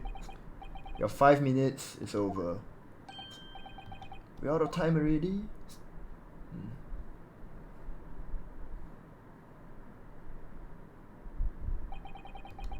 I'm grateful to you for affording us that brief recess, Mr. Reaper.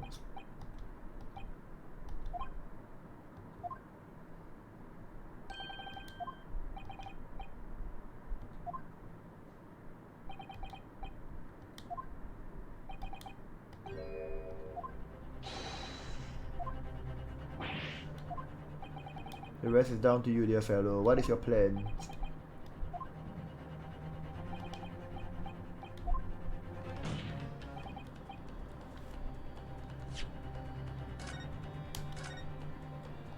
I do not know which is the correct answer.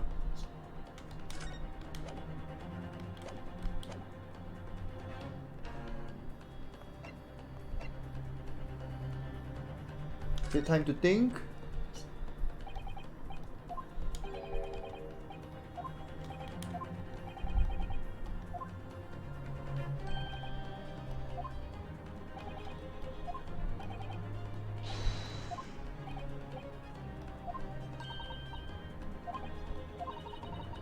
Yeah, it's cause examination. Turns out.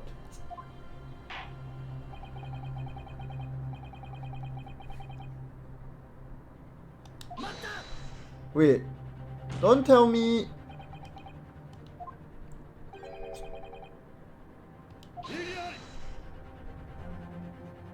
Please don't tell me you're going to try to cross-examine a cat.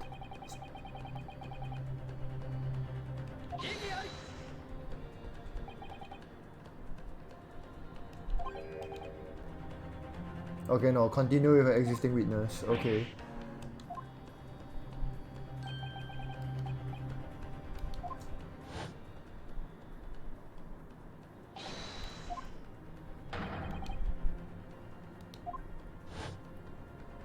Interrupt.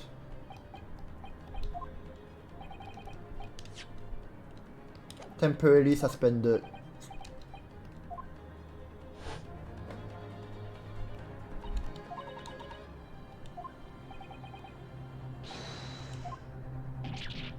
This is absurd. Okay, so it's not a new witness, it's continuing the cross-examination.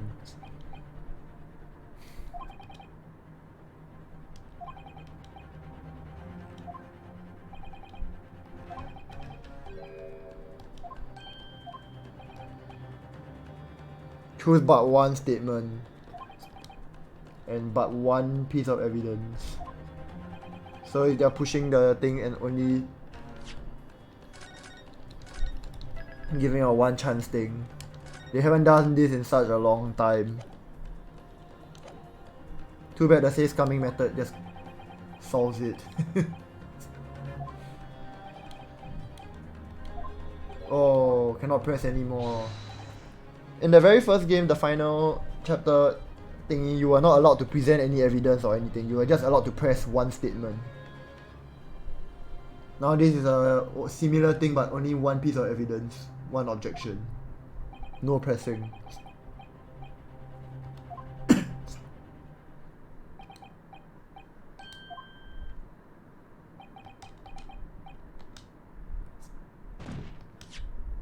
I fell on a dead faint. I leave this in your capable hands. Bro, he just fainted. Mr. Shows.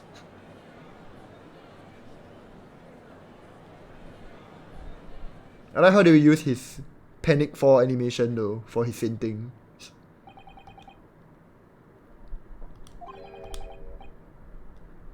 He can finally rest in peace. He's not dead, please. Or at least not dead yet. Either the man has an extraordinary strength of mind or an extraordinary lack of feeling. I imagine he's feeling very little now.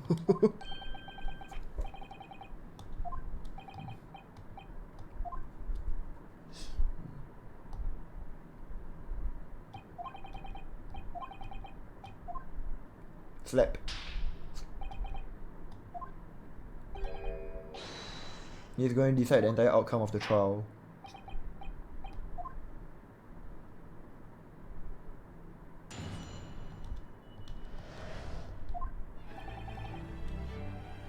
Oh, what's this music? Also, wait. Let me investigate this. I never got to investigate it. Oh, there's nothing here.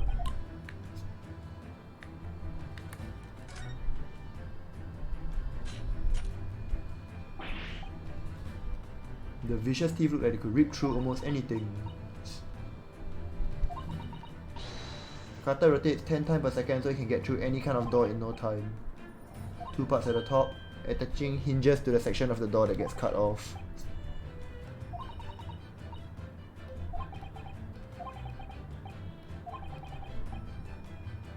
Reality of the cat flapper mat is a grim weapon of door destruction.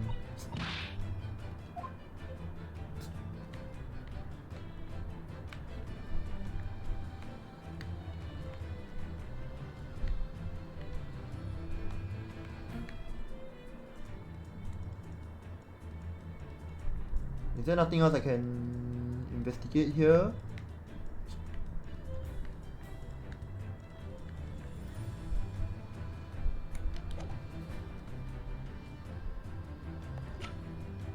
Oh!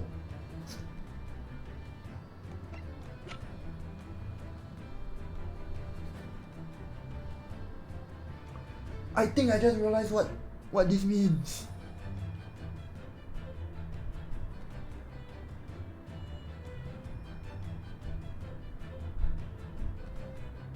There is no cat flap in... There is no cat flap here. None at all. As I was like, peephole. Susato made the peephole there. Probably. I just don't know what that means, but... That's the only scenario I can see it being used.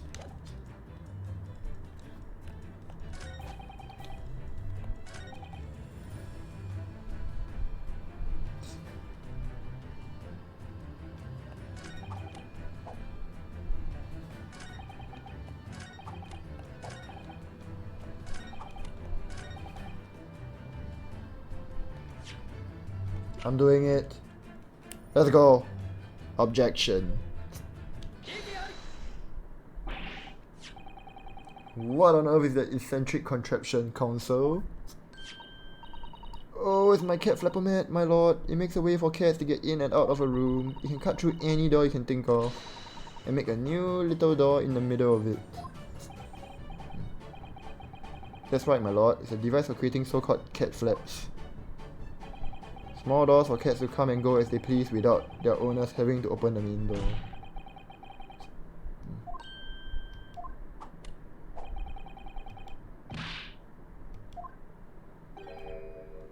Oh, really?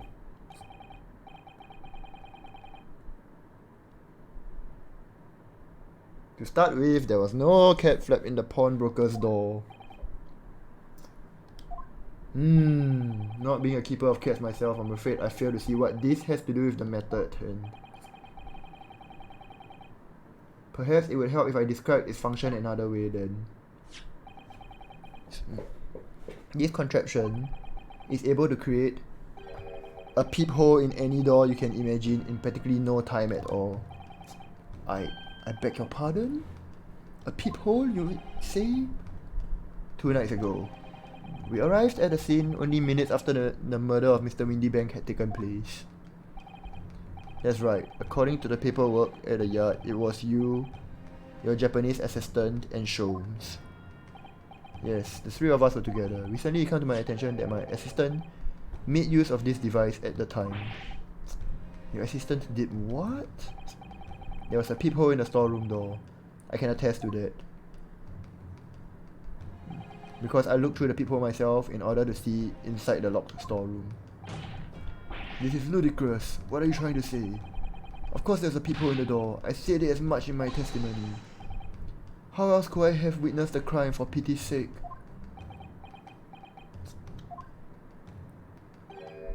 Yes, how could you? What? Counsel, kindly say what you mean. Alright, it's time. Time to strike the final blow. What I mean is this, my lord. My assistant made the peephole in the storeroom door, and until such time as she did, the door had no hole in it to look through. What? No! Igiari! This is a farce. Are you really suggesting that the peephole in the door was... Yes, it was created only after the incident had taken place, by my judicial assistant using this device. Your assistant tampered with the crime scene while being fully aware of the gravity of her actions. That is a most serious act of vandalism, for which I humbly apologize, my lord. It was in the few minutes that I left the scene in order to pursue the Skulkin brothers and alert the police.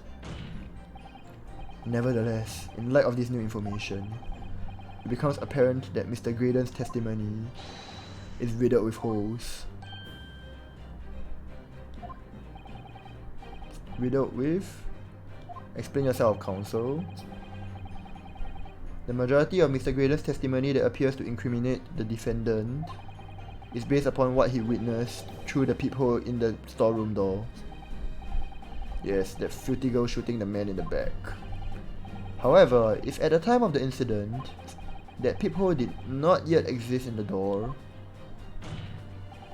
there's no possible way that you could have seen what you claim to have seen. Grrr. In short, your entire testimony is a pack of lies.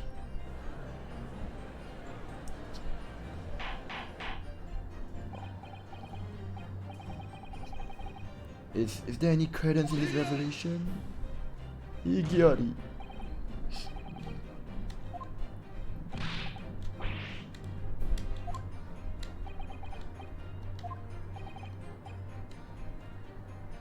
Do you seriously expect people to believe that plating can cut through a solid wooden door?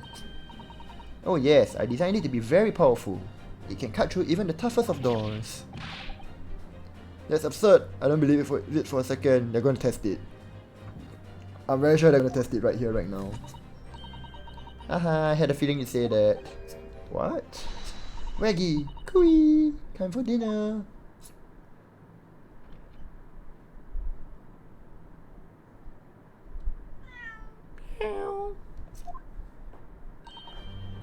Well,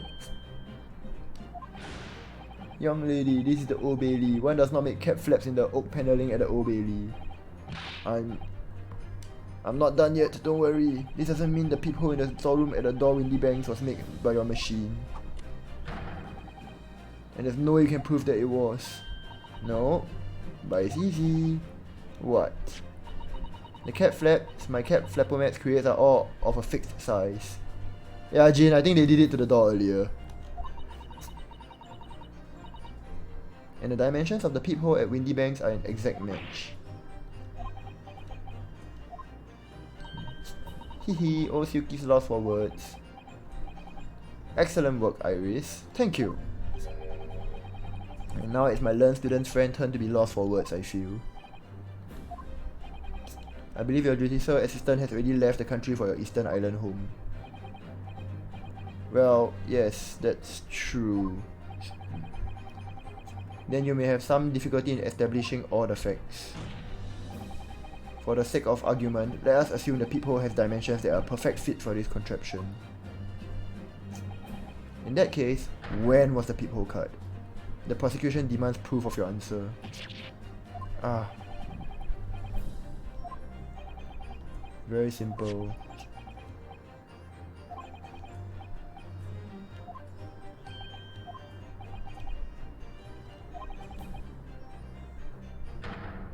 Baseless accusation. All these prosecutors are always saying that.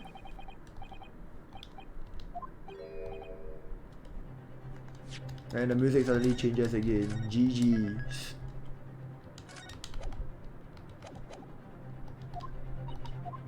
Don't give up now, Bruno. This is the time to create your own opening and force your way through.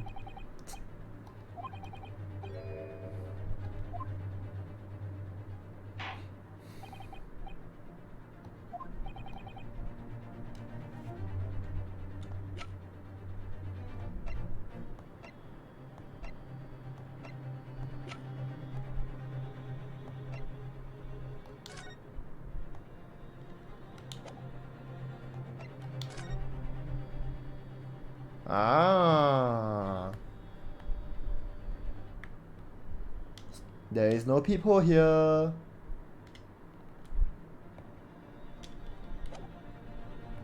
But there is one here.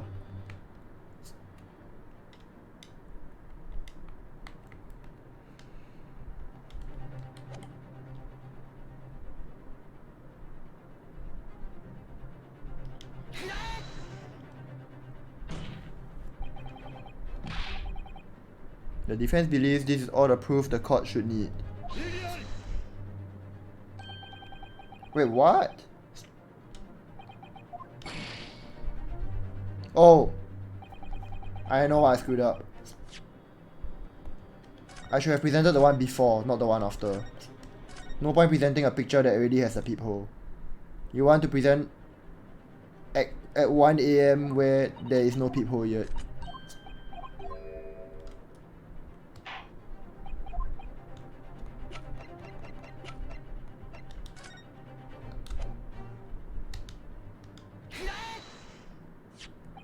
What are you? A print from the detective's infernal cameras again? My judicial assistant, Miss Susato Mikotoba, is an extremely intelligent and capable woman, which is why I never had any cause to doubt that she would have considered this scenario and made sure I had the necessary proof. And the necessary proof is this photographic print, counsel. This print shows a scene in the short moments after the defendant entered the premises. Agreed. And it also shows the accused mercilessly wielded a gun in the direction of the defenseless broker. But more to the point, it pictures the storeroom door in the background. Let me see that print again. I don't believe it. This really is quite remarkable. The door to the doorroom. Door to the storeroom. It's completely devoid of a peephole of any description. Ah. Mr. Graydon. You couldn't possibly have witnessed the crime as you claim to have done, because at the time it happened, there was no peephole in the door. In other words, your testimony is a catalogue of lies.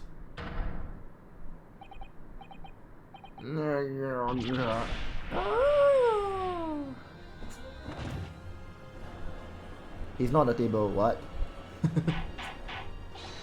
Order, order, order! I'm satisfied that the defense has substantiated its claim beyond all reasonable doubt. The witness' testimony was entirely fallacious.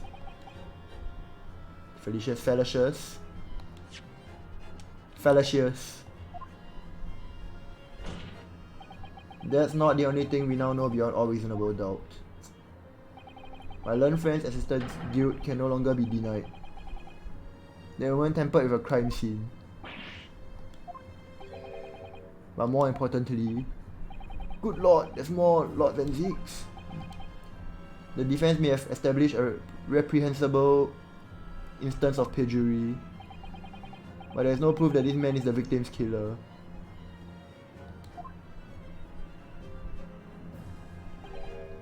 Yes, that's right. What? I was there at the scene, it's true.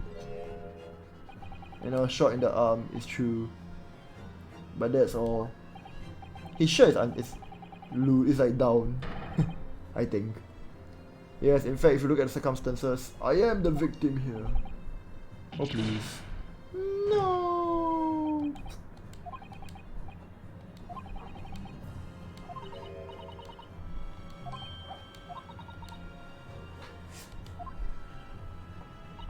There's no point locking the cat's door after the cat has bolted. Isn't that right, Bruno? As Hurley always says, one lie begets another.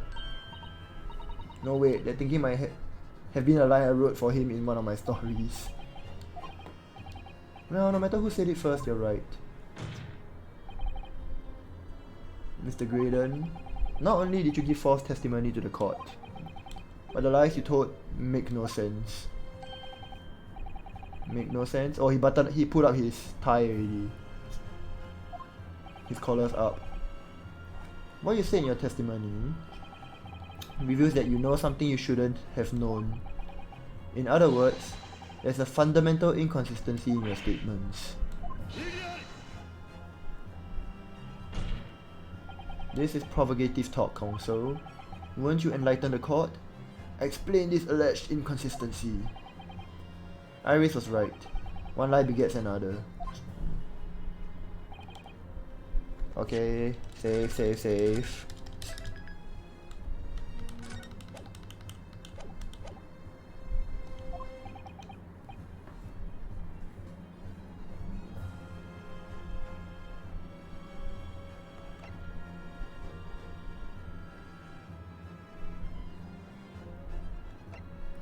He knows about the third gun.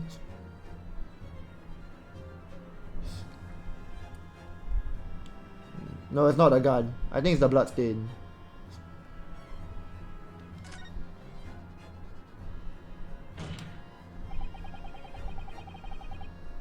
The blood stains that were present on Mr. Strait's coat. That's right, the victim's blood splattered all over her when she shot him. But how could you possibly have known that? Obviously because I saw her do it through the peephole in the...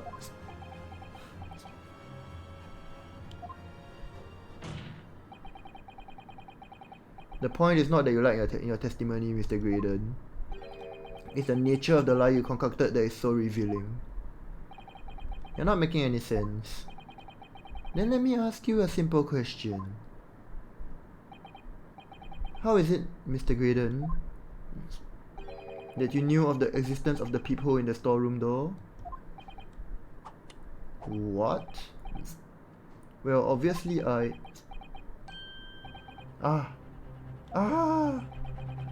Has the cat got your tongue, witness? The peephole in the door was made after the incident occurred, and once I returned to the shop having failed to catch the two burglars, Scotland Yard's investigators arrived immediately. Since that time, the police have been at Windybanks constantly carrying out their investigation. Isn't that right, Inspector Gregson? Well, yes, of course. The place is chock full of porn articles and my lads have to thoroughly examine them all. So I gave the order to have officers working around the clock in shifts so we get through it all. And consequently, there is no way that you, Mr. Graydon, could have gained access to the shop.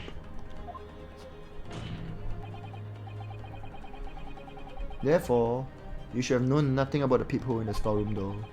So the fact that its existence forms the basis of our testimony is completely inexplicable.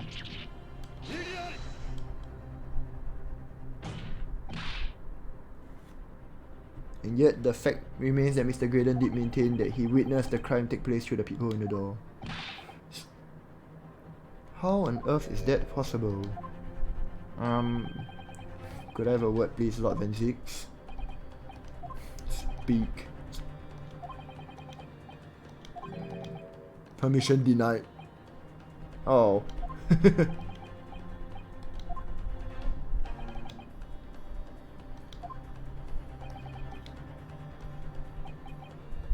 I'm feeling Gregson might be in cahoots with the guy. Like he might have told him the information. Or something like that. And you must have been informed about it by somebody else. Yup.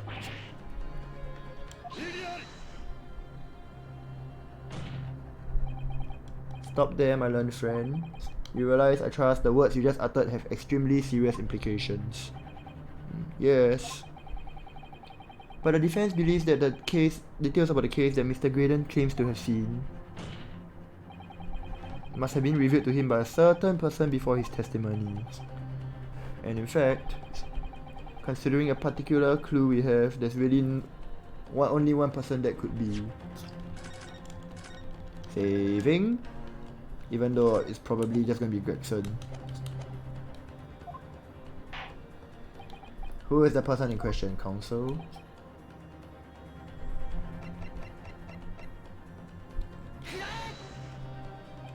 The truth is, you can only have been you, Inspector Gregson.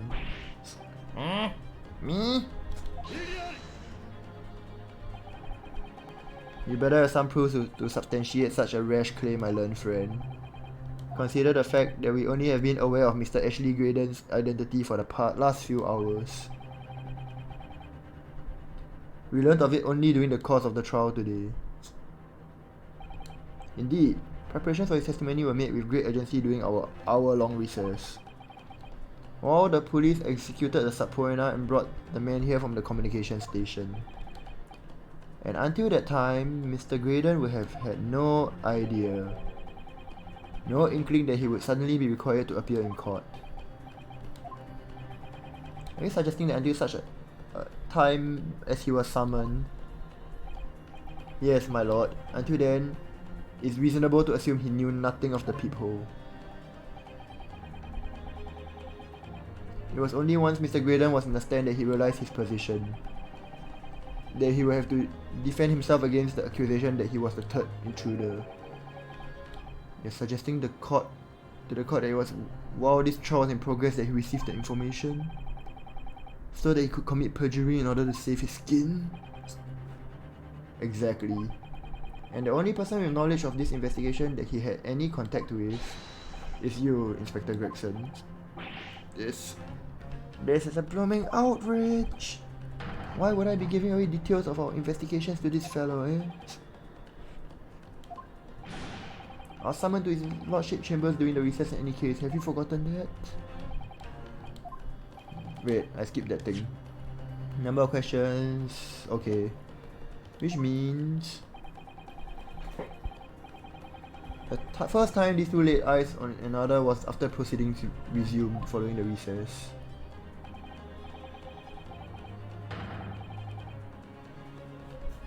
Since then, they have been in full view in the stand where such illicit discussions couldn't probably have occurred. Oh, I've just remembered something, Bruno. There was one time before I wasn't there. I think it was when Jeannie was testifying.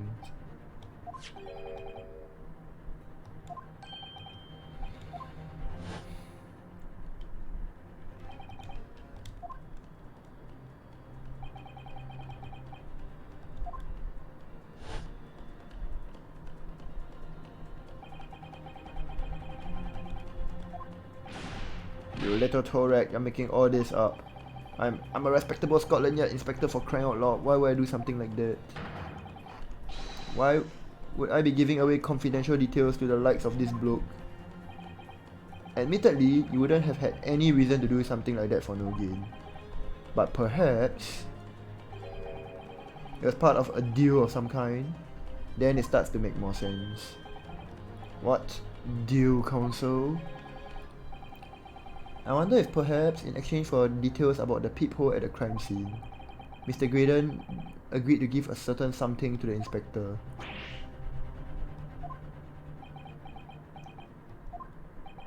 I'm sure I need not remind the inspector that if found to be true, striking a deal of any kind with a witness will be considered a gross case of malfeasance.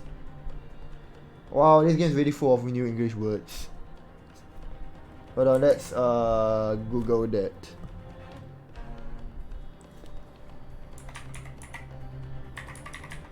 Malfeasance. Okay, malfeasance. Wrongdoing, especially by a public official. Okay.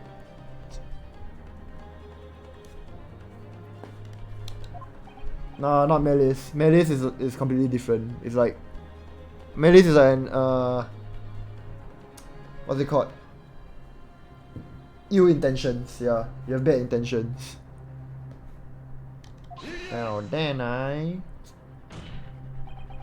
becoming clear that jumping in with accusations is this Nipponi student's specialty. I don't do that.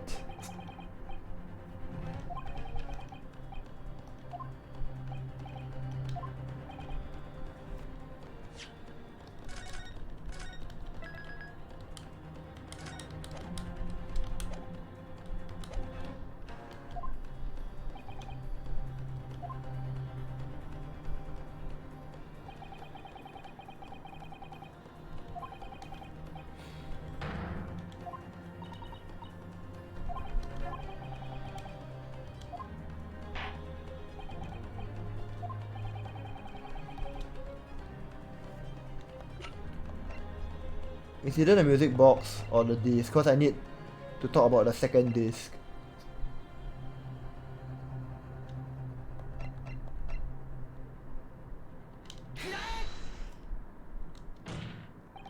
Inspector Gregson. Besides this murder, is it not true that you have been working on another very important case? What? What are you getting now at now, Sunshine? Is it possible that this other top secret case is what's alluded to in this newspaper article here? The classified secrets being leaked overseas from the Ministry of Justice? How the bleeding Nora could you? We discovered during the course of this trial the music box deposited at Windy Banks by Magnus McGilded. Special box designed to play 2 discs at once. It would seem very likely now that encoded on the pair of discs were in McGilded's possession are the leaked classified secrets. So I put it to you, Inspector, that in order to recover the second of the discs containing these secrets, you covertly made a deal with Mr. Graydon in which you exchanged the disc for details of the case. You little... Ah! Order! On the day of the incident, when we met you at Windy Banks, you said this. I'll be taking that whatever it is of McGilded's down to the yard, thank you very much. So hand it over. No, don't give it to him. It's mine, that is mine. I'm sorry, miss, but anything belonging to McGilded has to be taken in as evidence now.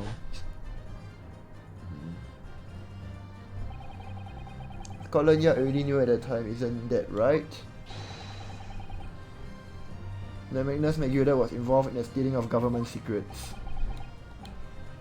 My orders were recover the medium used to convey the secrets leaked from the ministry and do it on the QT, strictly hush hush.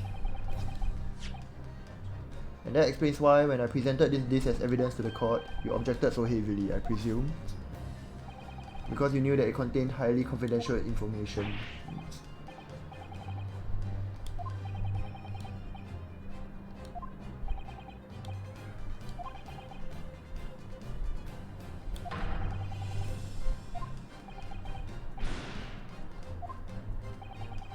There's no other way that Graydon could have known of the existence of the peephole. No, God.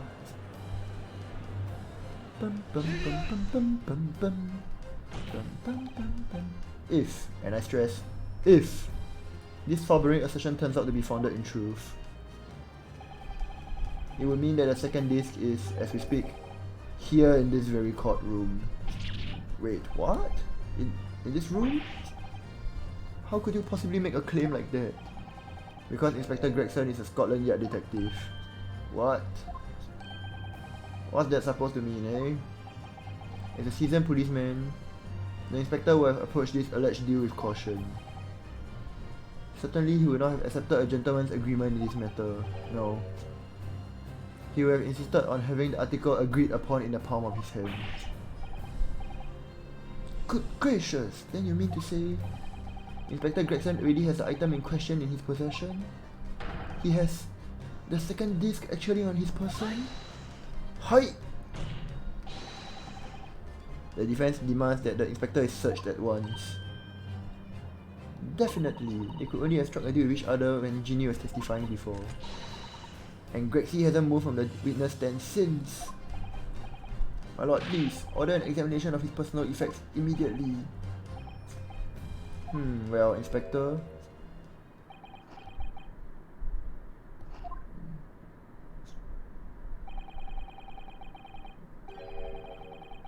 This young lad wants to tone down this imagination. He's insulted me and my profession quite enough. However, we will put this matter to bed and dispel any doubts about my involvement. Then I'll happily submit to a body search. What? He's going to agree to it?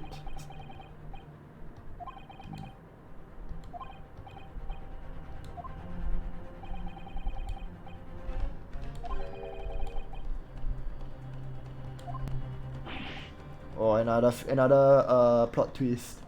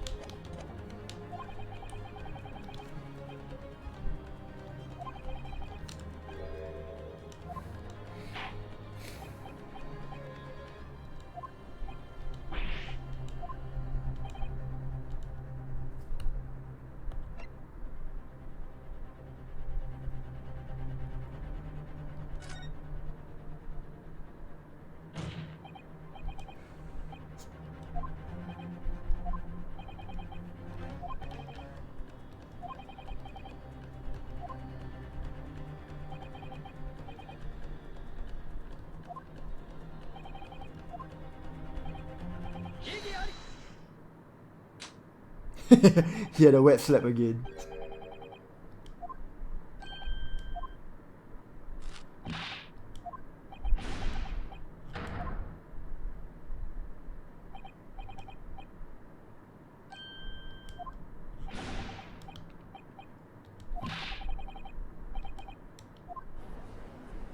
Okay, now the only issue is who do I search. I only know to choose that option because that's how this game works.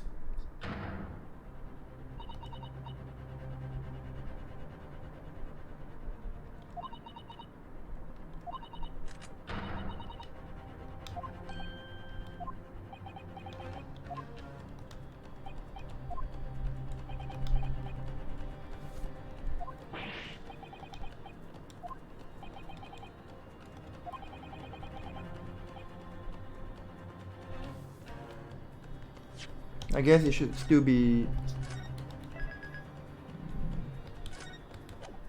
Ashley Graydon.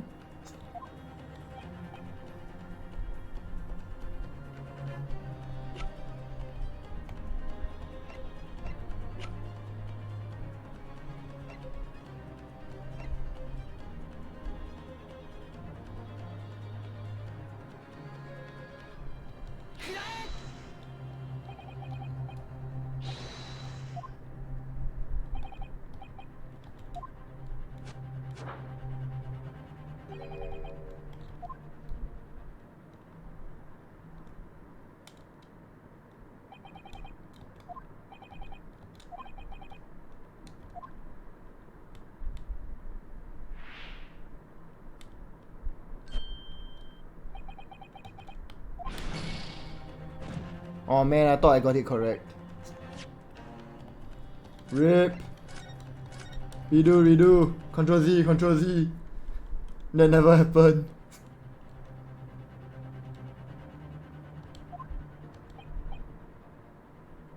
Okay. Oh.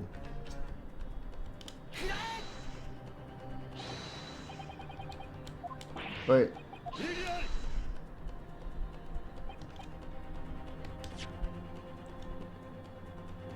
Could exist within the person in the case. Nope. I thought because he was posing as the police officer, they would have gone for, he would have it on his body. Then who is it? It can't be her unless you're saying that she freaking pickpocketed.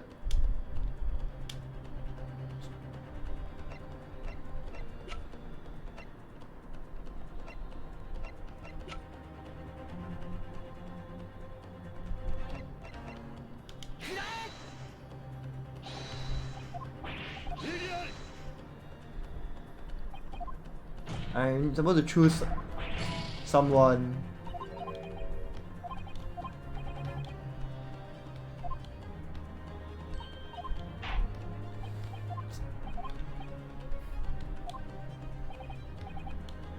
Yeah, probably the thieves in this case.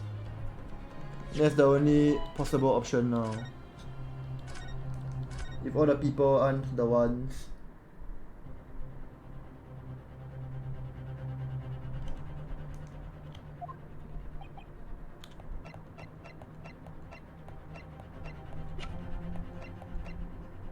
Yeah, probably the thieves.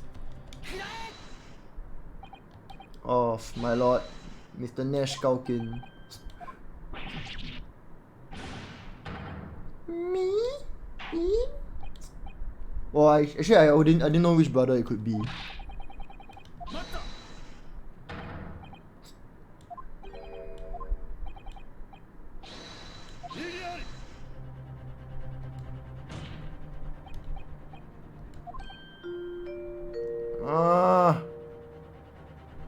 Kaizo, I'm not sure. Okay, hi Kaizo, thanks for the raid. I'm not sure if you want to be here because, you know, plot reasons. But thanks for the raid. How did Digimon go? Did you get a lot of progress? Yeah, you're reading and dipping. I expected as much. Early is 4 a.m. 4 hours into the new day. Very early to end your stream. Don't worry about it. But yeah, thanks for the raid. Shoo. I don't want to spoil you on the stories. Also, if you haven't left yet, look at how long I've been live for. 5 hours. I started chapter 5 yesterday, and yesterday's stream was 6 hours long. So this is the 11th hour already. Oh. But thanks for the raid, Kaiser. Hope you had fun with Digimon.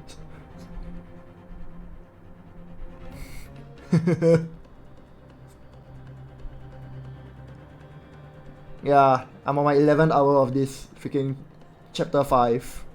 Okay, see you, Kaiser. Thanks for the raid. Rest well. I'll catch you tomorrow. Now I'm gonna continue the story. Okay, bye. For those who don't know, I'm currently playing Great Ace Attorney Chronicles, Chapter 5 of the first game. I'm probably quite near the end, but I have no idea when it's going to end. A lot of plot twists here and there. I'm trying to incriminate the villain, but a lot of things are happening. With fingers being pointed here, there, up, down, left, right, everywhere. Very exciting. In this courtroom, only the prosecution and the defense have the authority to object. But, Lord Van Zix!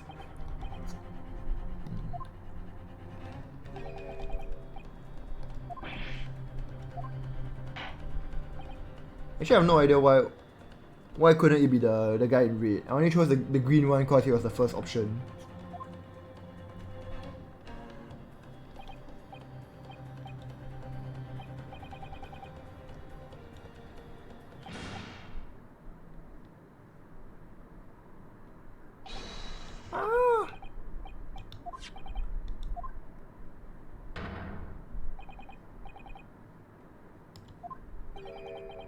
Another music box disc.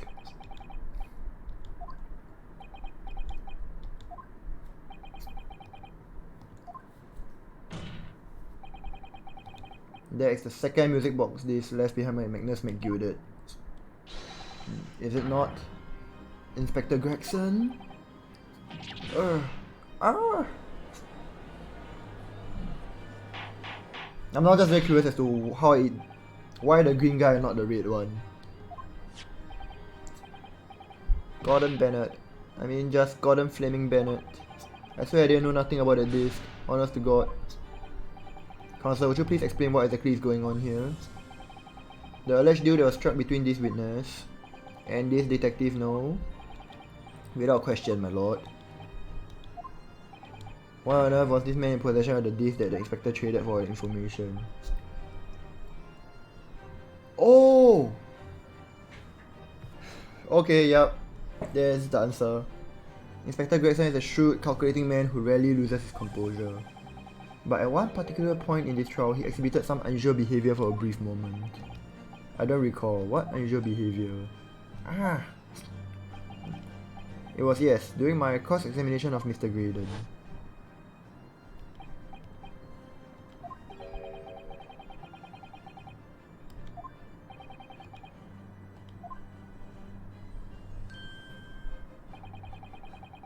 While Mr. Graydon answered my questions, the inspector appeared to have grabbed Nash Calkin by his coat and was shaking him violently. Yeah, he did, and oh, thought me noggin was gonna fall off clean, I did. I was wishing I didn't born as me brother, I was. We upgraded to shake your friends. Eh, no, please, that's not how it works. And what exactly happened to make the detective attack you like that? I ain't got a clue, he just suddenly turned and grabbed me whistle like that and started shaking me. Shake your husband. No, Jane, no. Why the Blazers didn't mention the third gun that we said we got down the station? That's what we said.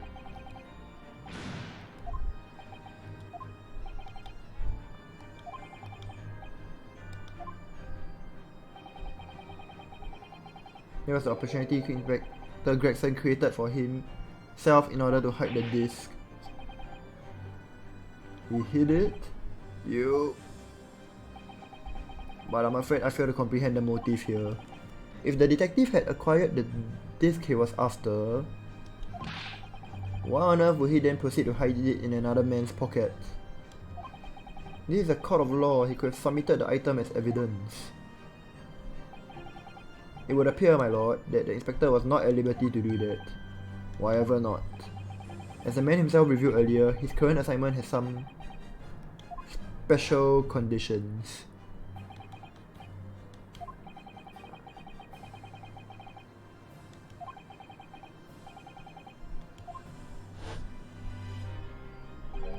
Hush hush, top secret assignment, is it?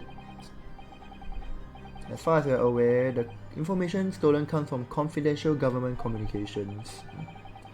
It would seem that if information will be reviewed in court as evidence, it would be problematic. Does that sum up the situation, Inspector? I'm operating under direct orders from the Ministry. I'm afraid I'm not at liberty to answer that question. So, realizing there's a chance that you be searched here in court, you took steps to hide the disc you had acquired from the witness.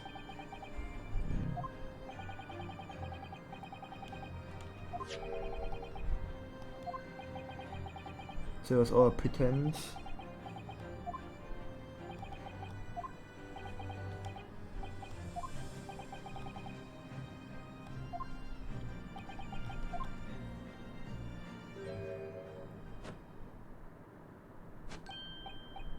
Admit to it, yours truly, please.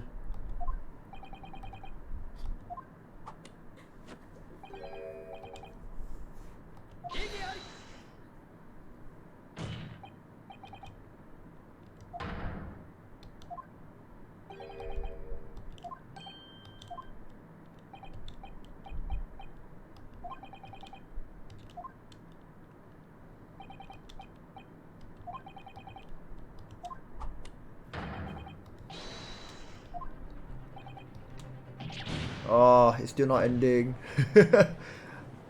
11 hours in, still not ending.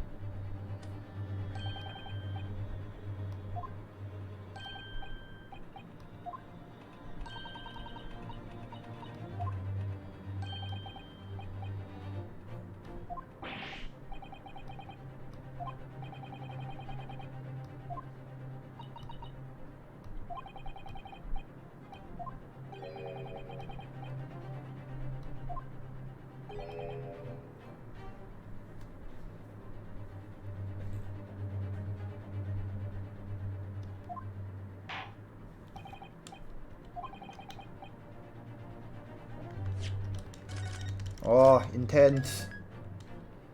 What do I do now? Or rather, what's going to happen?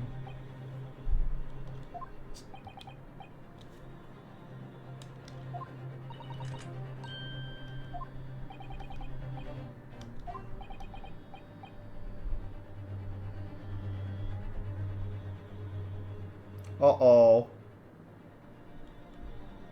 Graydon or Gregson?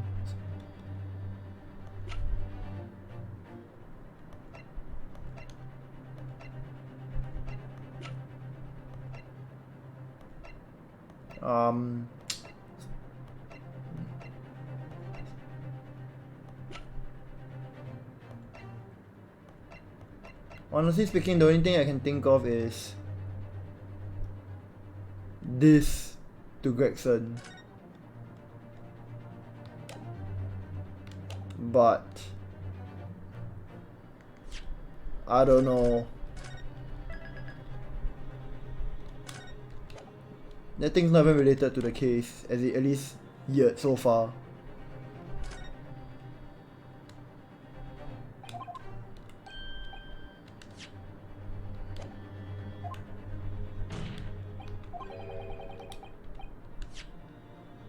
Strike a deal with the winners here today. Examine this piece of evidence thoroughly.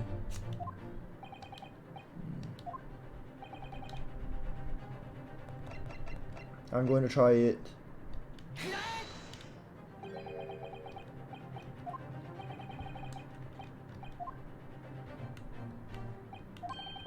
Okay, wrong.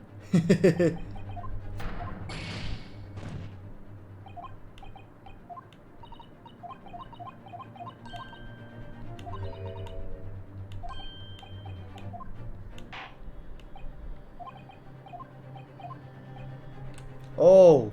Okay, never mind, just start with another. Okay, correct. Time to reload. Yeah, you threaten him by playing both discs together.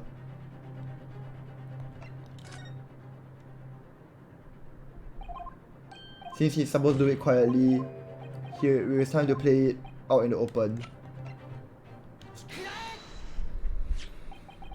Is that Mr. McGilder's peculiar music box console? Yes, with a disc already in place ready to play. I think perhaps now would be a good time to listen to the sound produced by the music box again. Only this time, with the second disc we've just discovered set in place as well. Mata! No, wait! I can't let you do that! Why not? Because, well, because it's got nothing to do with this case, that's why. Objection. Not true, Inspector. The defense is already proposed. The sounds heard by the court earlier from this music box were part of a Morse code message. You know that Morse code comprises of two distinct tones. Defense believes that second disc contains the second tone needed to complete the message. And we now have a chance to confirm that theory. For crying out loud, Sunshine, we're talking about state secrets here. You go letting the whole courtroom hear confidential information like that, it's treason. Then do you admit the charge? Then in order to protect these state secrets, you engage in unlawful dealings with the witness? You're mad. You let the secret information out into the public domain. You'll be making an enemy of the entire British government, you idiot.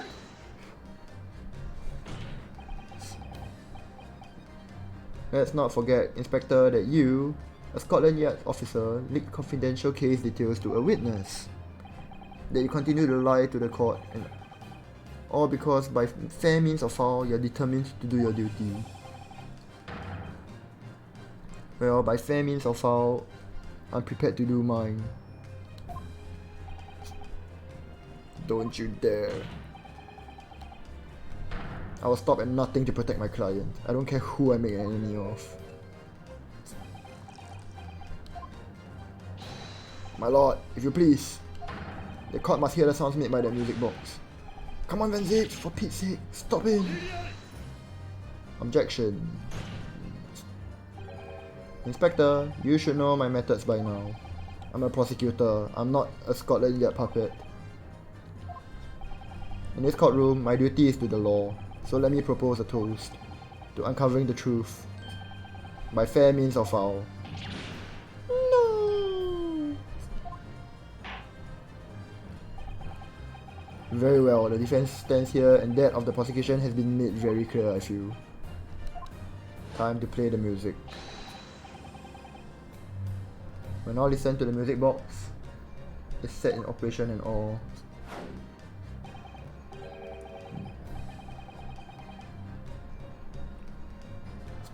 This time with the second disc in place and both discs playing simultaneously.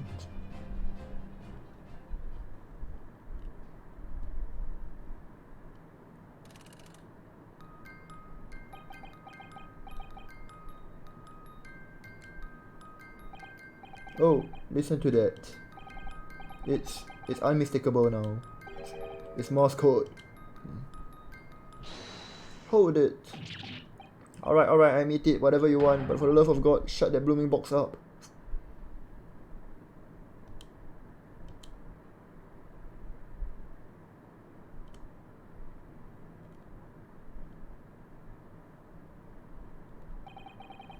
Let me ask you again then, Inspector Gregson. Did you or did you not strike a deal with the witness next to you in the stand, Mr. Ashley Graydon? Specifically, did you furnish the witness with confidential case details in exchange for this music box disc? Did you reveal the existence of the peephole in the pawnbroker storeroom door, Inspector? I did. Stop! What are you doing, man? It's all exactly like the young Eastern lawyer said. When the trial resumed after the recess and we were stood here in the stand together, that's when he approached me with the deal. Shut up, you imbecile. Shut up! Psst, you there. You're the detective who turned up at the pawnbrokery the other day, aren't you? I may have something you're looking for, Inspector, with me at this very moment. So how about a trade? I suggest you accept, or information that may make certain individuals uncomfortable will soon become very public indeed.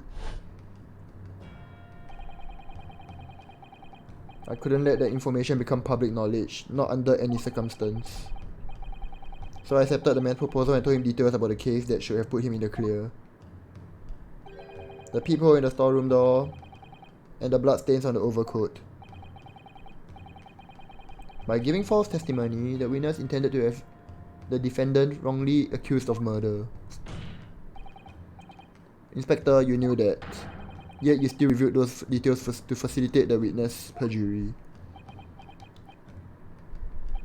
I did. But then it turned out that the peephole had only been made that night after the incident took place. Scotland Yard wasn't aware of that, if I'm perfectly honest. Well, Mr. Graydon, what did you have to say for yourself? There's nothing and no one left for you to hide behind. You struck a deal with an inspector in order to escape conviction of a very serious crime. Namely this. You are the third intruder who broke into the pawnbrokery on the night in question. And you perpetrated the murder of the proprietor, Mr. Pop Windybank. His collars open again. Oh! Traitor! Oof! Oof!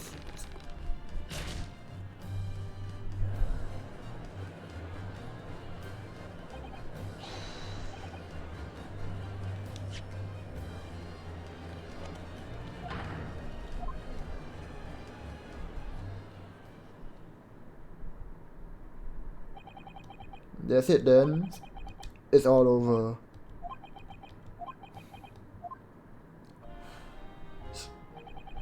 I despise my life growing up. Those slums are vile places. It's cursed from birth, born to poverty, son of a penniless artisan. What little money they had was never spent on me. So I set about studying to better myself, to one day escape from that hellhole.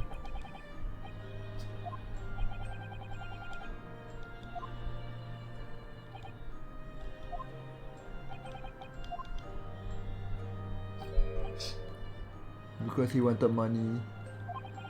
Even now, years later, the nightmares of my life in the slums still wake me in the small hours. I wanted to drown them out with more money than anyone who lived in that squalor could ever imagine. And one day I met him. Mr. Magnus McGildet. You're a fiend with acquire talent, so you are. I've money to throw you away if you're interested. All you need to do is go along with my little plan now. I was told to steal the ministry's telegraphic message logs, and McGildet would buy them for a handsome sum. As I was responsible for inspections of the ministry's communication office, it was a simple enough task. The layer of the devil's offerings. How easy it is to succumb. Seriousness of the crime you're committing.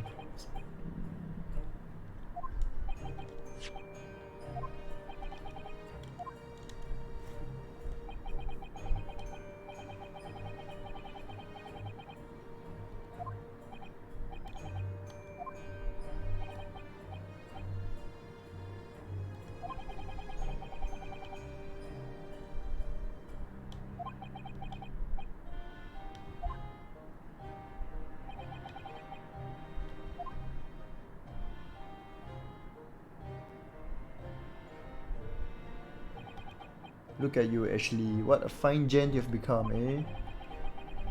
There's a different man to the one in my memory. A thin, frail old man.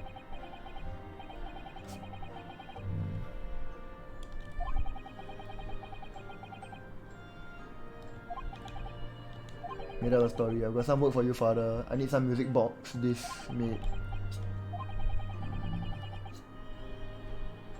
Musician friend of mine has written some music he wants to sell to the public. I've brought the score with me. There are two actually. I'd be delighted, son. It's been 20 years since I did any work like this though. Fetch my tools, would you? They're in the loft. That's how I had him make the two discs. Thereby splitting the information in two. You were taking considerable precautions indeed.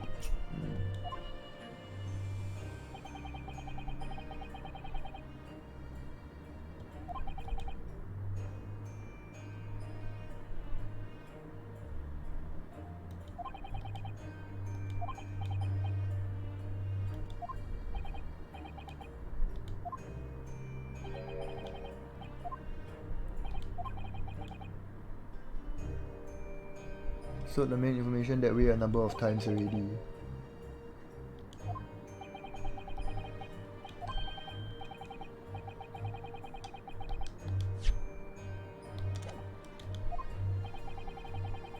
When I received the 1,000 guineas after my first completed dealings with McGilded, I decided to give 200 to my father for his troubles. But my father realized something was amiss. In time he worked out that I must be involved in something dubious, and when he did, he said to me, "Next time there's an exchange, you'll let your old man do it, understand? Otherwise I won't take your money anymore."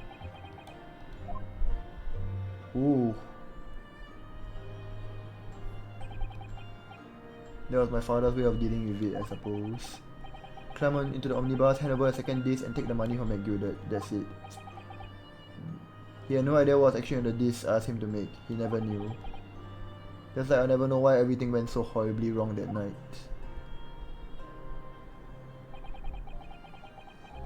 All I know is that the disc was taken from him and he never returned home.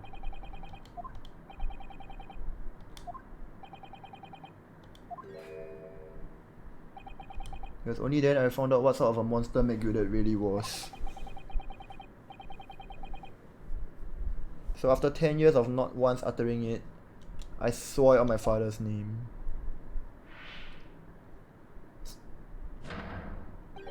To exact revenge. Revenge?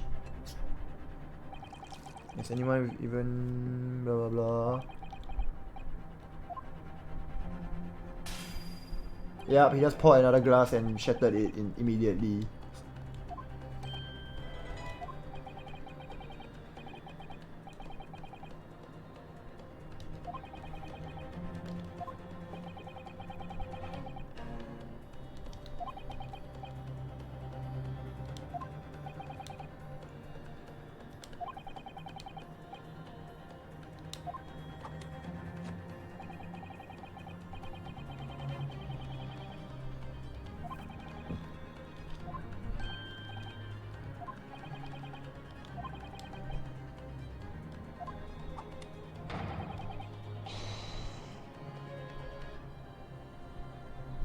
Delivered the justice that monster deserved.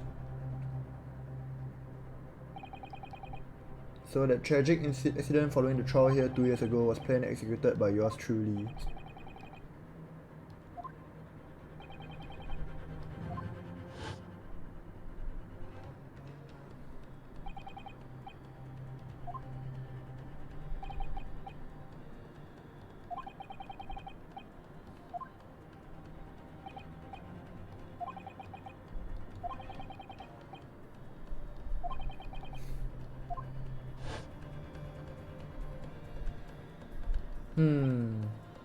So that ex-policeman... That's right, an imposter hired by me.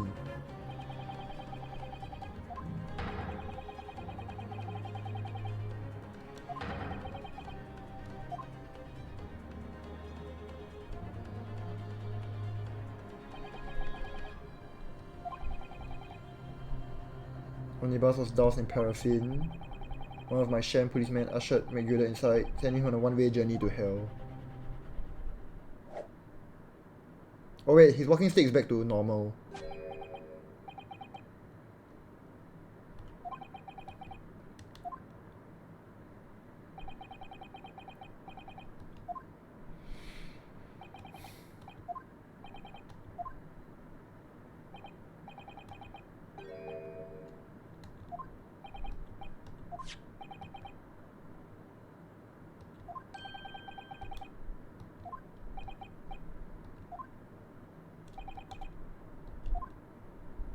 From the first time you dealt with McGilded.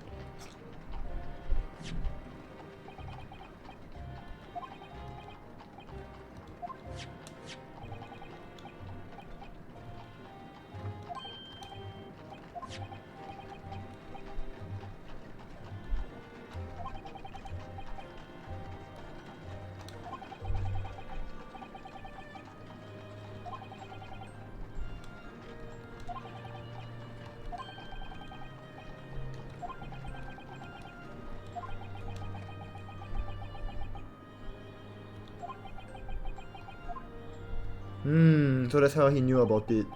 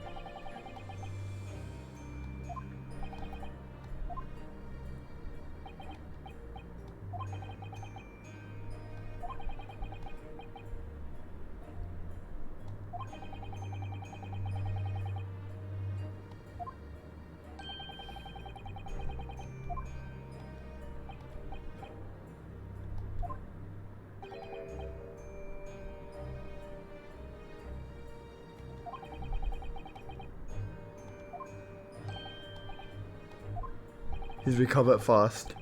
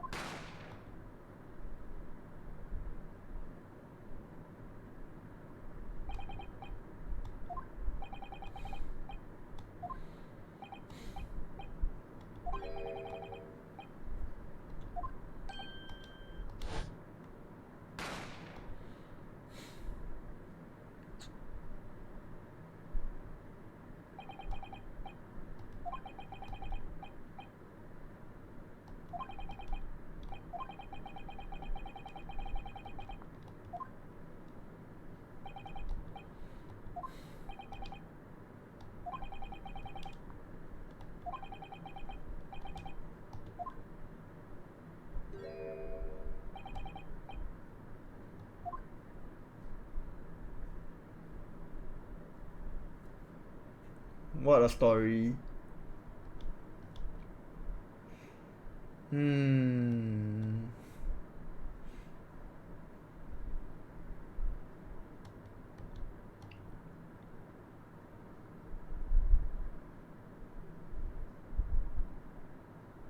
like how the plots are always connected. From whatever chapter to whatever chapter. Things that don't seem like they are linked suddenly are linked.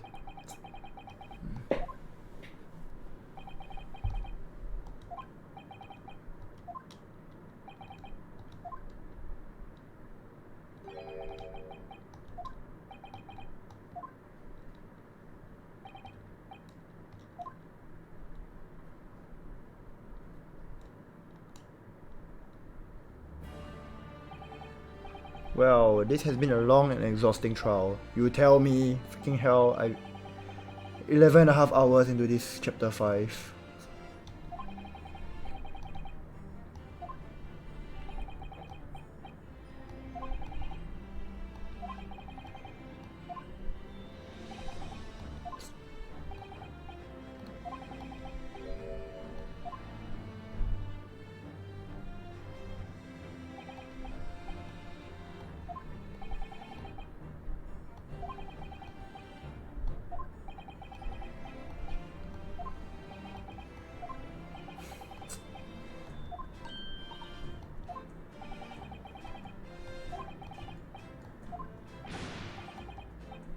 Okay, wait up, squadron standing by. This is really it now. The last push, the final call, the finishing whistle. My men are ready to deliver their verdicts.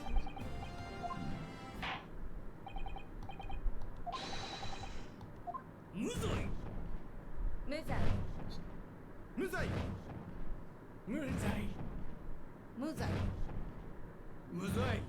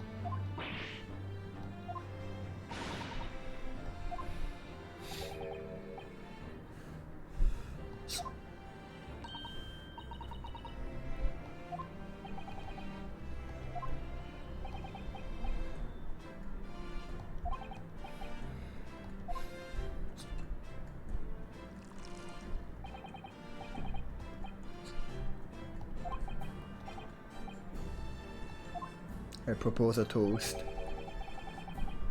to demanding that government secrets be disseminated before the entire courtroom.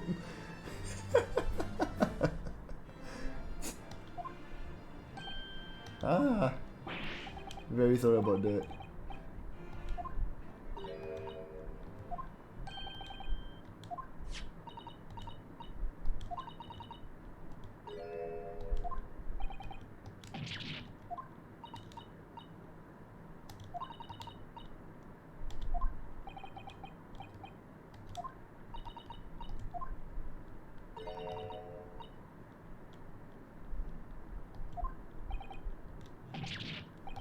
Wait. A meaningless series of two different tones? Shouldn't it be a meaningless series? Let me check that.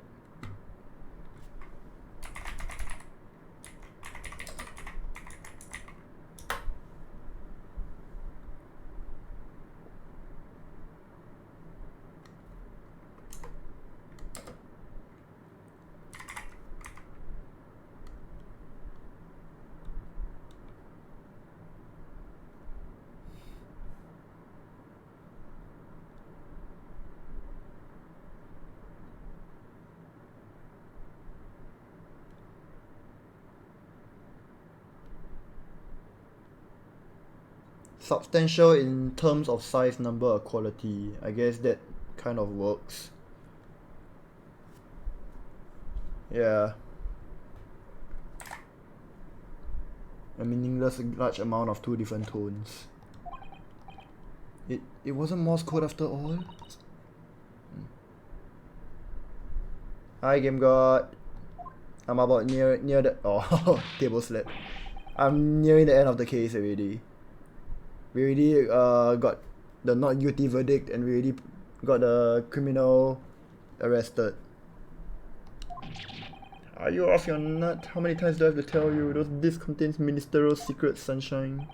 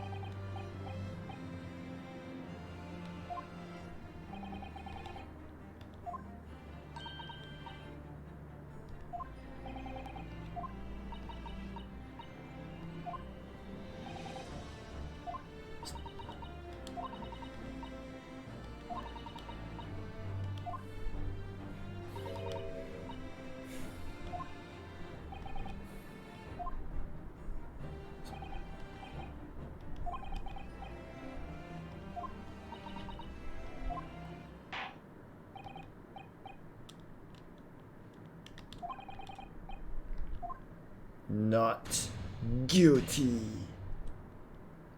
Dun dun dun dun dun dun dun dun.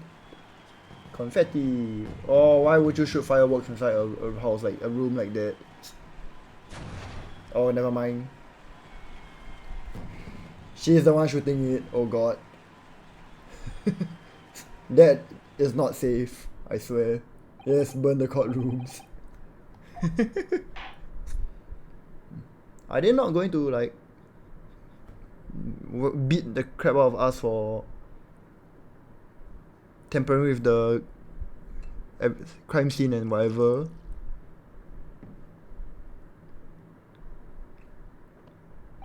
Is it time for a second game?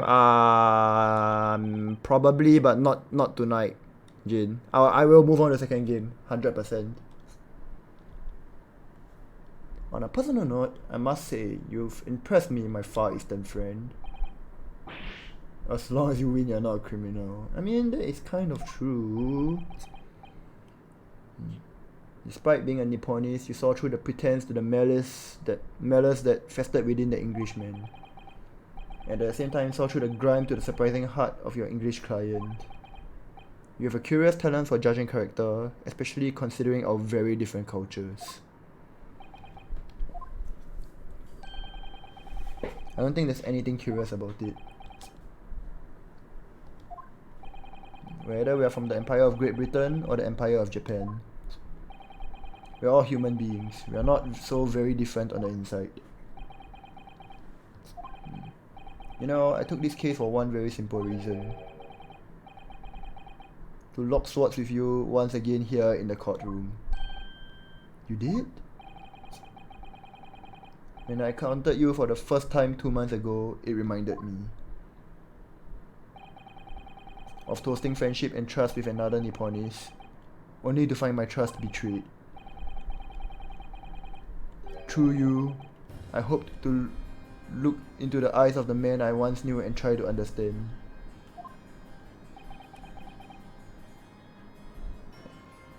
Appreciate it, Game God. I just play what I like to play, and in general, the games I like to play are not the so-called typical mainstream games. I don't like Dota. I'm not a super huge fan of all the FPSs like Apex Legends and whatever. I don't like versus PvP games, competitive games. Yeah.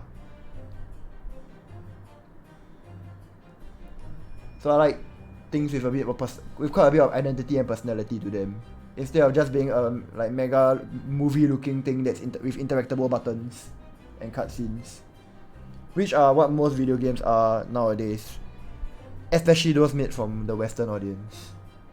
But yep. Hi Kada. I'm about done with this case. You mentioned something similar earlier today about total betrayal at the hands of the Japanese. What happened exactly? Well, you may ask, and one day when the time comes you will learn the answer whether you like it or not. Alright, then I'll wait for that day if I must.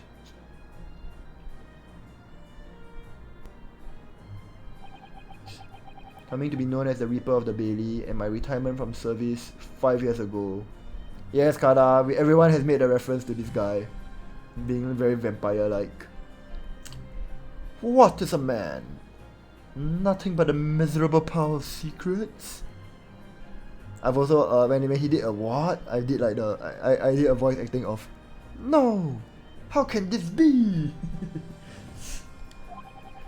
Totally. It gives me cause to wonder if our meeting has some deeper purpose.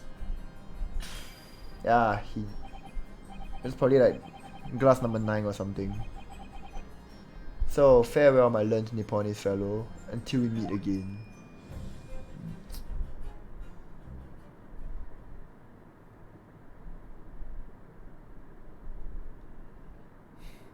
But enough talk!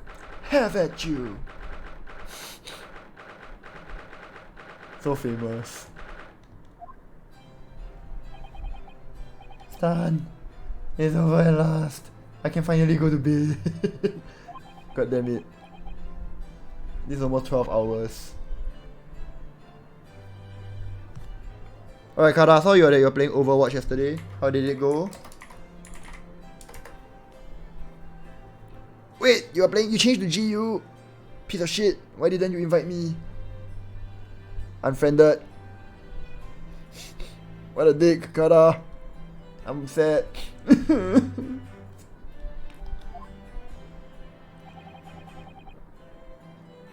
Where's Iris disappeared to? We playing later. I mean, you could let me know a time, then I can try to be up for it. You need to remember that our time zones are very different. It's probably freaking like 11 a.m. 11. Wait, 11 p.m. a.m. p.m. for you.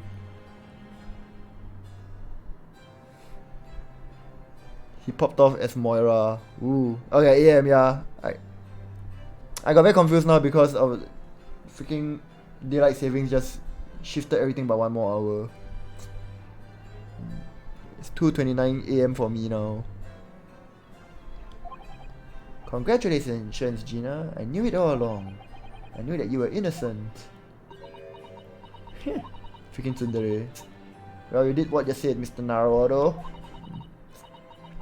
You believe in me right up to the end. You're as odd as your name. What's odd about it? I told you I had faith in you, didn't I? You're still playing a lot of Monster Hunter on the 19th. 19th is Pokemon release day. Screw you, Kada. I'll try to drop in. I don't have to rush Pokemon anyway, so yeah. I can join for Monster Hunter.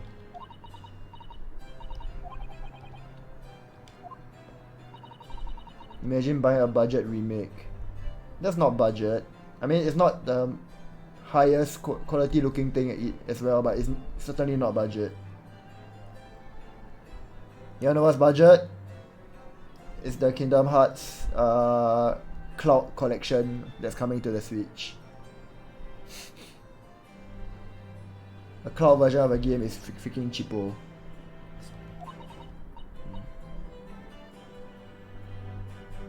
Yeah, I still bought it because it looks good to me. I'm not expecting like a mega high quality game like what I'm playing right now, but it's still gonna be Pokemon, the good old Pokemon that I know. So everything's gonna be fine.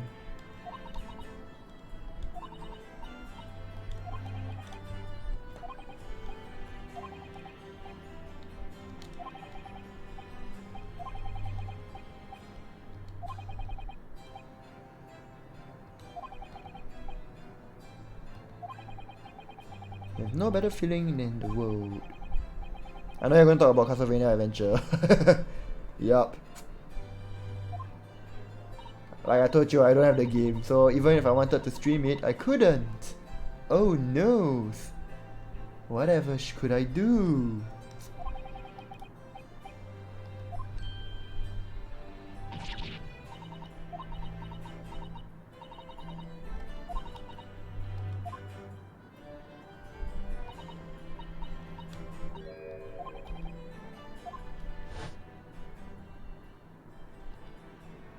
This is the way I see it, Rinosuke. A defense lawyer is only as good as his faith in his client. And that comes down to how much faith he has in himself. After this experience, I'm starting to feel like I understand what you mean. Kazuma, am I living up to expectations? Am I turning out to be the lawyer you believed I could be? Pardon the interruption.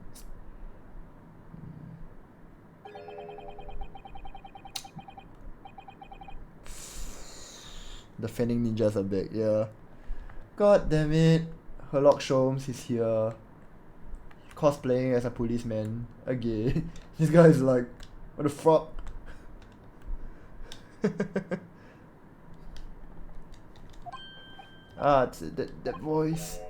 HD 120 FPS bandana, yep. It's too late for that voice now, Mr. Naruhodo. I've been standing here patiently in the corner of the room for an eternity. Ah, it was me all along. I would have said when you finally noticed me. But you people, you're incessant babbling. Mr. Sholmes. Yes, it was me all along, you see. Oh no, it's Dio.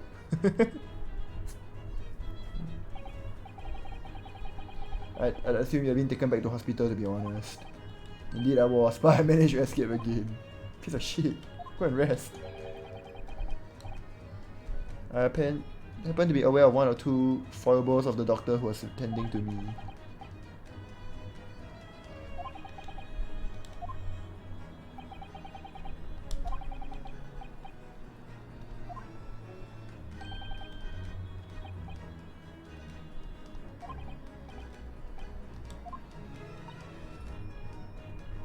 Like, Shino need to not escape the bed. Hey! I like my bed. I'll be going back to sleep in it later. In fact, I was sleeping, I was napping for like about 2 hours or so before dinner today. I think I woke up at 7. Yeah, so about 2 hours.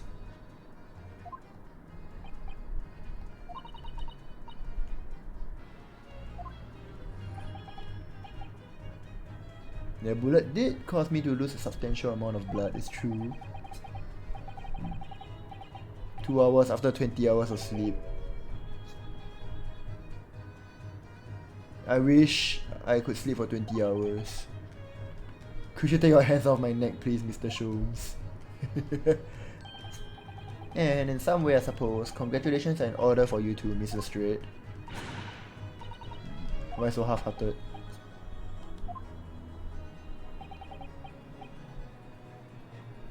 An acquittal in a trial with that particular prosecutor is perhaps a little precarious. You swear if you didn't have this beard you would cosplay as Sholmes. Just shave. Easy solution.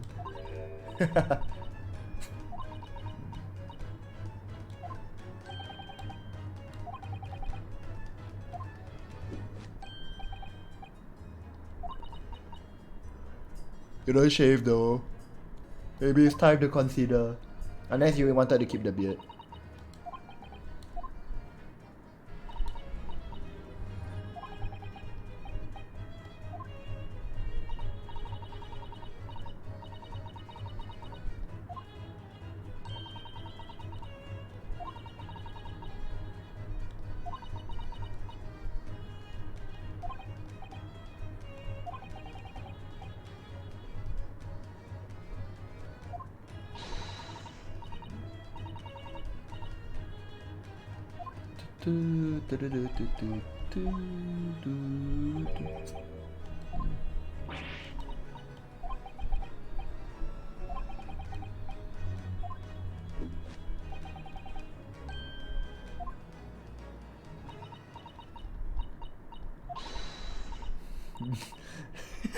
I always like his falling down animation, it's great.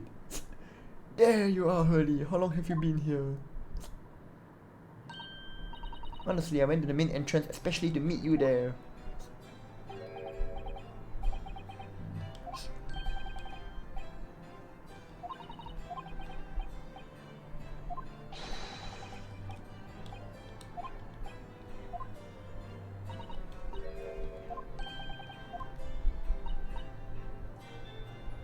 You just don't have the weighty presence you seem to think you have.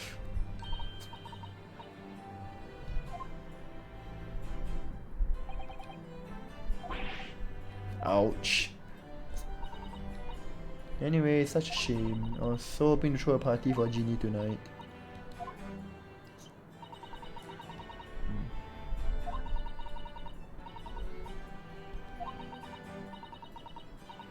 Imagine got killed as a bystander.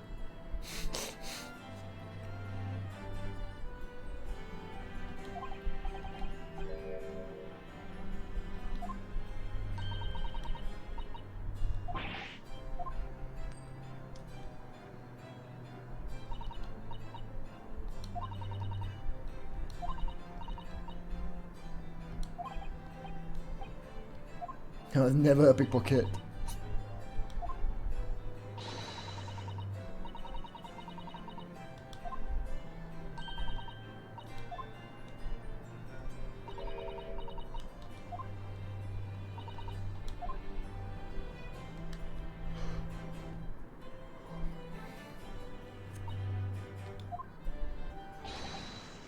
Miss Gina Lestrade, the prison carriage has arrived. Come with us to the rear gate at once.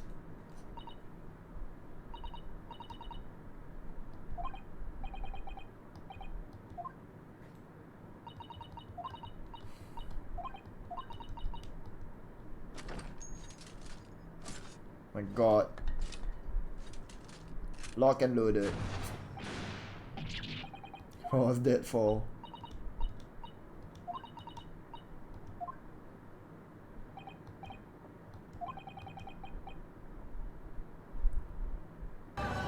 Oh no, explosions here.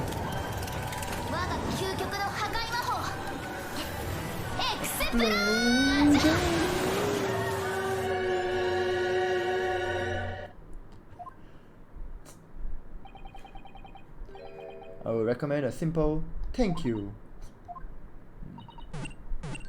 Thanks for the healing gene.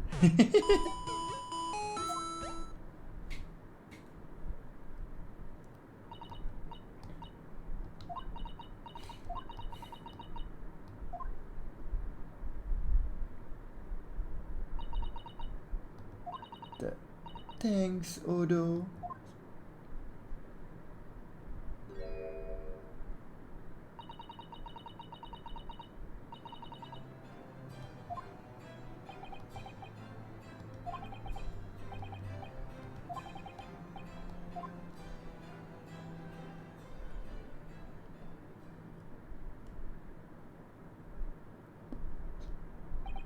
I think I need to sneeze. Muting the microphone for a bit.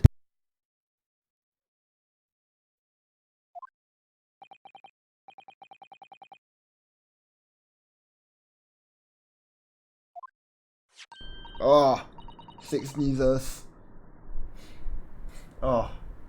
Oh, I nearly forgot. I bought a paper outside. It's a special edition and this troll is all over the front page. Pickpocket's innocence proved.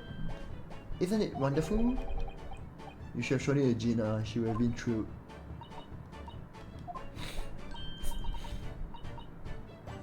You try the good news or the bad news? Not again. Bad news out of the way first. Absolutely not. I have no intention of listening to anything but good news. And there you have it. How people answer that question says a lot about them, doesn't it? Let's not go there.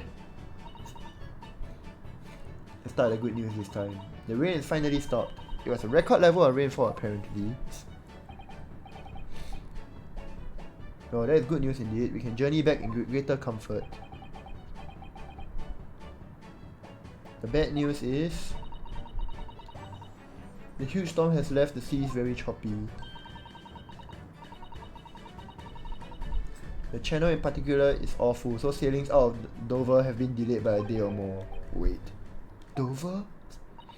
That's right, if we head to the station immediately, we may still make it in time to wave Susie off. But, there won't be a train, surely? We couldn't be that lucky.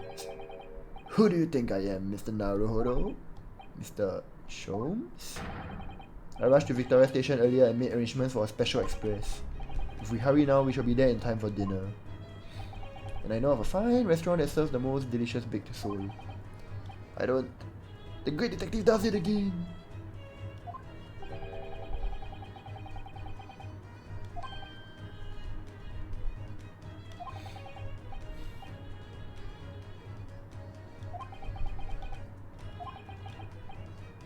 It might be wise to stop manipulating people that way. To London, Victoria.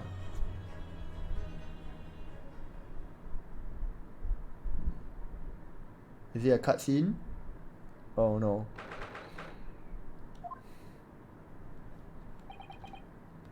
Okay, so what I can say is that this thing here is still not touched on.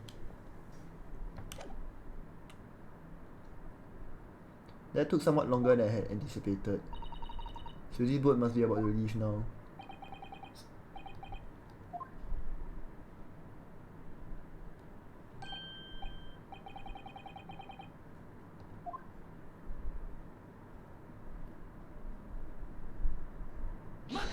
Mata! Mr. Sato, wait, what are you doing? She's gonna throw it at him, isn't it? Oh. What are you doing here? I heard that sailings are being delayed due to the bad weather. Hi, Tenshi. Then, tell me, how did Gina's trial go?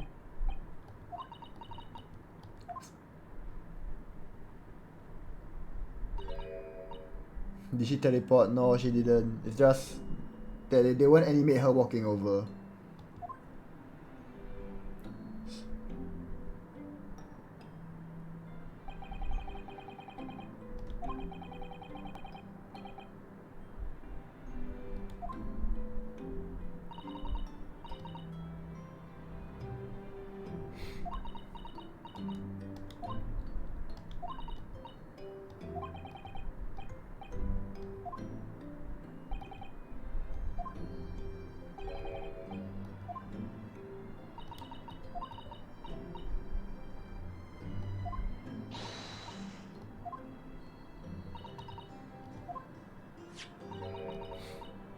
How did you even come to have this?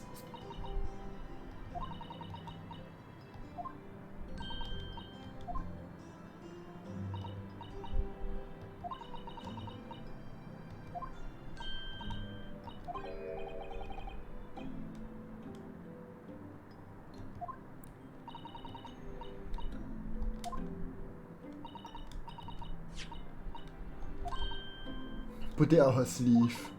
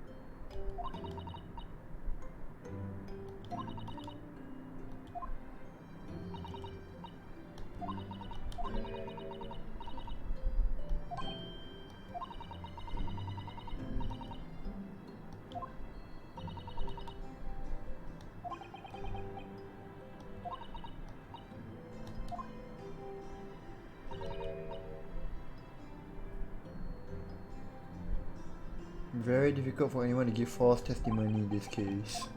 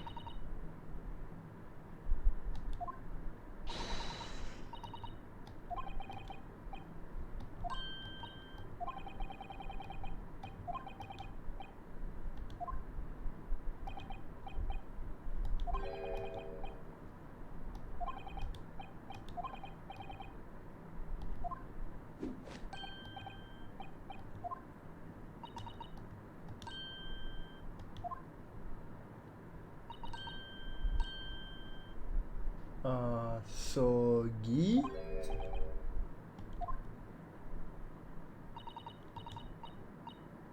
Well, that can't be a real word, can it? How funny. Wait, Iris, what did you just say? Oh, I just said Asogi. Does that word mean something to you?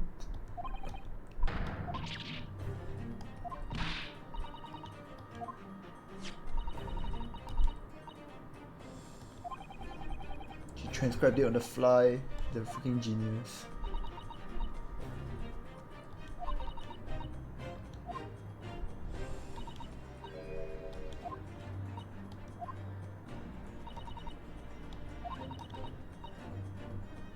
It's more than one Morse code, not just the English variety.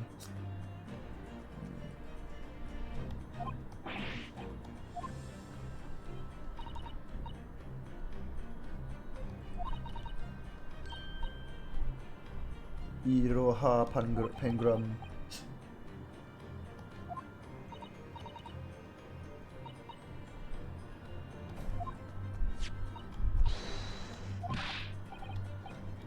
Do you know Japanese Morse code? Yes, I spent some time studying it.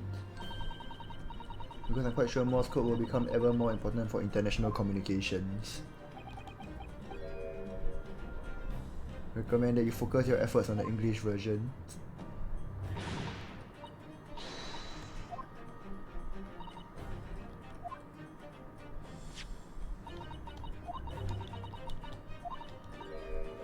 But what can this possibly mean?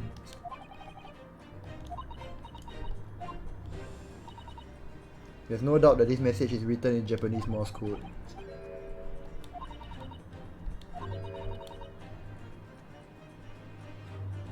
A list of 4 people's names. The first is K Asogi. Second is A Shin. The third is T Greguson. Gregson?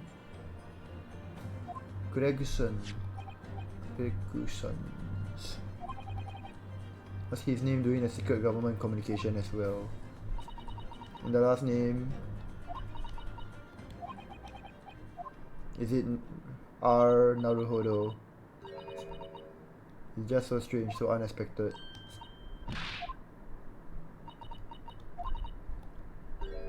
Oh, J Wilson. What? John H. Wilson, you mean Teddy? Says only J. Wilson, so I'm afraid I can't be sure. So after the 4 names, it reads, if I translate from Japanese, that is all 4. And that is the end of the message of what I always noted down.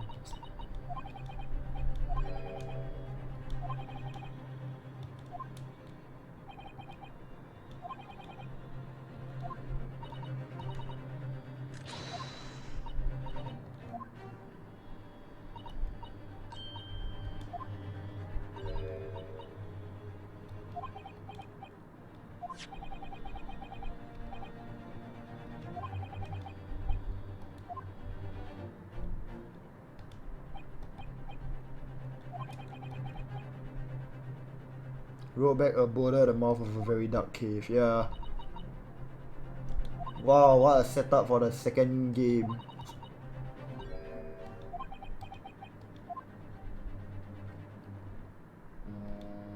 Honk.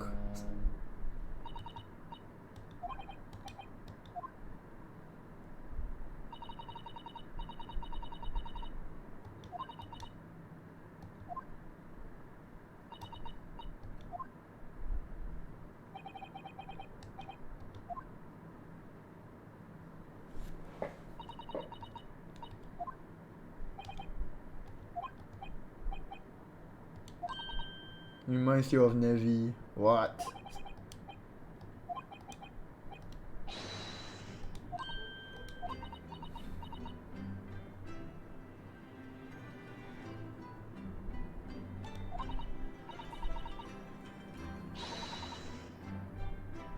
Don't go. Stay till next game.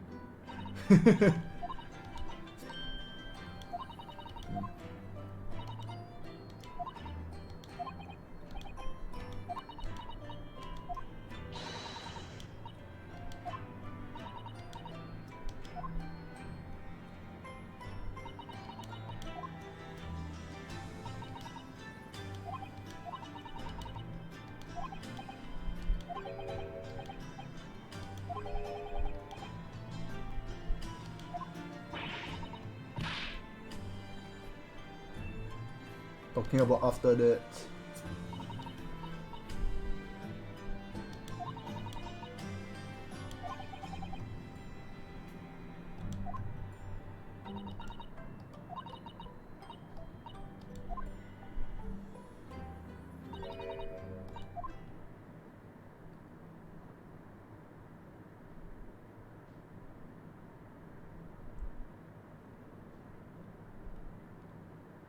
Is this an anime cutscene?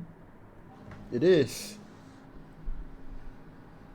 これでなるほど龍之介最初の冒険の物語はおしまいだ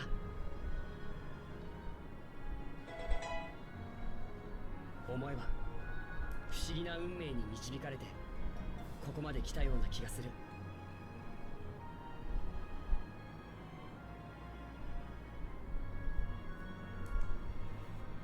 僕は弁護士になって異国の街で名探偵と出会ったこれからもきっと様々な困難が僕を待ち受けているのだろうでもどんな危機だって大逆転できるそんな気がする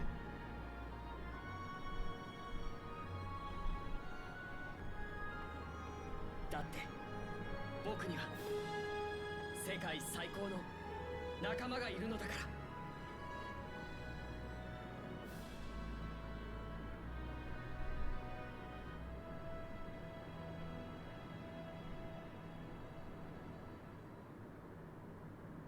I'm quite sure she'll be back in the next game, Jane. They don't have to immediately continue from this point. There can be a time skip till to the point where she returns. Awkward news.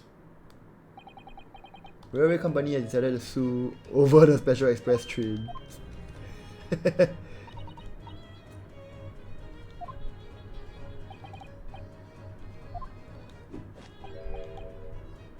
I explained everything and how it was all your fault. Huh? Huh? A formal complaint should be delivered to your office tomorrow. Bruh.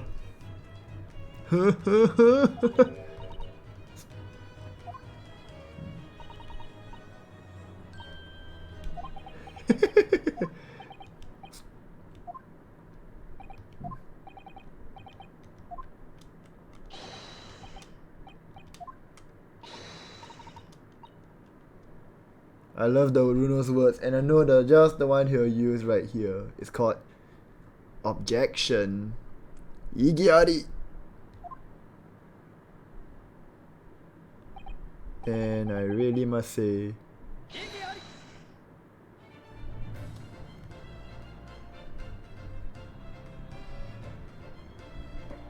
woo! First game finally cleared. Thank you, Shu Takumi. I love this series so much.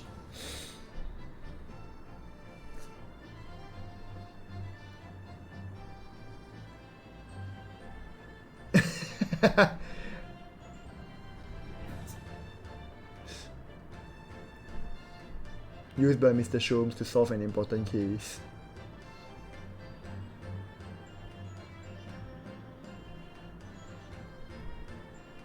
What a scam.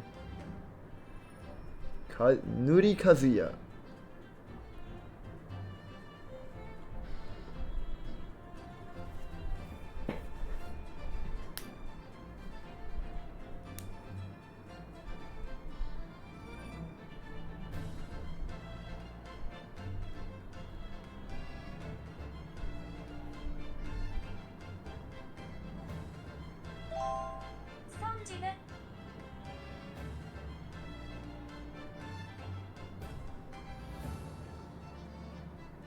Oh, I forgot about Aochi.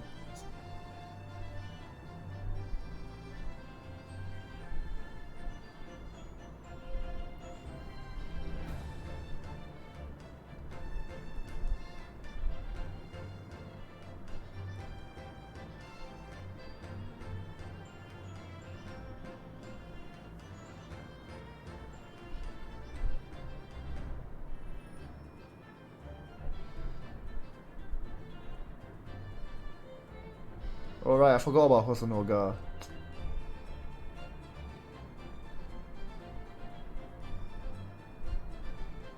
Extremely suspicious Japanese national. Soseki. Wagahai's offspring. Wow. It has kittens.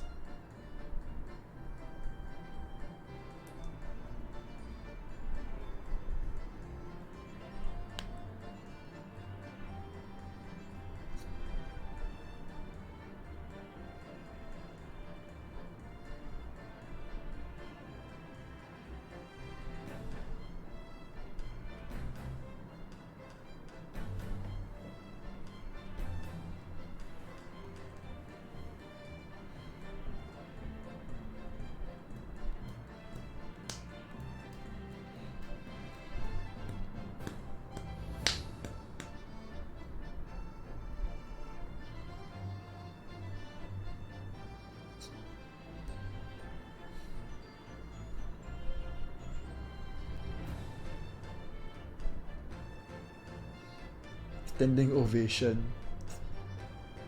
Huh, not bad I suppose, for an amateur.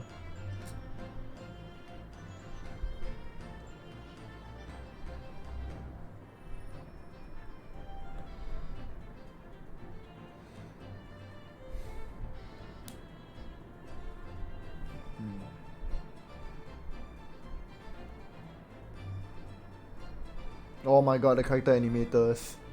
You guys are godly with Herlock Sholmes. I love it so much. I bet you had fun doing him.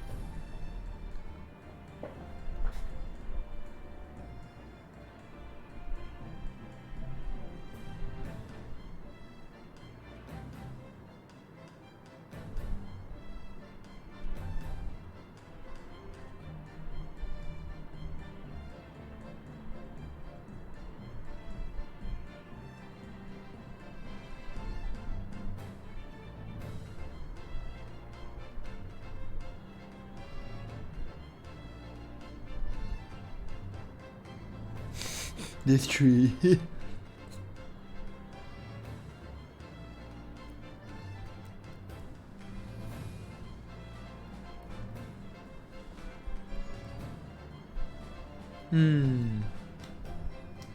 Yes, Jin.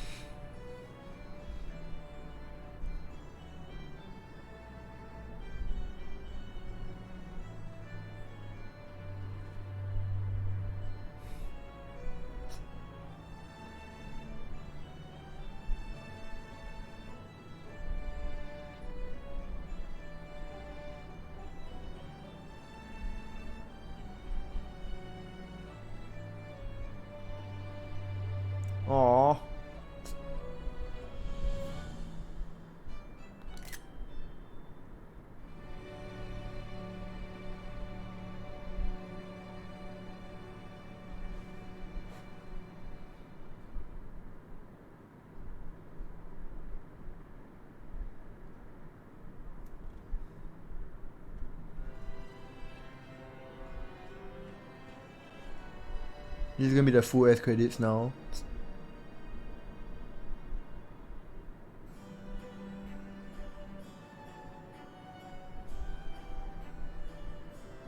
Yup.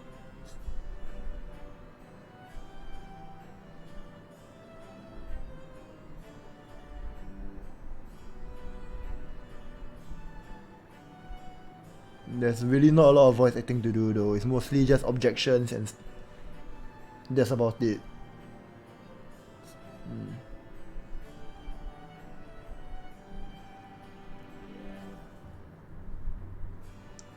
Tokushinsha Film Corporation.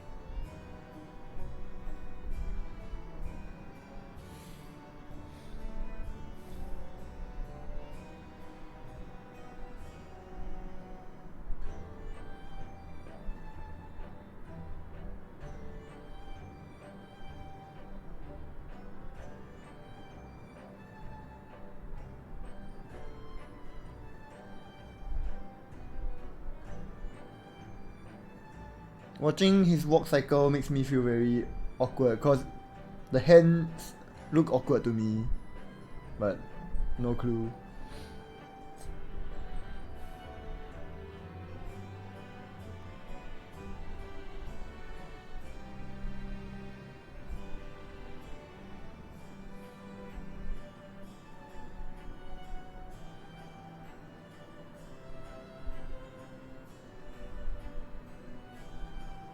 Yeah, the way his hands sway just feel very weird to me. I don't know why. It's just a brief retelling of the whole stuff that happened in the story, I guess. Like the people you meet and come across.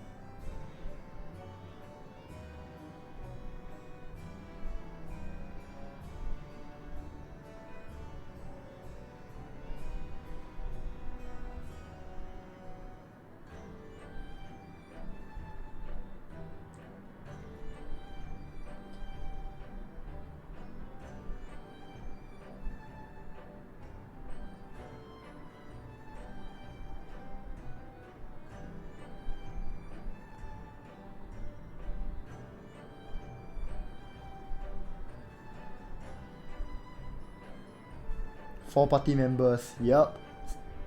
Pretty much.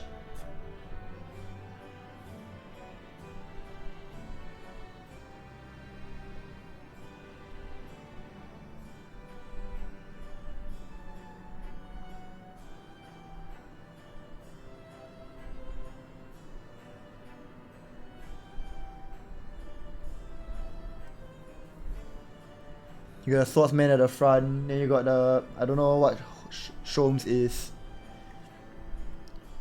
He has all the gadgets and everything. Ares also has all the gadgets. The two girls are like the supports. And then Sholmes is like the technical kind of DPS. And then Ryunosuke is the main DPS. Hey. Oh man, I missed it. It's fine.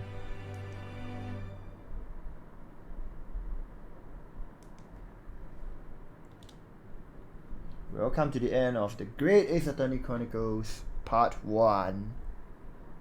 I'll be doing Part 2 another time, so yeah.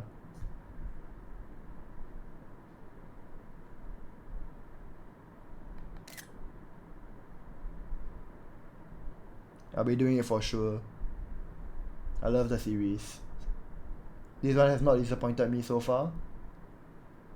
Especially with its goddamn long playthrough.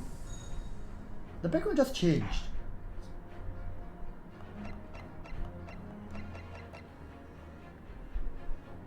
Well, thanks everyone for dropping by. This will be the end of the stream today. I finally can go to bed.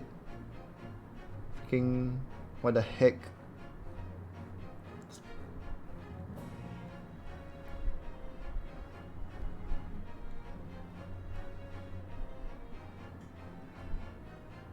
Now the only question is, who do I raid?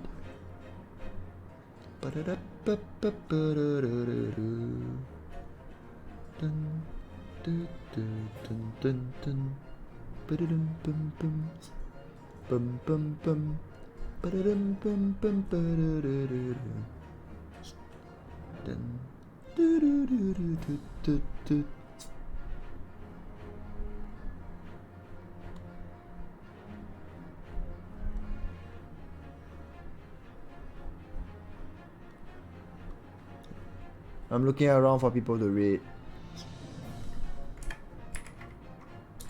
But right now I got advertisement, so I'm seeing if the advertisement's over, is it okay timing?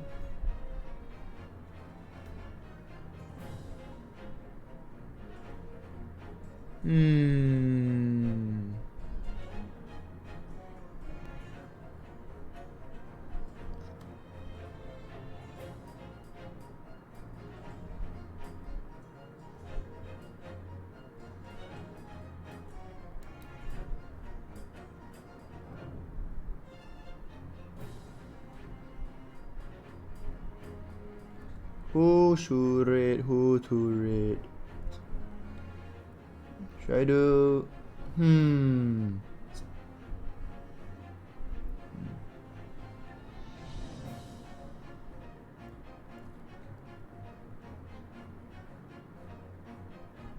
Yeah, screw it. Whatever. Even though it's not ready yet. It's time for bed!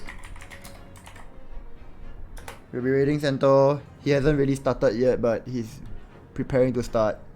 Good enough. So yeah, he's a good friend.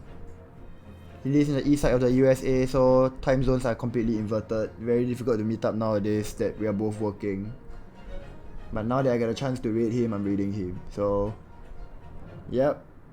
See you guys. Till next time. Bye bye.